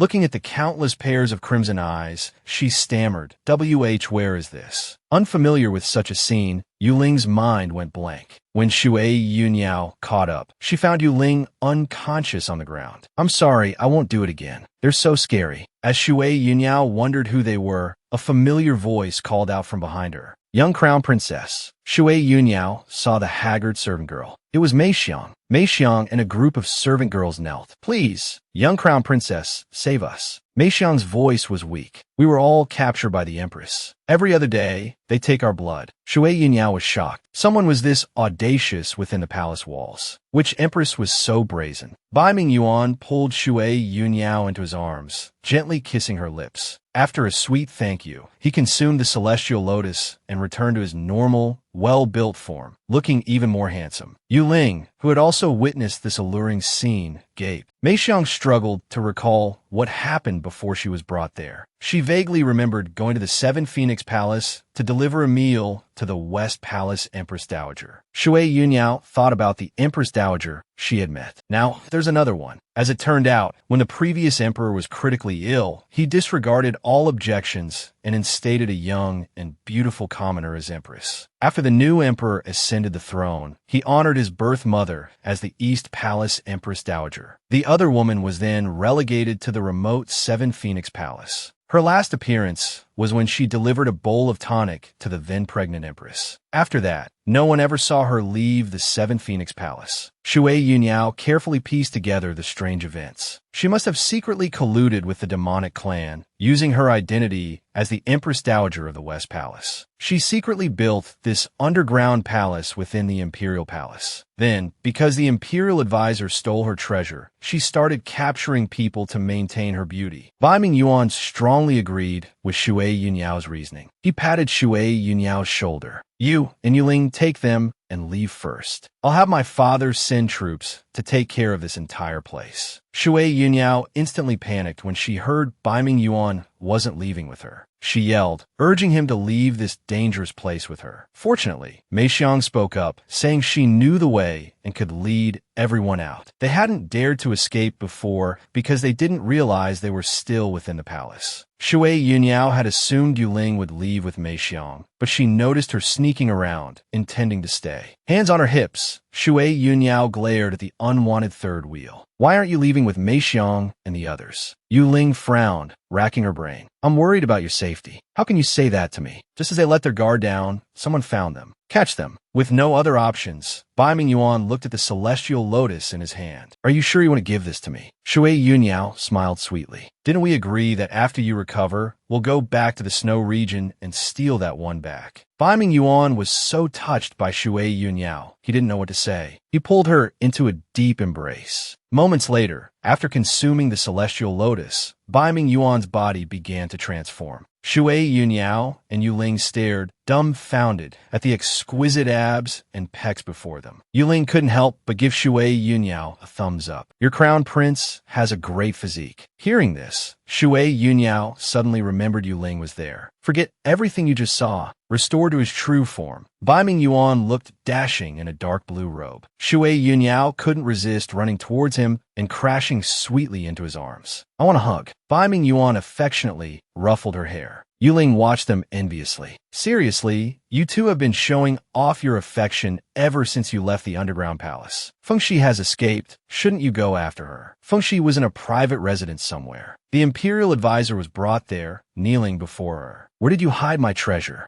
Yuling arrived first. Seeing the imperial advisor being bullied, she immediately bristled like a ruffled rooster. Don't you hurt him. Shui Yunyao quickly followed, trying to calm things down. Don't be impulsive. Looking at Fengxi, Bai Mingyuan dropped all pretense. Empress Dowager, please release the imperial advisor. Hearing Bai Mingyuan address her this way, Fengxi was momentarily stunned. Xiaolang, what did you just call me? Shui Yunyao peeked out from behind him, tilting her head. Your imperial majesty, stop pretending to be innocent. We already know your true identity. Fengxi was deeply stung by Shui Yunyao's words. She quickly explained to Bai Mingyuan Xiaolang, it's not what you think. Nothing happened between me and that old emperor. Bai Mingyuan didn't care about any of that. His gaze fell on the imperial advisor. I'll say it again. Release the imperial advisor. Feng Shi held a dagger to the imperial advisor's face. As long as you return my treasure, I'll naturally let him go. With a bang, the imperial advisor vanished from Feng Shi's grasp. It turned out to be just an illusion created by the imperial advisor. The real imperial advisor slowly emerged from behind the door. Surrender, Empress Dowager. Seeing the imperial advisor safe and sound, Yu Ling was overjoyed. She practically clung to him, whimpering and acting coquettishly. The imperial advisor took out the treasure and looked at Feng Shi. This is the demonic sacred artifact. Their goal is to place it within the imperial palace. If the demon lord returns and activates the artifact, all the defenseless citizens in the city will be doomed. Feng Shi struggled and yelled, so what? Why should I care about their lives? Feng Shi ordered her puppets to surround them. During the chaos, she grabbed Shui Yunyao and held her hostage. Seeing Shui Yunyao in danger, Bai Mingyuan's voice lost its composure. What did the demonic clan offer you to make you so devoted to them? Feng Shi glared fiercely at Bai Mingyuan. This is all your fault. You are the root of all evil. Bai Mingyuan looked at Feng Shi with a cold expression. We don't even know each other. Why are you blaming me? Feng Shi's eyes welled up with tears, her emotions overflowing. Xiaolang, you truly are heartless. Feng Shi pulled Shui Yunyao closer, her expression vicious. Since I can't have you, why should I show you any mercy? She pressed the dagger against Shui Yunyao's throat. Such a blatant threat made Bai Mingyuan completely lose the ability to think. He roared at the imperial advisor to give him the item. At this moment, Shui Yunyao was unusually calm. Master, please calm down. These are all his people. Once we return the sacred artifact, we'll have no leverage. He'll kill us all immediately. Feng Shi hadn't expected her intentions to be seen through so clearly by a child. Shui Yunyao further exploited the woman's desire for beauty. Without the demonic sacred energy, how will you maintain your current peerless beauty? Shui Yunyao took control of the situation. 3 days from now, at the small woods outside the city, we exchanged the artifact for the hostage. Otherwise, I'll bite my tongue and kill myself, and they can destroy the sacred energy. Both Feng Shi and the imperial advisor were dumbfounded by Shui Yunyao's actions. Who was threatening whom? Shui Yunyao, holding a book titled Badao Shinjin Ai Shenghua, began to cry dramatically, attracting the woman's attention. Sure enough, Feng Shi couldn't help but approach. I've treated you too with good food and drink. Why are you crying? Shui Yunyao sobbed, holding up the romance novel. The immortal lord in the novel sacrificed himself for his beloved and ended up with his soul scattered. It's so tragic. Feng Shi gave her a you've seen nothing of the world look. Books are all lies. Only a foolish child like you would believe them. A faint smile played on Shui Yunyao's lips. Just watch how I uncover all the little secrets between you and Yexiao. Shui Yunyao blinked her innocent, clear eyes. Why do you say that? Did something happen between you and Yexiao? Feng Shi paused slightly. She clearly still harbored some resentment. That was a long, long time ago. 30 years ago, Feng Shi was still a girl with a scar on her face. She went up the mountain as usual, but was suddenly grabbed by Yexiao, who startled her. The man weakly pleaded for help. Feng Shi panicked, saying she didn't know any medicine. But Yexiao, blushing, said he was just hungry and needed a bite to eat. That's how they met. Shui Yunyao listened carefully to Feng Shi's love story with Yexiao. This encounter doesn't sound romantic at all. Shui Yunyao asked, puzzled, did you fall in love with him after that? Feng Shi's face flushed with a girlish blush. He was a very gentle person. During the sacrificial ceremony, they were going to sacrifice me to the river god to pray for rain. Fortunately, he arrived in time and exchanged himself for me. He said casually that if tying him up and throwing him into the river didn't make it rain, they could always try someone else later. Feng Shi looked at Yexiao with tears in her eyes. How could there be such a wonderful person? He was willing to die in my place. Shortly after Yexiao was sacrificed, it began to rain. Everyone was ecstatic. Only Feng Shi sat by the river, weeping and missing Yexiao. Just then, a familiar voice rang out beside her. Miss Feng Shi. Yexiao stood sweetly behind her. I'm hungry. Do you have any roast chicken? Feng Shi kept trying to express her love, but Ye Xiao kept changing the subject. Until one day, Feng Shi went to the riverbank. Before she could speak, Ye Xiao said to her with disgust, "You're so skinny and ugly, and you don't look sweet at all. Why do you keep pestering me?" Hearing the words skinny and ugly and thinking of her own face, Feng Shi was extremely hurt. Humiliated and angry, she yelled, "Ye Xiao, you jerk." Suddenly being cursed, Ye Xiao turned around, dumbfounded. The stinky tofu he was holding struggled in his grip. After that day, Feng Shi stumbled into the demonic clan's territory and began this long exchange.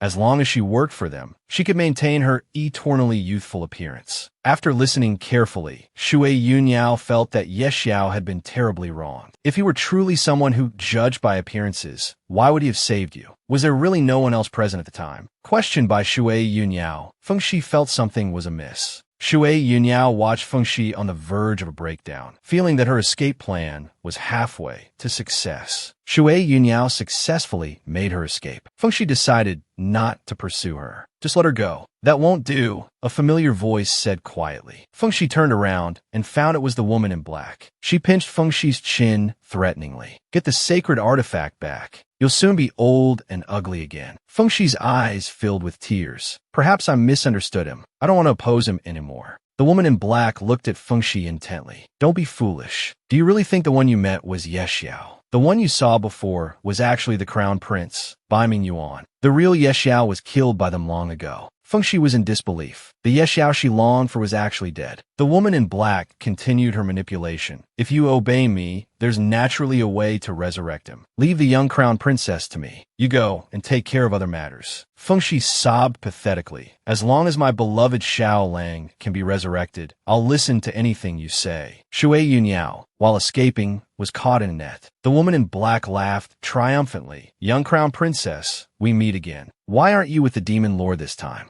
She saw Feng Shi glaring at Shui Yunyao with gritted teeth. "Could it be that you've been abandoned? How pitiful." A nice arrow, accompanied by the shout, "Release that girl," shot towards them at high speed. The sharp blade pierced straight through the woman's body. A young man sat on a tree branch, observing the scene. "Release her now." The woman in black, enduring the intense pain, looked back. Knowing she was at a disadvantage, she handed over Shui Yunyao and fled. The young man, swift as the wind, caught Shui Yunyao in his arms before she could fall. "Be careful. I am Jun Tianjing. May I ask who you are?" Shui Yunyao, flushed from the sudden embrace, and remembering she was in her true form, hurriedly introduced herself. "My name is Shui Ling. Thank you for saving me just now." Jun Tianjing, gazing at Shui Yunyao's exquisite beauty, couldn't help but say, "Since I've saved you, why don't you pledge yourself to me?" Shui Yunyao was utterly bewildered. What was with these people? Thinking only of escaping the situation, she said, "I will definitely repay you if I have the chance." Jun Tianjing watched Shui Yunyao walk away and quickly ordered his guards to follow her. The next morning, the guards brought a shrunken Shui Yunyao before the man. Jun Tianjing pinched Shui Yunyao's cute, chubby cheeks. "My. Overnight, the young lady has become a little girl." Shui Yunyao, with 800 tricks up her sleeve, feigned a clueless smile. "Big brother, what are you talking about? I don't understand." Jun Tianjing wasn't so easily fooled. He narrowed his eyes at Shui Yunyao. "Is that so, Miss Shui Ling?"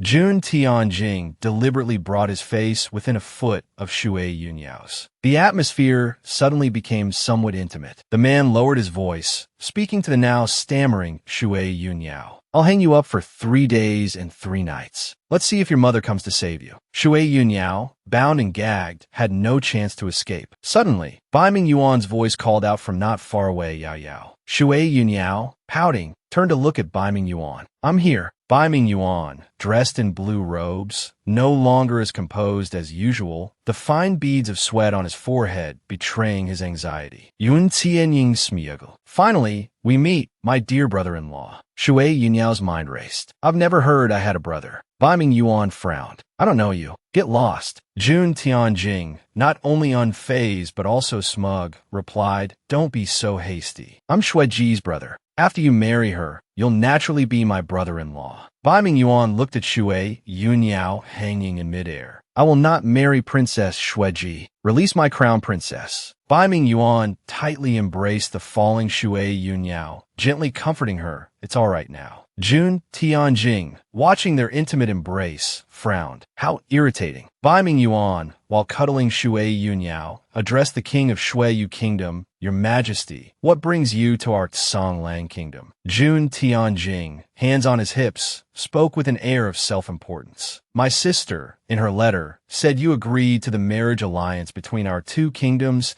and that you would lead troops to eradicate the demons. I've waited and waited, but you haven't come. Bai Ming Yuan explained earnestly, I was delayed by some matters previously. I will depart for Shuiyu Kingdom shortly. Please rest assured. Jun Tianjing spread his hands, a hint of schadenfreude in his voice. I heard that a large number of demons have migrated to your Songlang Kingdom. That's why I brought my men here to investigate. Yesterday, I even fought against them with your crown princess. Isn't that right? He asked Shui Yunyao. Shui Yunyao, awkwardly nestled in Bai Ming Yuan's arms, stammered, Is that so? The air around Bai Ming Yuan grew frigid. Yihan, escort the king of Shuiyu Kingdom back immediately. Before leaving, Jun Tianjing couldn't resist a parting shot at Shui Yunyao. Next time you see your mother, tell her I wouldn't mind being her child's stepfather. Seeing Bai Ming Yuan on the verge of exploding with jealousy, Shui Yunyao quickly kissed his cheek to appease him. No one could escape this public display of affection. Bai Ming Yuan, successfully placated, scooped Shui Yunyao up in his arms and left. Shui Yunyao, nestled against his broad chest, called out, My mother and father love each other very much. You don't stand a chance. Jun Tianjing watched Shui Yunyao depart, his brow furrowed.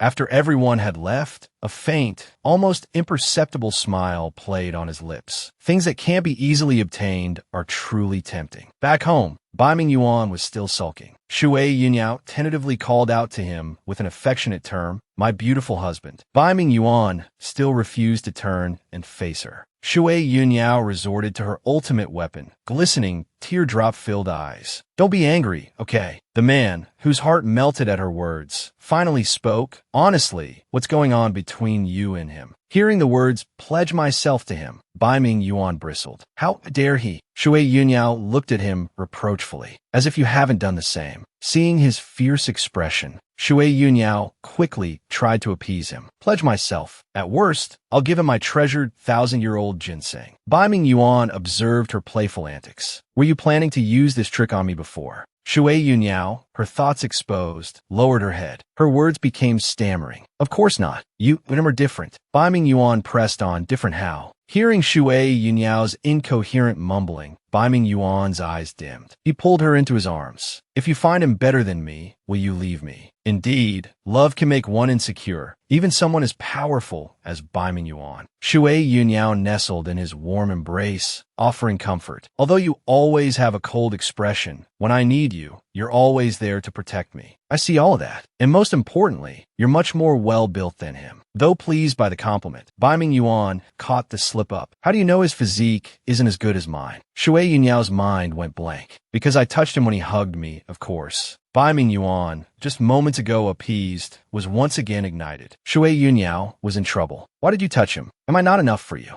The usually aloof Bai Ming Yuan's words were surprisingly suggestive. Shui Yunyao stammered, her face flushed like a ripe peach. I touched him to search for something that could prove his identity. That's all. Blushing, she held up a token towards him. See, this is what I snatched from him during the chaos. Bai Ming Yuan examined the characters on the token, sensing a faint aura. With a loud crack from behind them, someone declared, There's demonic energy on the jade token. The token shattered. They both turned to the Imperial Advisor, who had appeared suddenly. Shui Yunyao tilted her head curiously. When did you get here? The Imperial Advisor blushed slightly. I've been here for a while, but I didn't want to interrupt. Shui Yunyao felt like she was on hot coals. You didn't hear what we were just saying, did you? The Imperial Advisor chuckled. Your Highness, if you have the time, could you teach me your techniques for coaxing someone? Bai Ming Yuan watched their banter with a helpless expression. Enough playing around. Let's talk business. The Imperial Advisor asked Bai Ming Yuan, Is the sacred artifact still with him?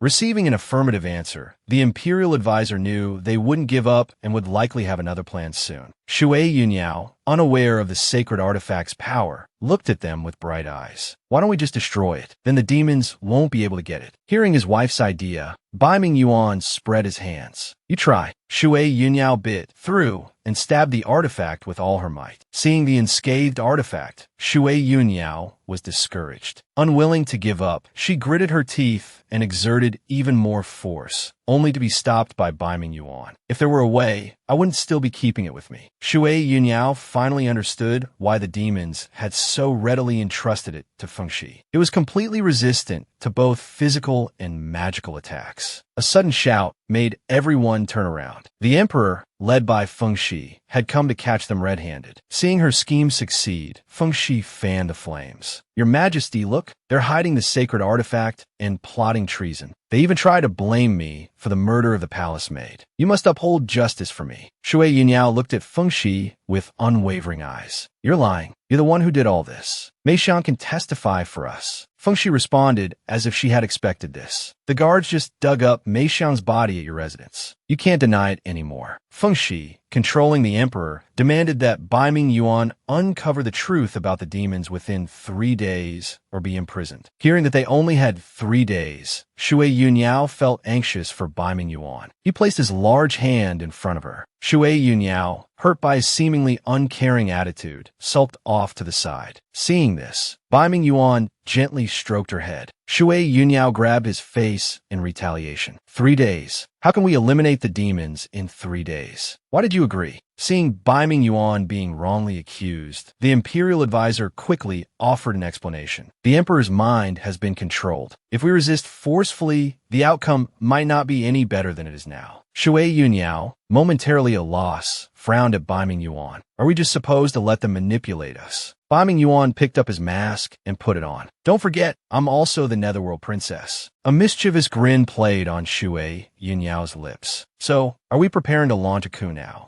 Bai Mingyuan's thoughts were interrupted by someone hiding nearby. Come out of hiding. Jun Tianjing sat cheerfully on the windowsill. Fancy meeting you again, he said cheekily. Shui Yunyao glared at Jun Tianjing, who kept calling Bai Mingyuan brother-in-law. Please stop claiming false kinship. Jun Tianjing, the once childish royal, had transformed into a composed king. Believe it or not, I'm here to help you. The demon clan has plagued us for so many years. I've long wanted to eradicate them. Bai Mingyuan recalled the demonic energy clinging to the jade token. Then how do you explain this? Jun Tianjing reminisced. A while ago, a demon did approach me. They promised that if I lured you into a specific formation, the demons would cease their attacks on the Shuiyu kingdom. They also cast a spell on my jade token to track my movements. He then grinned at Shui Yunyao. Thanks to the young crown princess, I was able to stroll in here so easily. Bai Mingyuan knew Jun Tianjing wanted something in return. Shui Yunyao watched the two of them, bewildered. Bai Mingyuan pulled Shui Yunyao aside. Leaving them, Jun Tianjing confessed, I just want to invite her to dinner alone. That's not too much to ask, is it? While Jun Tianjing wanted to dine alone with Shui Yunyao, Fengxi wanted to share a bed with Bai Mingyuan. Spend a passionate night together. It seems like causing trouble is their specialty. Jun Tianjing, despite having his powers sealed by the imperial advisor, still dared to speak boldly. Invite her to dinner. Of course, it's to steal the crown prince's woman. Whoosh. Jun Tianjing felt his head ring. Damn it, I didn't know the crown prince had a penchant for eavesdropping. Bai Mingyuan walked in, his tone laced with warning. That's better than your penchant for stealing other men's wives. Shui Yunyao, watching the two handsome men fighting over her, couldn't control her emotions. Large tears rolled down her cheeks. The two men, now nervous, stopped arguing. They both looked at Shui Yunyao. Her face grew redder and redder. I finally get to witness the legendary scene of two men fighting over love. Her words left them speechless. Bai Mingyuan and Shui Yunyao, both dressed in white, waited for nightfall. A familiar air of intimacy filled the space between them. Bai Mingyuan, seeing his wife blush, couldn't resist teasing her. Are you shy? Shui Yunyao naturally denied it. I just remembered that it wasn't you I married under the wedding canopy. It was that fluffy little dumpling who was my husband. Bai Mingyuan gently pinched Shui Yunyao's cheek. I'm sorry, it was my fault. Shui Yunyao wasn't so easily appeased. She widened her eyes. You think a simple apology will make me forgive you?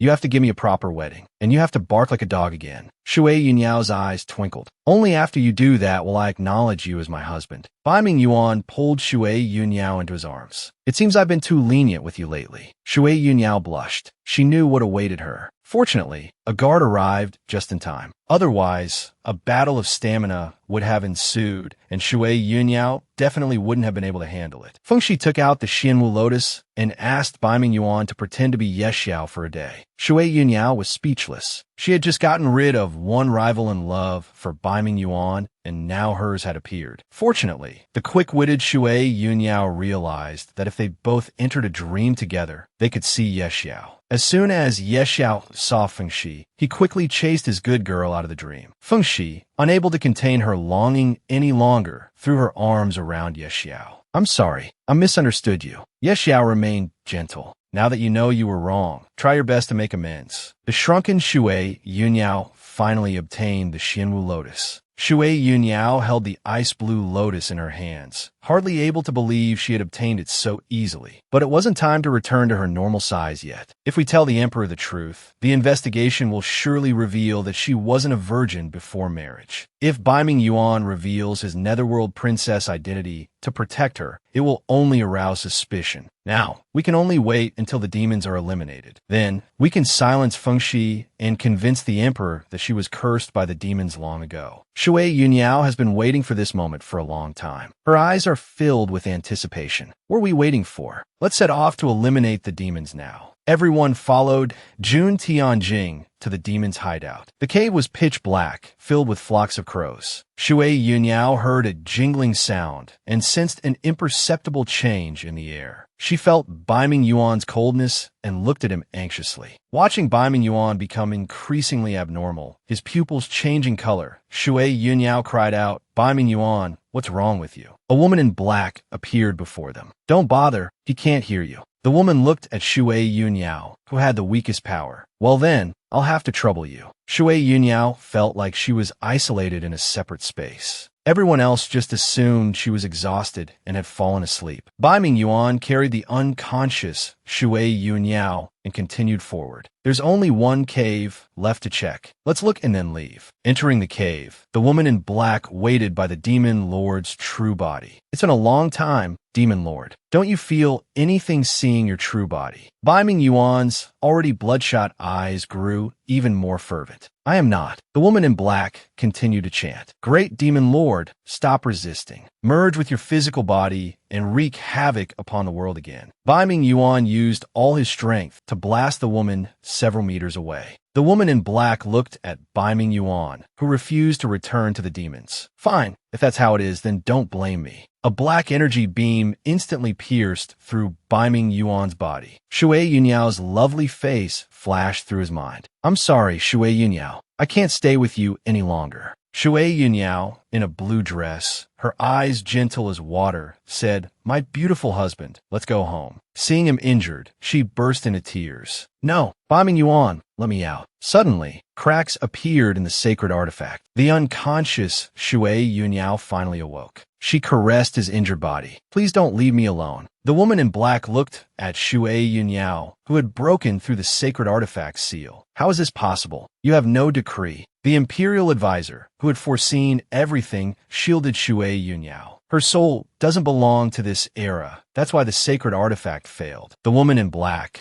seeing everything spiraling out of control, shrieked, then died. The imperial advisor took out the soul-returning pill and had Shui Yunyao give it to Bai Mingyuan. With tears in her eyes, she looked at him, praying for a miracle. Bai Mingyuan's consciousness slowly returned. Two familiar faces appeared before him. Choose. Who will you become? The unconscious man hesitated. Suddenly, Shui Yunyao's voice came from afar. Bai Mingyuan, please wake up. His head throbbed as if it would explode. Memories gradually flooded back into his mind. The woman he longed for, with their lovely daughter, was waiting for him to return. Seeing that he hadn't woken up, Shui Yunyao tearfully confessed, Bai Mingyuan, you still owe me a wedding. I won't let you die. Do you hear me? Seeing Shui Yunyao's grief, the woman in black was overjoyed, thinking the Demon Lord's return was imminent. Great Demon Lord, please lead us to ravage the world once more. But in the next second, cracks appeared in the Demon Lord's stone statue. The woman in black watched in disbelief as her obsession crumbled to nothing. How? How can this be? Bai Ming Yuan raised his hand and gently wiped away Shui Yunyao's tears. Shui Yunyao straightened slightly, her face flushing crimson. Looking at her blushing cheeks, Bai Ming Yuan's voice was low and husky. Shui Yunyao, I'm back. Finally, the demons were defeated. Bai Ming Yuan ordered them all captured. He looked at Jun Tianjing. Now that the demons are eliminated, you should return to Shui Yu Kingdom. Then, turning to Shui Yunyao with a gentle gaze, he said, Let's go. Let's go home. Shui Yunyao finally returned to her original size. It feels so good to be back in my own body. Bai Ming Yuan quietly embraced Shui Yunyao from behind. This body certainly felt more comfortable to hold. Shui Yunyao blushed. The wedding sedan would soon arrive for the formal meeting with the emperor. The man turned and pulled Shui Yunyao into his arms, his warm breath brushing against her lips. There's no rush. We still have time. He finished speaking and kissed her without hesitation. The man's warm, moist lips gave Shui Yunyao an inexplicable sense of security. Shui Yunyao felt her whole body burning. Their figures quickly merged into one. Bai Ming Yuan's kisses grew more passionate until Shui Yunyao could hardly breathe.